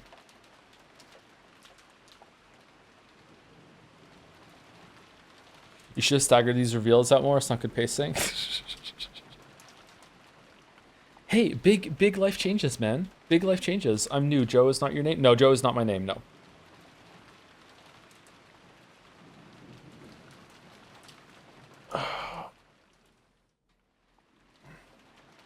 If a chatter misses the name reveal, can they still call you Joe? Even if a chatter is here for the name reveal, they can still call me Joe.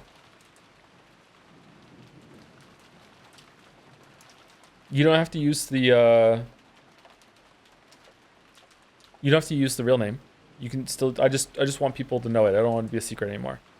Why tomorrow specifically? Because there is a window, and the window has opened, and it is an irresistible window, and it also lines up with the reasons why I want to say my name.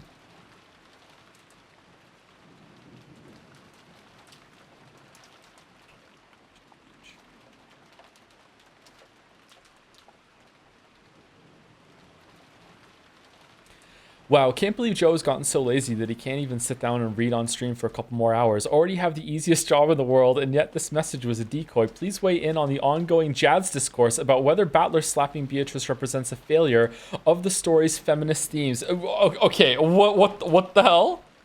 Why would you put that evil on me? No, no, no.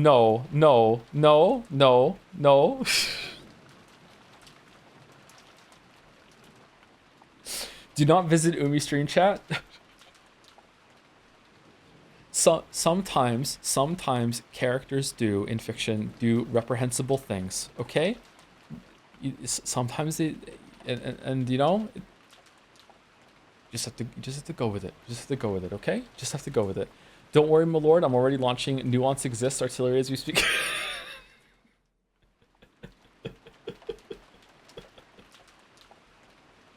What's the stratagem to get that loaded? Oh, man.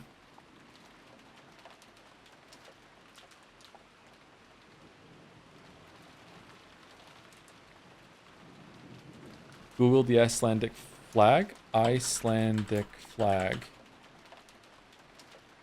Okay. Oh, okay. It's the Icelandic flag, not like a modified British flag. Okay. Why are they from Iceland?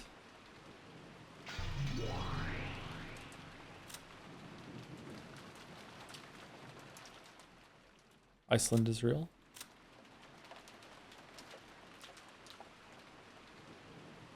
Because Iceland is a place that exists? I don't know about that.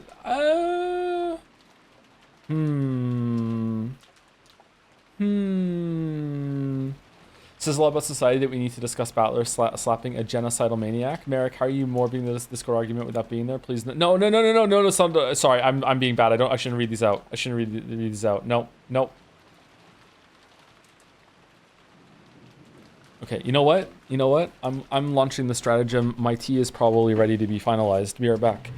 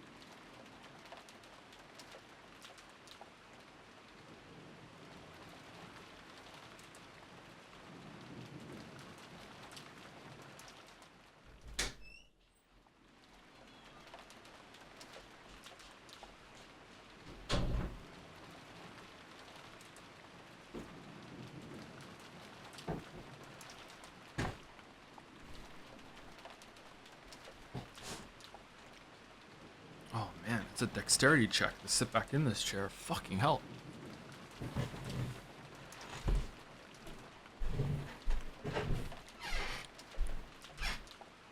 Oh, man. He's gonna knock down the blanket. I am surprised I haven't knocked it down already. Pin? Where's the pin?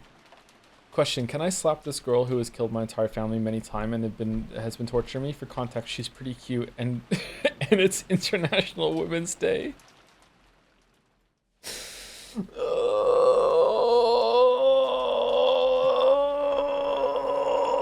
I just wasted that stratagem going to get the tea.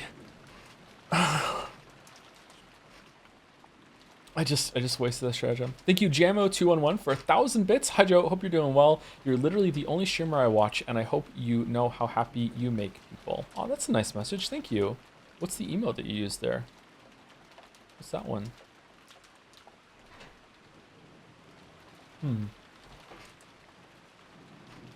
Thank you, Jamo. Thank you.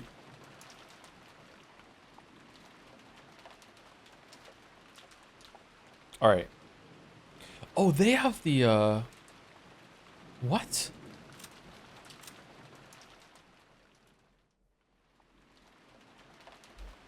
Why do they have it? Does everyone get branded under the Golden Witch's insignia when they're...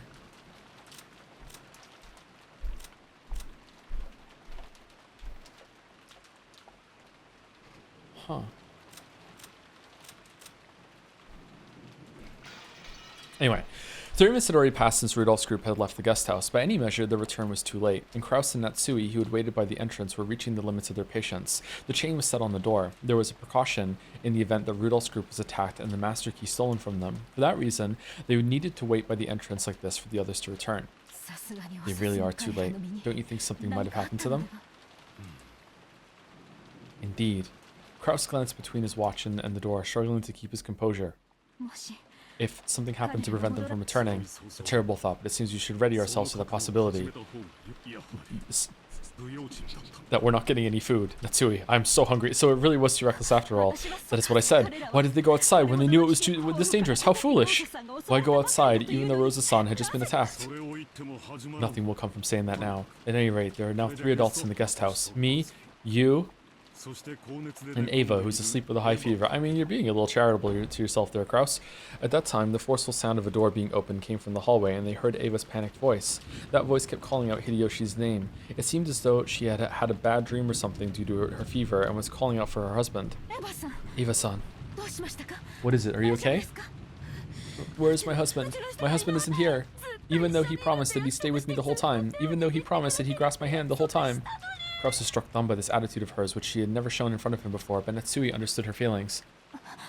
Calm down. Hideyoshi-san is with Rudolph-san and Kyrie-san, and they're outside right now. Outside? Man, if the roles were reversed right now and is Natsui crying and coming out like that, Ava would have taken every shot she had. Well, if only your housekeeping would be better, maybe you would know where everyone was. if only you weren't taking those medications for your headache, maybe you wouldn't have had to have your husband hold your hand. Outside? Why? Why did he go outside? After he promised that he'd stay with me the whole time. You mustn't go outside. The witch is outside. You mustn't go. You'll be killed. Wow! Ava, calm yourself. Hideyoshi-san returned to the mansion with Rudolph and Kyrie-san. Why did he have to go to the mansion? Why did he go outside even though it's safe here? Why did he go back to the mansion? They went to get enough food to last until tomorrow. Hideyoshi-san was worried about your health and said that was partly why he wanted to go. When will they come back? When will they come back? Don't go outside. Don't go to the rose garden. Don't go to the mansion. Jelly, what is the feminist read on them everyone being killed in the Sorry, the golden witch is walking about.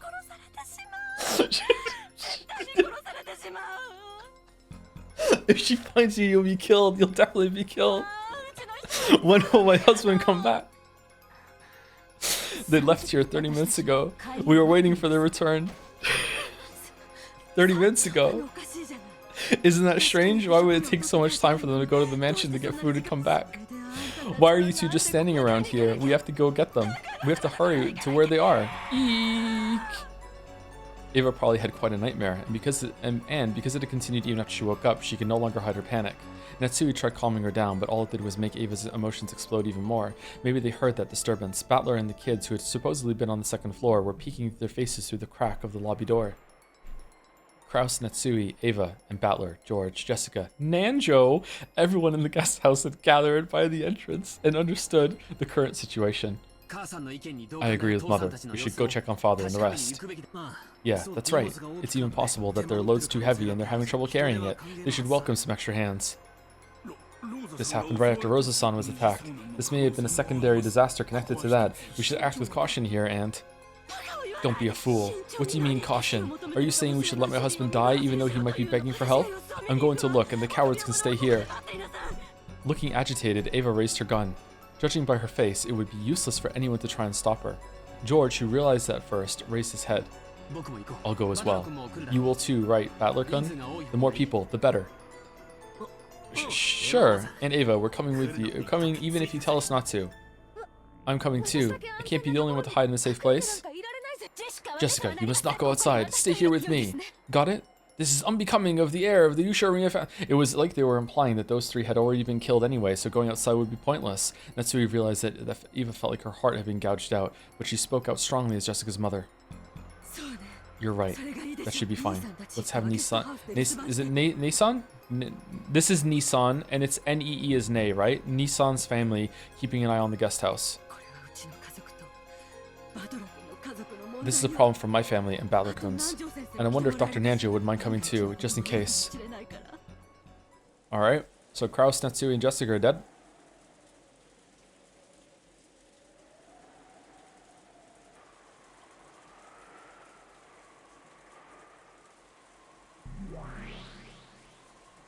Battler, Eva, George, Nanjoの4人は屋敷のホールにて。Well, you see, the fact that Umineko takes place entirely within a mansion actually hints at the overwhelming presence of the patriarchy within the Ushiromiya family. The harsh conditions of the typhoon outside, created by a witch, for the family inside of the mansion, the confines of patriarchy, the devil they know, to seek shelter, and yet is never able to protect them. In other words, Sumari, though they rely on the patriarchy to operate, it will ultimately fail them.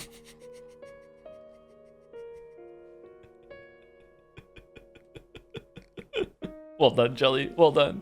In the hall of the mansion, Battler, Ava, George, and Manjo found the corpses of Rudolph, Kyrie, and Hideyoshi. The 4th through 6th twilights. Then the corpses were pierced through the forehead, chest, and stomach with those demon stakes. Yes. Yes, the demon stakes were buried into them, one in Rudolph's forehead, one in Hideyoshi's chest, and one in Kyrie's stomach. The disorder of the clothing on all three suggested they were fighting or running away. Since the three corpses were not found right next to each other, it is hypothesized that after coming into contact with the culprit, they attempted some form of resistance. How did all three of them get overpowered by presumably one person?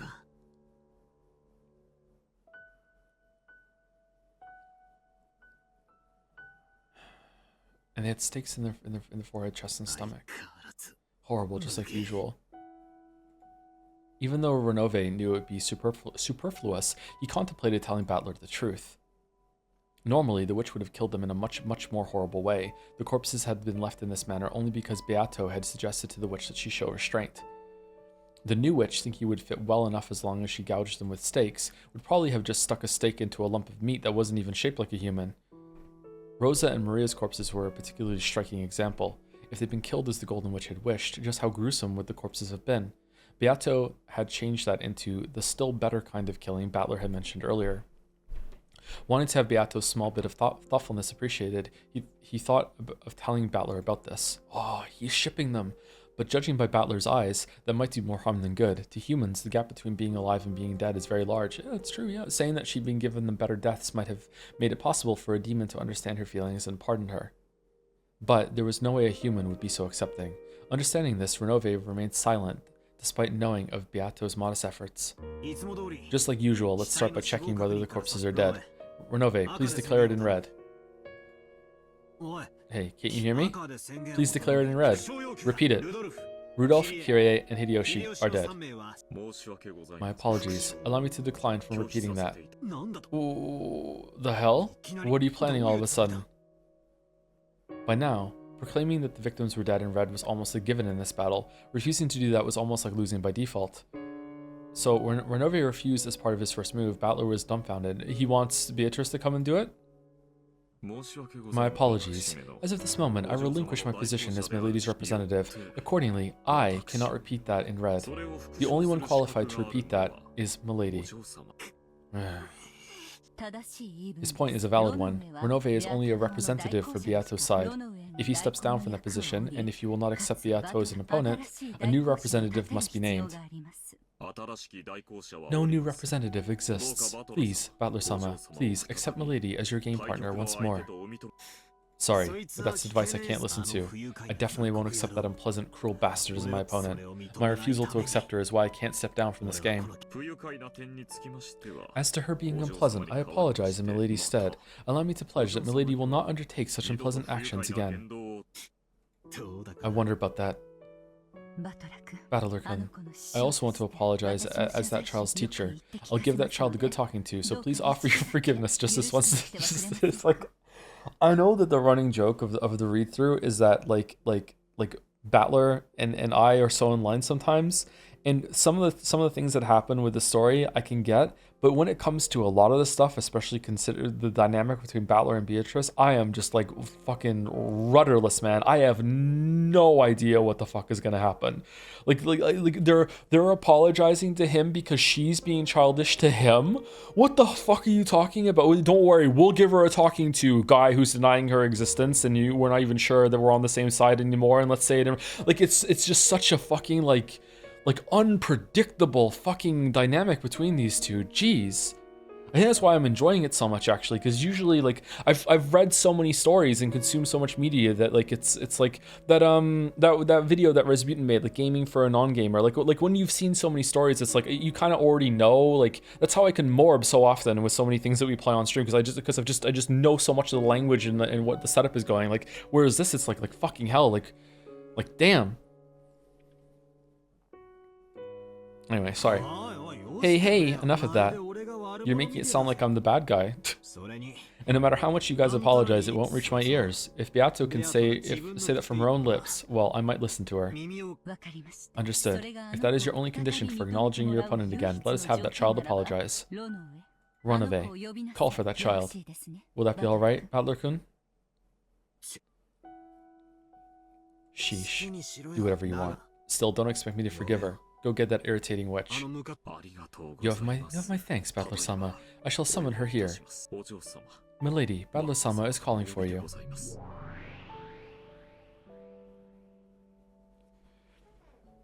After a few heartbeats, gold butterflies gathered together in midair and created Beato's form. It was a much more docile appearance than the one she'd made before. Did you call, Ronove? I believe you heard. Is there something you have to say from your own lips?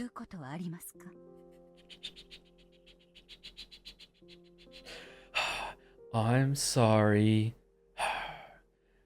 Say it again, nicer. I'm sorry, Battler. Say it in red. I'm sorry, Battler. It looked as though Beato shrunk slightly under Battler's cold gaze.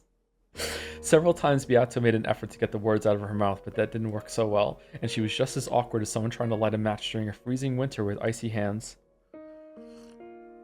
Even as she did that, the game board was advancing. Oh, my hands were that cold the other day. I didn't realize how cold my hands were getting. I was walking over this big, huge bridge. I'd never been there before in Moncton. I actually left Moncton for a little bit on that walk. I was walking back and my hands were outside of my gloves for too long. I was getting like a drink and a protein bar ready to eat on the way back on my walk, and my hands were so cold that I was actually really scared. I couldn't feel them. I put my gloves back on and like I could like tap my hands and they were like so fucking numb. I was like, holy shit, my hands have never been that cold before. But they warmed up pretty quick. It was like a lot colder over the bridge with the river for some reason. You can leave Moncton. I went to Riverview. Riverview is like another city in the general Moncton area. It was my first time there. You went back? I had to, yeah. You didn't notice until then? Yeah, I didn't realize how cold my hands were getting, yeah. It was scary. Did you check to make sure your arms are really there? You never know. How have I been clicking the mouse?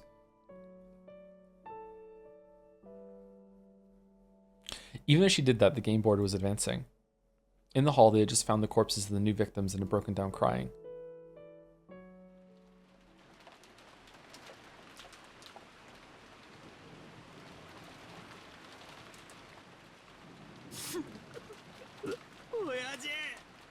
Dad.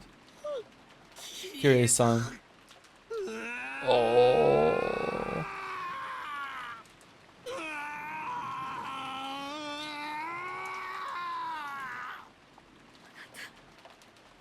Dear. Wow. Mother. Hang in there. Even for me, it's so crushing. So sad. There's a pen. Episode 3 is actually about the folly of middle management. Ronove's introduction to the Battler-Beatrice dynamic ultimately leads to the alienation between the two, and the addition of a new witch to delegate tasks to and new furniture ends up decreasing workplace morale among old employees, Beatrice, and the stakes. Thank you to Fib for the bits. Joe, if Natsui was into Persona and pegging, what the fuck? Joe, read them before you read them out loud. Fucking hell. Would she say, check it out, I'm in the Kraus-like carpet?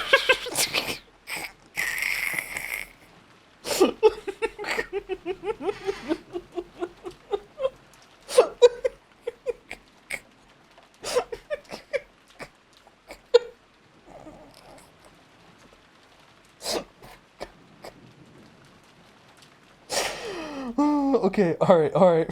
You know.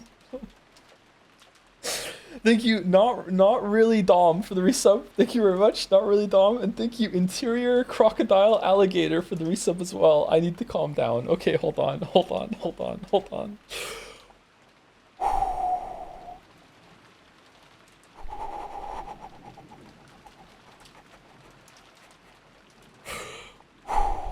They probably died instantly, says Nanjo. I'm sure that even if we had arrived immediately after they fell, it would have been too late. They fell? No, that's wrong. They were definitely alive. His chest was stabbed with something like this. My husband must have died in extreme pain.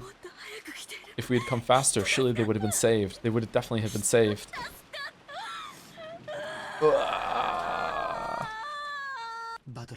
It must be tough for you too, Battler-kun, but stay strong. I'm okay. It's okay, Nikki. Let me cry just a little longer. I've got it the best. I should be the least sad. So if you let me cry just a little longer, I'll be fine. That isn't true. I can understand how much it must hurt your heart to have lost both parents. I still have mother. That's much better than what you're going through, Battler-kun. No, that's wrong. Kirei may be dead and I'm sad, but Rudolph, he was an old bastard. It's gotta be toughest for you, George and Nikki. I understand, Nikki. In this group, you're the saddest, and the one who has it the toughest. I understand that, so I can't keep on sobbing like this. Why do you say it's toughest for me? To me, Dad and Kirei-san were people I'd eventually split up with when I grew up and became independent. Since their parents, it was fated that they die before their kids. It just happened a little early, that's all. But it's different for you, Nikki. You didn't just lose your parents, who would have parted ways with you eventually. You also lost Shannon-chan, someone you should have spent the rest of your life with. You can't value human lives differently. Whether it's a baby or an old person, they should all be respected the same. Should they? But still, the more life that person has ahead of them, the longer the future you're building together is, the sadder the fact that their death is. Nikki, you were engaged to Shannon-chan, right? You promised that you'd build a life and a home together in the future, right? Compared to how huge that future was, compared to how huge that happiness was, stuff like my pain doesn't even come close. So you should be allowed to cry much, much more, Nikki. And yet, just because you act like a big brother to us cousins, you force yourself to act like you're so calm. Stop it, Battler-kun. George was trying to make a calm smile, but already he couldn't stop a single hot tear from leaving a streak down his face. There's no way I wouldn't. He said, right?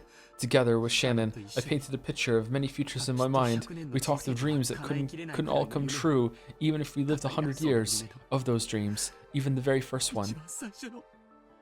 Having her move into my family register could not be granted, so there's no way I wouldn't. He's sad, right? Compared to that, like I said, I have no right to cry anymore. Even when you're struggling to hold it in, I have no right to shed any more tears. We're the same. We both feel the same sadness from losing those close to us, so there's no rule that says you can't shed any more tears than me, Battler-kun. And for me too, there's no rule that says I have to hold back my tears any longer, is there? And Nikki. Nikki. Shannon, the one who shared my dreams for the future, is dead. Father's dead too. It's so sad, so sad. As Battler and George hugged each other tightly, they cried a waterfall of tears over each other's shoulders to the people who had been so precious to them.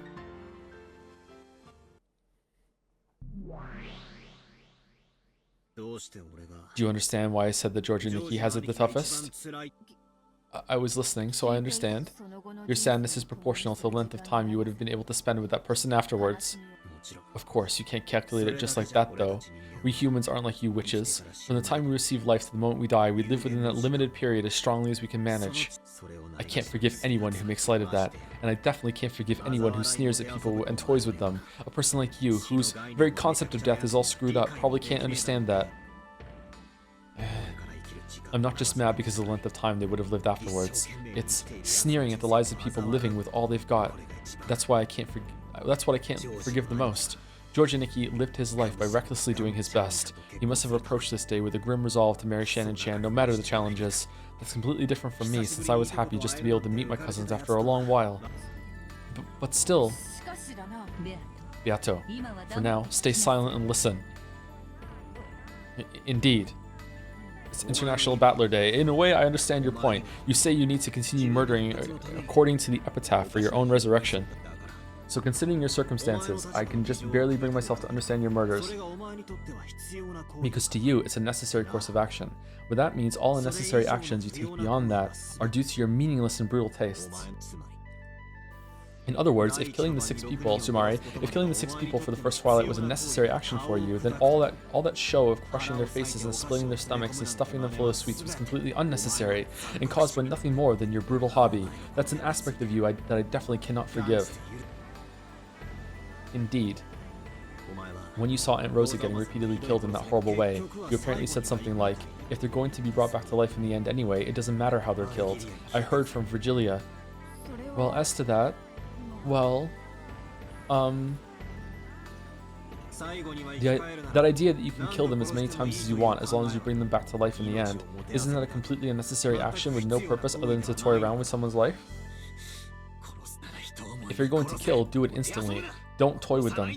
If you won't kill them, then don't bully them. If you're taking advantage of the fact that you can do as you will with people's lives, and you've forgotten the sanctity of life. So I can't accept or acknowledge you. I definitely can't accept as my opponent a person who doesn't know the value of a life or the sadness felt when lives are lost. That is why the Endless Magic is known as a black art.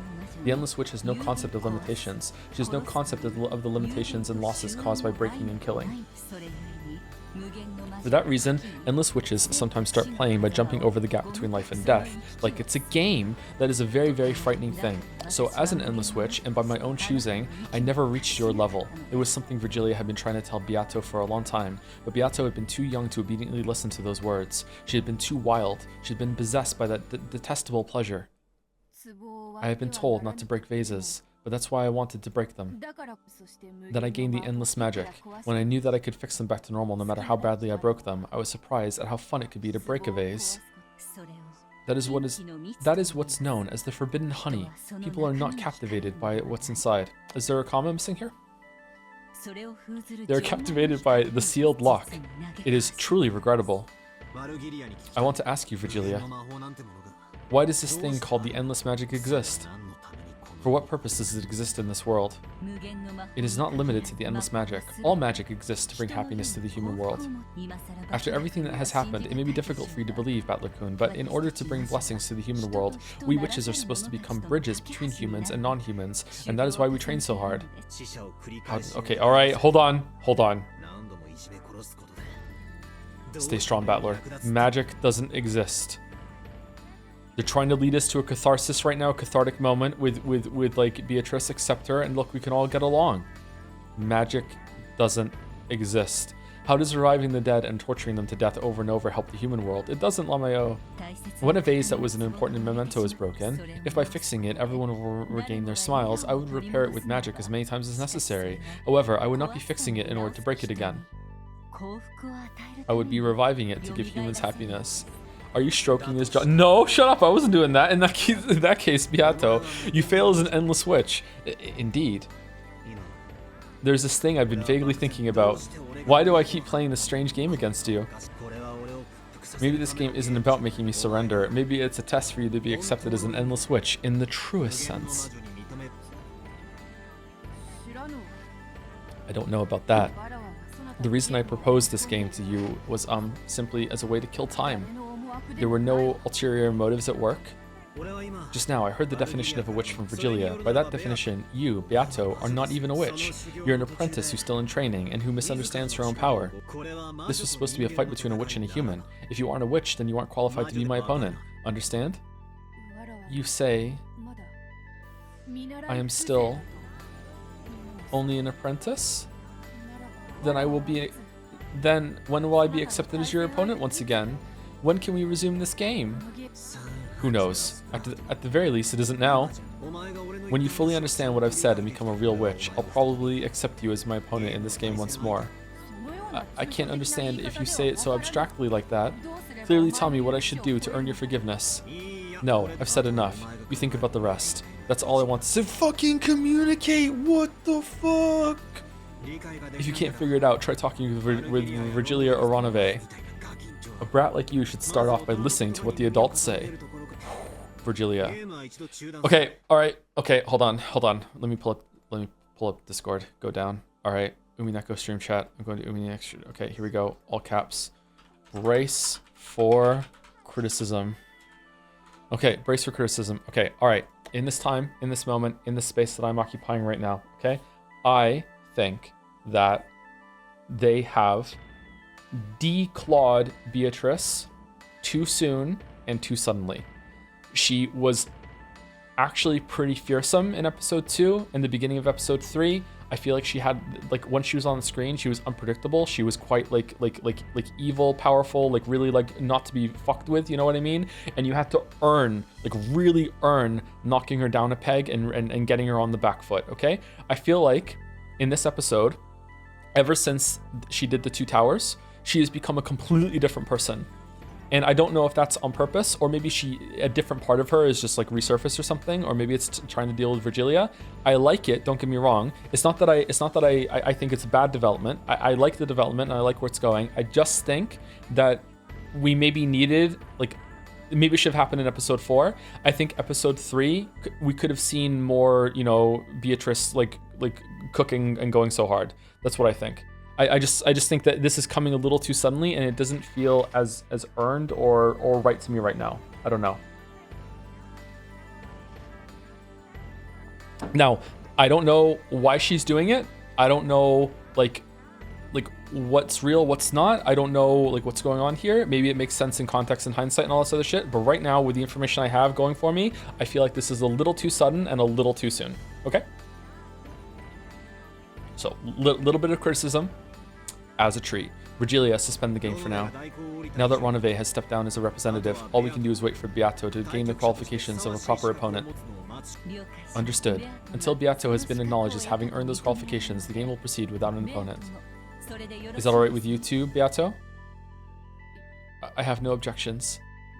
I want time and a place where I can think at a leisurely pace. May I leave my seat for that? Yeah, that's fine. Well, then see you later. Wait, don't make that dejected face. Sorry about that. Letting everything inside my heart show up on my face is part of my personality. I cannot deceive. Then maybe there's still some hope for you. Let me promise you one thing. In this game with you, I might win and I might lose. If you don't come back, it might be my victory by default. At that point, Battler stopped talking for a second. Then he spoke forcefully. However, I definitely won't be the one to step down. I definitely won't give you a victory by default. I'll keep on waiting here for you to sit there again as my worthy opponent. Battler-sama. Beatrice-senpai. Thank you, Battler. I will definitely come back and be accepted by you. After showing a hopeful smile for a very short while, Beato vanished. After seeing her expression as she left, Battler was absolutely convinced that her face could tell no lies.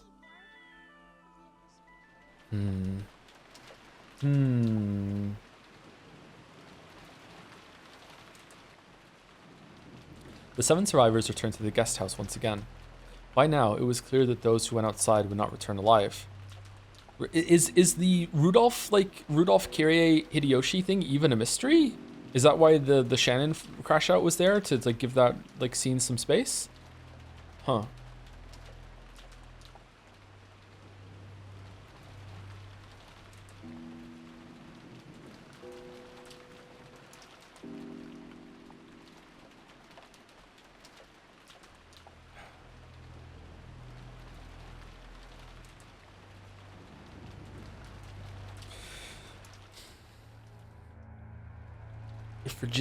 If Virgilia and Ronave are plants and they're still kind of working for Beatrice, this could all just be like some roundabout way of like getting him to start thinking about things and accepting a bunch of things while also thinking that he's in control. But it doesn't feel like that to me. Maybe it doesn't feel like that to me. But does that mean I'm just falling for it? Because I'm literally Battler, and I think Battler's falling for it. So if Battler's falling for it, does that mean I'm falling for it? Maybe I'm falling for it. With Battler at the same... I feel...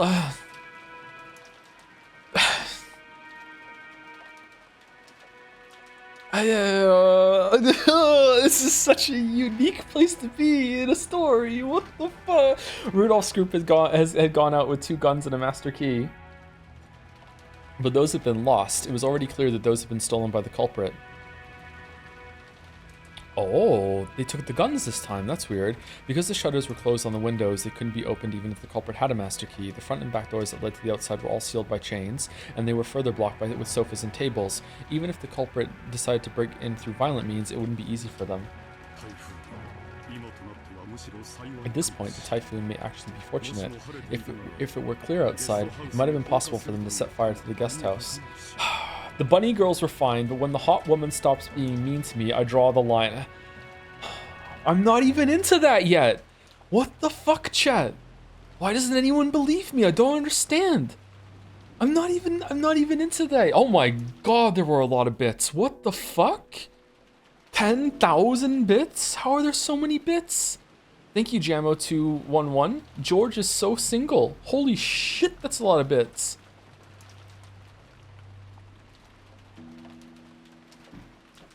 It's more bits than I have on stream with entertaining chat. Thank you so much, Jamo211. It was like more bits earlier from you as well. Also, thank you, Red Thunder 5227 for the new sub. Welcome, welcome. Holy shit, that's a lot of bits. Did I read this? At this point, the typhoon may actually be fortunate. If it were clear outside, it might have been possible for them to set fire to the guest house. Fire in the guest house. If there wasn't a typhoon in the first place, the boat would have arrived by noon. That's not much of a silver lining, dumbass. Eva-san, how do you feel? Please, try to take it easy. Thank you. I still feel like I have a fever, but it is no time to complain about that. For the children's sake as well, this is no time to be bedridden.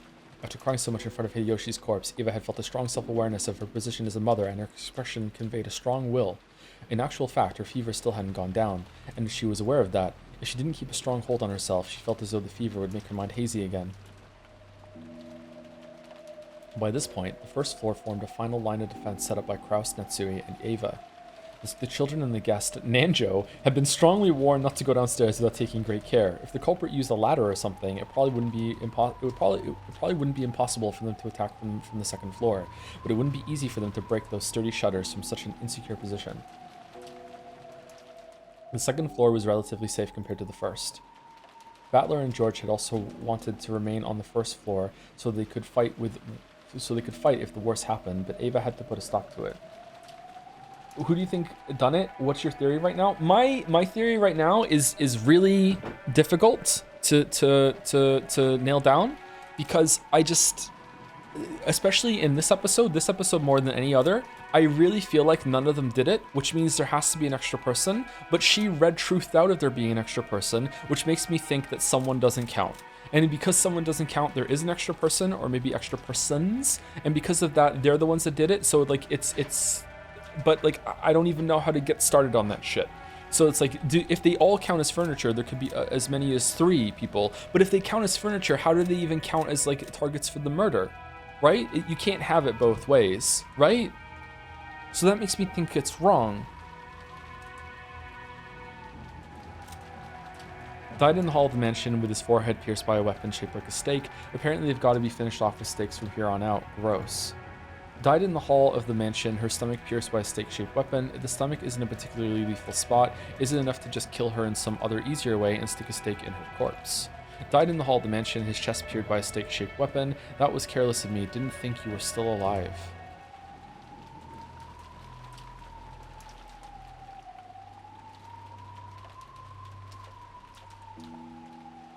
What?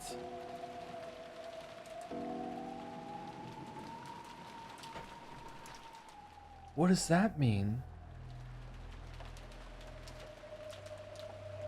Was he not dead instantly when he fell to the floor? Who is this talking to? That's interesting.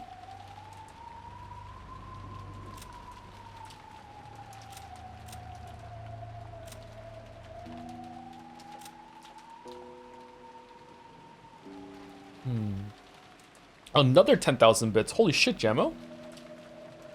What are those bits? Thank you so much. That's enough bits forever and ever and ever and ever. Thank you so much, Jamo201. Holy fuck. I don't know what I did to deserve that, but thank you so much. What are those bits? Thank you also, Rusty Mountain, for the new sub 2. Welcome, Rusty Mountain. Thank you very much. That's a lot. That is a lot. That is a lot of bits. They're red bits too. I am. How longer is much longer is stream? The stream will be over at the end of this chapter. So I think the next time we see Glass Shatter is the end of the chapter. What? Okay, I'm not gonna get it. Battler and George had also wanted to remain on the first floor so they could fight if the worst happened, but Ava had put a stop to that. In her mind, George was now the only member of her family. It seemed that she didn't even want to expose him to the danger of coming downstairs to the first floor. Krause and Natsui could understand that feeling. I feel like having this tea and biscuits really helped perk me up. I wonder if I should, like, when I'm reading, I wonder if I should have, like, a little snack every 90 minutes. Just a little, like a little, like, 100 to 200 calorie, like a snack when I'm reading. I don't know, I guess it perks me up a little bit. Also, a great deal of time had passed since the siege began. In the second floor cousin's room, Battler, George, and Jessica sat dazed, and didn't even listen to the TV that had been left on. For a while, Nanjo had been with them and had tried to lend them words of encouragement. Do you dip the biscuits in your tea? I do, yes. For a while, Nanjo had been with them and had tried to lend them words of encouragement, but when he realized he might actually be having the opposite effect, he hid himself in his own room on the same second floor. George kept looking dazedly at the photographs inserted in his notebook. It was from the time he'd taken a vacation to Okinawa with Shannon. Shannon's happy smile was contained in those photos. And now we're going to see it. George could remember the temperature and the humidity, the warmth and the strength of the wind, and even what he'd been talking about with her at the time those photos had been taken, as clearly as though it had been yesterday. So to George, they weren't simply photos, but a door to bring back warm memories. In this room, even though the sound of the typhoon in the TV should have entered George's hearing, it was the scenery of Okinawa he had seen with her and her laughing voice that reached his eyes and ears. George had strived to be reborn after meeting Shannon. He had sworn to separate himself from the timid person he had once been, easily caught up in the atmosphere, unable to refuse a request, and easily used by those around him. He had resolved himself to become a strong man who could make her life more joyous. Therefore, more than anything else, he wanted to become a top right now. Therefore, if he hadn't met Shannon, the man called Ushiromiya George would have probably lived in a very different life. I'm sorry, and the George of that different life surely wouldn't have been as excellent as a man as he is now. The person I am now exists for Shannon Sake. Now that Shannon is gone, why do I exist? It's completely meaningless, isn't it? He felt a deep, deep sadness as though he himself had become empty. That feeling must have been tormenting him this whole time. However, until Battler mentioned it, he hadn't been aware of the feeling himself. He'd finally managed to remember that it should have been all right for him to cry much, much more. So he cried. Like a seagull, just like Battler had, he cried himself dry. By now, his eyes were bright red and swollen, and he couldn't cry anymore. So George did his best to change his way of thinking. He was not meaningless now, and he should be grateful to Shannon for giving him such a character.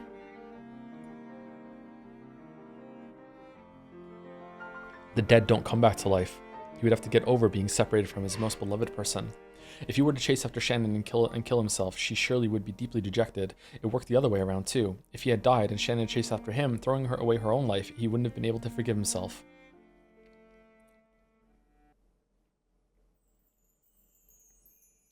So he chose to surpass his sadness and anger, and decided to thank her instead. After meeting Shannon, she made his days rich and full, and taught him the meaning of working hard for other people's sakes. As a result, she had shaped him into the kind person he had wanted to be. The music! He wanted to thank her for that. He tried to quell his sadness in this way, but each time he did, he remembered Shannon's smile. He understood it logically. He knew that grieving any more than this would only make her grieve in heaven, but that didn't bring a stop to his sadness.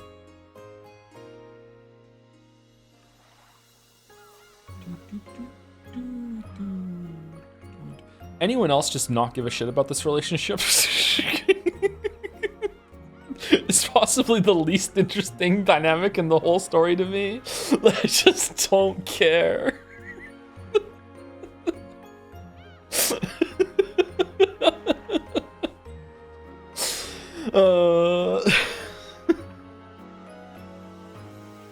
Shannon deserves better, right?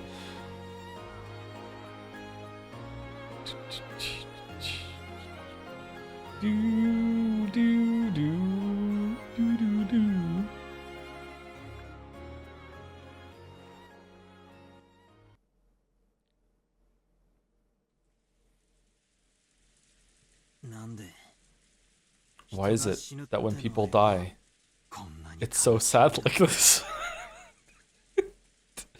You know what? It must really suck being unconscious, Battler muttered. It was as though he was speaking on behalf of all humans. His question probably hadn't been directed at anyone, but Jessica answered. It's always sad when you have to say goodbye.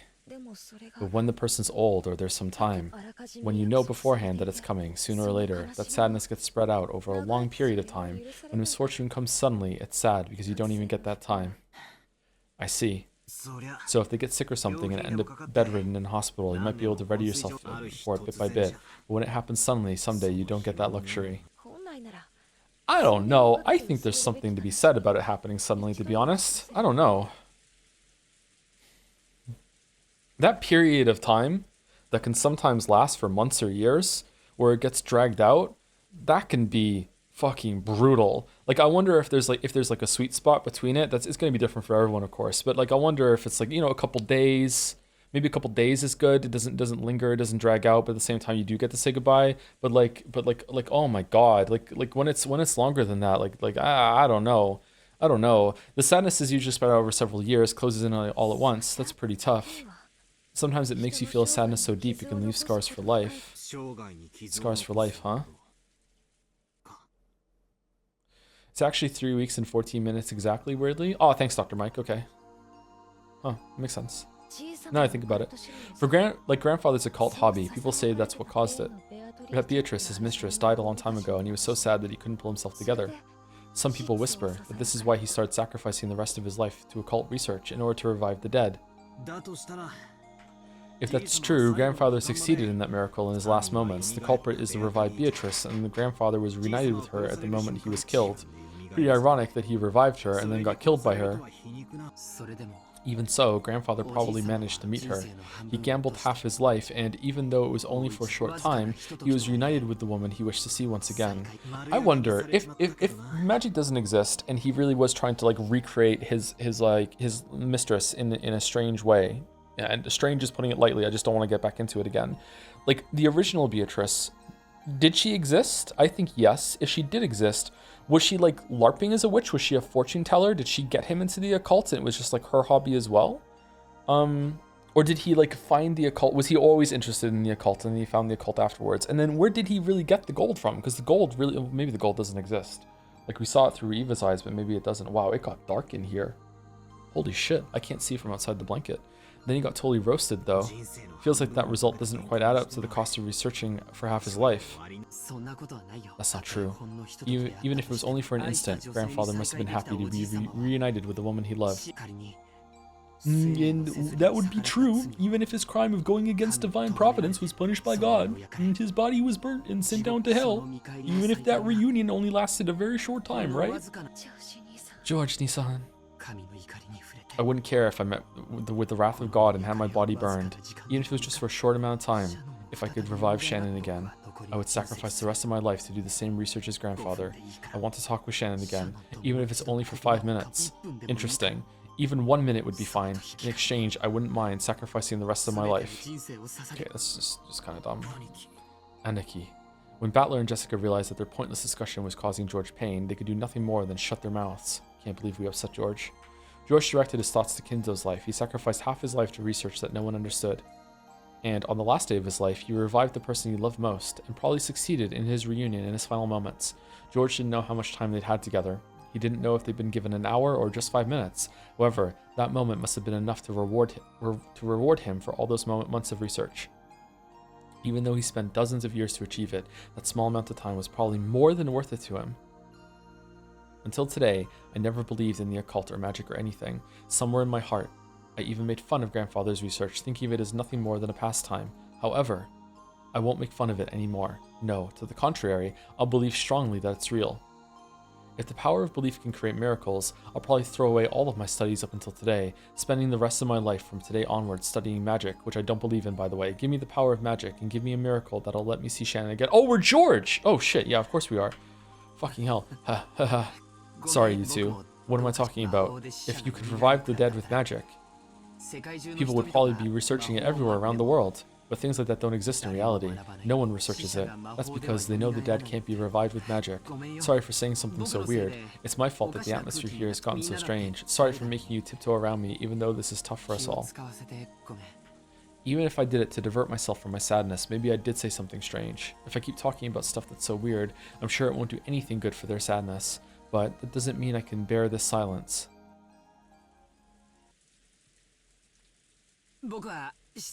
I'll go downstairs and get another cup of coffee. Mom's very particular about how she likes hers. Does anyone else want a refill? Battler-kun and Jessica Chan lightly shook their heads. Well, George is dead. Without pressing them any further, I took my mug and left the room. The shutters were all closed in the hallway, so the corridor was very dim. I tried visiting Dr. Nanjo's room and asking if he wanted more coffee, but he said he didn't need any either. From the door. It did not actually sound like Nanjo answered me at all, actually. His voice sounded different. But you know what? I've never heard Nanjo through the door before, so I didn't question it. It seems my mother's orthodox method of making coffee isn't universally appreciated. One time I made some for Shannon, and she gagged. But she told me that while it was delicious, it was a little strong. Shannon. It's no good, even though I left the room to change my mood. That image of Shannon's face filling my head hasn't faded in the slightest. I keep seeing those fun days with her more and more vividly, and it's saddening that I never even got a chance to see her dead face. According to our parents, she was apparently killed with something like a gun or a spear. I'm sure they were just trying to console me, but they had said her dead face had been very beautiful and peaceful. I wonder if she had the engagement ring I gave her last night on her finger. If she accepted my engagement, she should have had it on the ring finger of her left hand. Last night, we were both on the edge of losing it and not calm at all. Shannon accepted my engagement pretty courageously, but she might have regretted that as a rash action when she cooled her head. She might have taken the ring off. I wonder if she has the ring on now. I want to be sure of at least that much. I want to know how she felt at the very end, but even if I do confirm that, it doesn't mean she'll come back. Okay, well, why don't we just wait for the police to come tomorrow and then we can check it. We don't have to go and do it right now. I wonder what will happen to her body. After the autopsy, it will probably be immediately cremated. Then I'll never be able to see her face, even her dead face, for all eternity. Haha. Has the shock of losing Shannon made me go a little crazy? I don't want her body to be burned. If she's burned and turned to ash, never again will it be possible for her to revive. They say cremation is frowned upon in Western tradition, because on the day of resurrection there would be no body to revive. Because of that, it seems that great criminals in Western history were often cremated after execution as a punishment, and their ashes were sometimes scattered in rivers and such. In other words, to Western people, death is nothing more than a sleep until the resurrection. It is essential that the corpse is left after death. In other words, Sumari, that's because Western people knew of a miracle that can revive the dead. But because that miracle doesn't exist in Japan, we burned them. Now I understand. I understand why Grandfather idolized the Western occult. That was his only reason from the very beginning. Just to revive the person dear to him, Grandfather spent the rest of his remaining life researching the Western occult.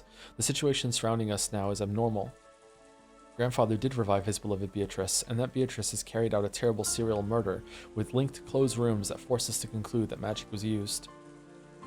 The Golden Witch Beatrice, the incarnation of the miracle of the Western occult, and also the culprit who killed Shannon. She's an entity I should hate, and yet, for some reason, I want to cling to her. I wonder if Shannon could be revived with the magic of miracles which Grandfather bet his life on. According to the legend of the Ushiromiya family, Grandfather met with her long ago, and was given a vast quantity of gold. Then, if I also met with her, instead of gold, would she give me Shannon's life? As collateral, I don't care what sort of devil's contract she imposed. I wouldn't mind sacrificing all of my remaining life. George probably... Do I still have the chandelier on the screen, by the way? No, I don't. Okay, good. George probably couldn't believe or realize that his voiceless wish was heard by the witch herself, who stood right behind him. Beatrice had been listening to that entire discussion between the children just now in the cousin's room. This is not Beatrice, this is Beato. Get it right, game? It's not a game, it's a story. Get it right, Joe? My name's not Joe. Get it right? Battler had told her that she didn't know the value of a human's life, and wanting to understand that in her own way, she had stealthily visited, listening in on their discussion. That is your wish, you say? If I could grant that, would I be accepted as a witch? A witch? Beato looked at the palms of both of her hands. She had handed over most of her once surging magical power when the new witch succeeded in the name of the Endless Witch. Of course, her current power still made her worthy of being called a witch, but it could not begin to compare to her previous strength. Even without the endless magic, I am a great witch whose name had been thundered for 1,000 years. Reviving the dead will be no trouble at all. Inside her head, she thought about several magical steps she could take to revive the dead. Even magic should have been easy in the past, would be difficult with her current power. She thought of something, then clicked her tongue, then did so again, over and over. In the end, she finally thought of a single spell, but that was a spell she couldn't use by herself. It was a spell that witches were weak. It's a spell that witches with weak power use, one that relied on the aid of others. In the past, Beato had looked down upon that type of magic. Therefore, she frantically tried to search for any conceivable alternative, but in the end, she couldn't think of one and slumped over in self-derision. Then, careful not to surprise him, she softly called out, softly to George's heart, "George."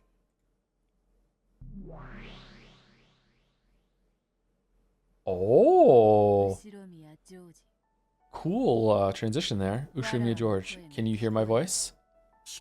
I can hear you. He's in the Velvet Room? Oh, this is the worst thing that's ever happened.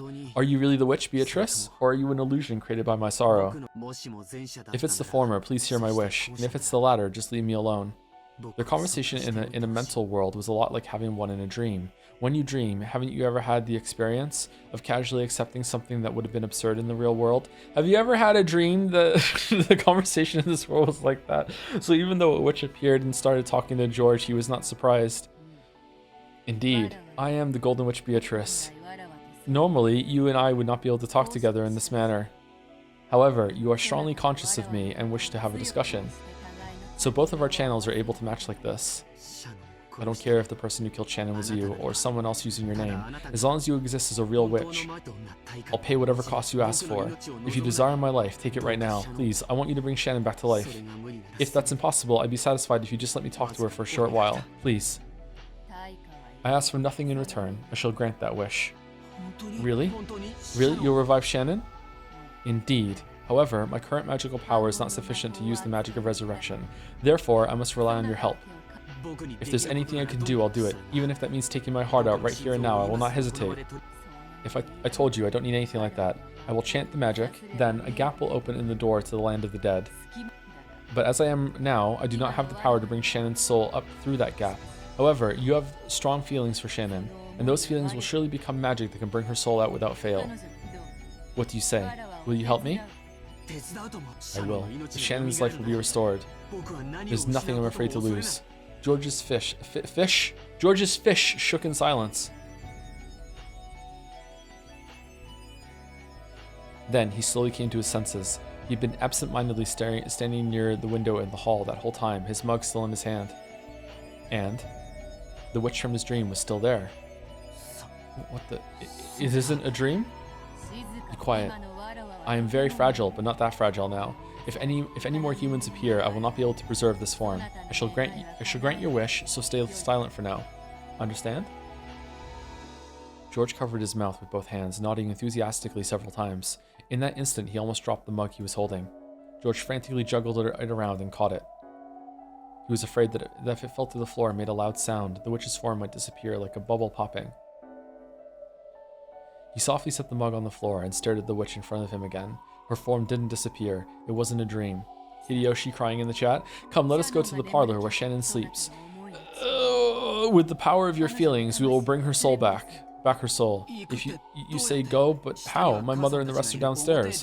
There's no way they let us go outside. And didn't you just say that you wouldn't be able to preserve your form if another human appeared? The window! Come to think of it, that is true. So Kraus and the rest are downstairs. In that case, we definitely cannot go down. Well, then we just need to go to the mansion without going down to the first floor, right? It's simple. Beato laughed as though she had thought of a pleasant prank. And with her golden pipe, she lightly tapped a window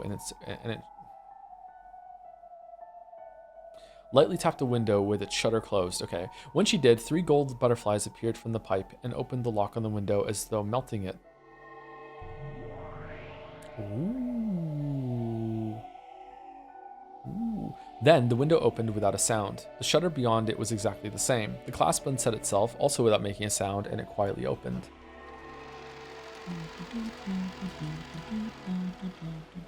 The window opened, exposing the wind and rain outside the mansion. Perhaps because of the direction or something related to the construction of the building, the wind did not blow inside. Because of that, for a while, George felt as though this entrance that opened to the outside was a dream or an illusion, and he couldn't accept it as real. Come, let us go. Come with me.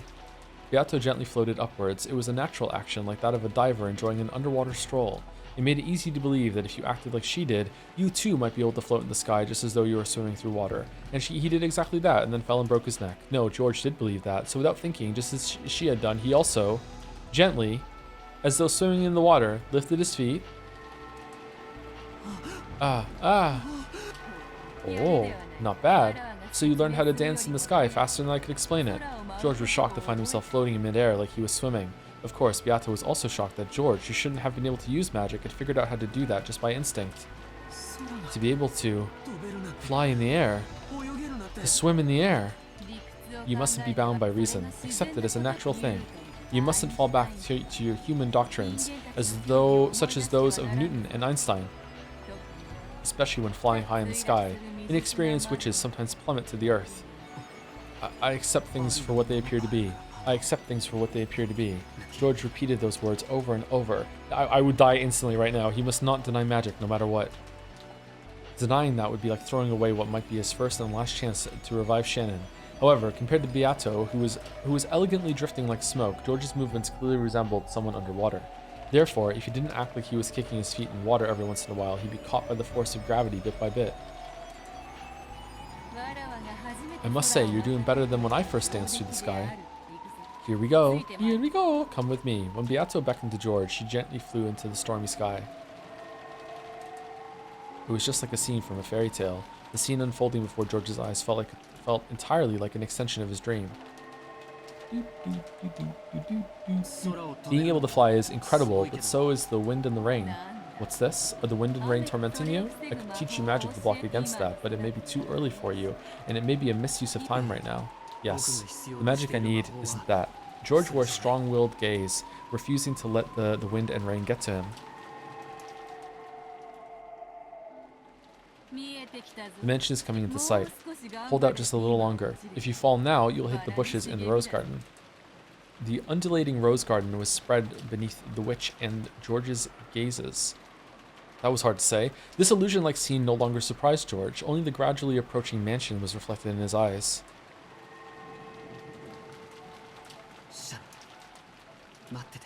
Shannon, wait for me. I will definitely revive you.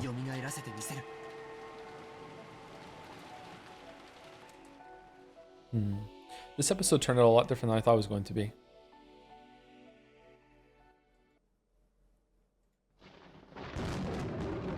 No! At that time, the cruel new witch could be seen staring at the guest house from a different location. Now, all that's left is the 7th and 8th Twilights. Just 2 more and my obligation to that old hag predecessor is finished. I'll kill Kraus and Natsui. Let them die together like the good couple they are. Nihi? Where's the target, Nia? In the lobby on the first floor of the guest house. 2 targets and Ushirimiya Eva identified, measuring anti-magic power levels. Data linked to 410. 410, data received. Anti-magic power levels are extremely low. If Ava just goes outside, they're tuna and abalone on a chopping board. Nihihihihi. What do you think, Great Lady Beatrice? When you give the order, we shall snipe right away. Please, your orders. You guys really are convenient furniture. Not all like that old secondhand furniture that's only useful for gouging corpses, right? Siesta sisters, please show me your skill once more. Prepare to fire. Giggle, giggle, giggle, giggle, giggle. And carry out the corpses again, got it? Because I'll play with them a lot. No complaints from you, right, Ronave? Correct. As you command.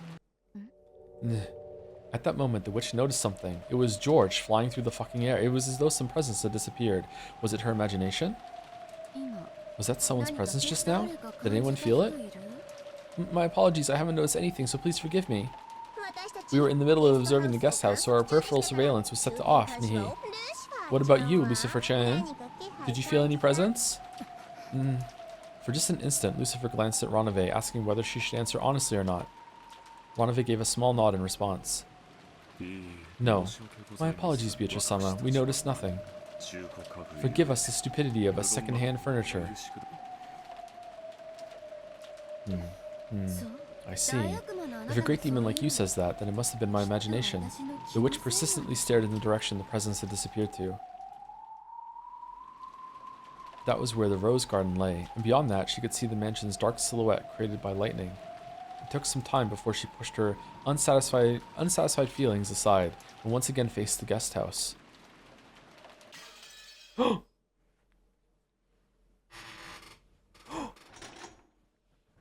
Really? No, what a cliffhanger. No. No. No, no, no, no, no, no, no. No. No, you done? No, I don't want to be done. Keep going. Keep going. You can't keep going for 40 minutes? 40 minutes? No, we can't. We can't. Luckily, you can play tomorrow. Play? It's a game? It's a game? Okay, so what do we think of this episode so far? Yeah, I should save.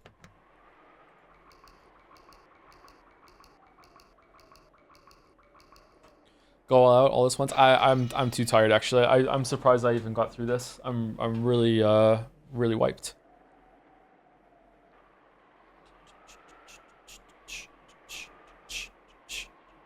I came in 40 minutes before we ended, so I'm pleasantly confused. Oh, you didn't see the rest of it? Is this the first stream that you've seen of this? Because if that's so, yeah, you would be confused. What is your favorite episode so far? I mean, probably episode 1. I did like a lot of episode 2 and 3, don't get me wrong. I don't know. Like I just really like the intro. Like after the 4-hour mark, I feel like it was really good and it really shocked me in a lot of ways. So I feel like episode 1 is still my favorite, but episode 2 is not. Episode 3 is not over yet. Episode 2 had some pretty cool parts too. I don't know. What about everyone else? Can we get a poll going? Which one's better so far? I can't say anything. I'm Umi full. What are your thoughts? Well, I'm Umi empty, so I don't know if I can even say proper thoughts. I need you to say your opinion so I can parrot it. Oh no. Oh no.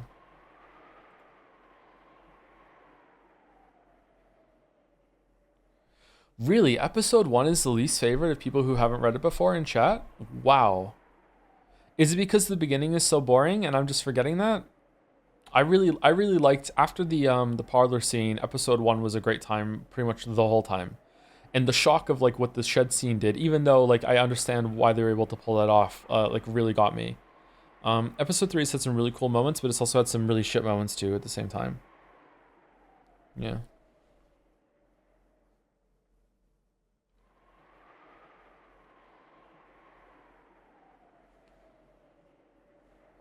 Five hours of boring introduction and the Battler Beatrice Velvet Room scenes are missing. I guess, yeah, I don't know. Maybe I'm undervaluing just how much I enjoyed the Velvet scenes between Beatrice and Battler. I think those have been better in episode 2, right? Just the ending of episode 1 was so good. It was so good. And the shock of all the people dying and it just felt so like unpredictable and just anything could happen. Like you really feel, I feel like episode 1 was the most successful in making me feel like I was actually in the mansion with the rest of the characters. I know that might sound cringe, but that's how I feel. I really feel that strongly. Like I felt the paranoia. I felt like anything could happen. Like at the end when they don't show Beatrice and you're just kind of like is she here? Like what? Like it was really unsettling, right? So I feel like there were probably better moments in episode 2 and 3 in terms of like the scenes are really entertaining and cool things, but like episode 1 landed that paranoia like so well for so long, right? And I really like that experience. So I don't know, episode 1 might end up being my favorite episode of them all because it was such a unique experience. Yeah. As someone who has read all of Umineko, episode 1 is my second favorite episode, but also at least 3 people attempt to murder me every single time I say this in Umi. Really? Wow, some of the later episodes must be really good then. Episode 2 is the Red Truth, all the stuff between Rosa and Maria, the candy deaths, etc. Meanwhile, episode 3 is the Beatrice backstory stuff. Yeah, all 3 episodes have been really good so far. Really good so far. Like we're arguing over like favorites of really, really great chunks of story, but I would say that that episode 1 is the best. Do you forgive the airport scene? I don't know. There are some parts of the airport scene that I think are good, especially if that candy line was there beforehand. But yeah. I don't know. Anyway, okay. I think that's it. We're gonna raid mouse. I just typed in house. It's mouse. Hello, it's mouse.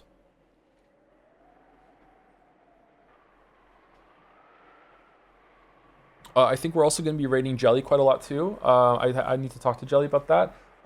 I would very much like it if we had some more streamers in the community that I could raid like consistently after every single stream. So if you're someone who is a streamer and likes to watch me, and I don't know where your schedule is, and like we can talk and maybe like build up some sort of like rapport or something like that. I don't want to just blind raid somebody, but I like the idea of having people on Jads that we can raid whenever I'm done. Building the Joe over, yeah, kinda. I like that idea, right? Hey Joe, I'm a streamer sometime. I'll raid you, Rodney. I'll raid you real hard. Like, absolutely. Anyway, thank you again, Jamo211, for the just insane amount of bits. Thank you very much. Thank you. Here we go. Enjoy the raid. Enjoy your free mono coins.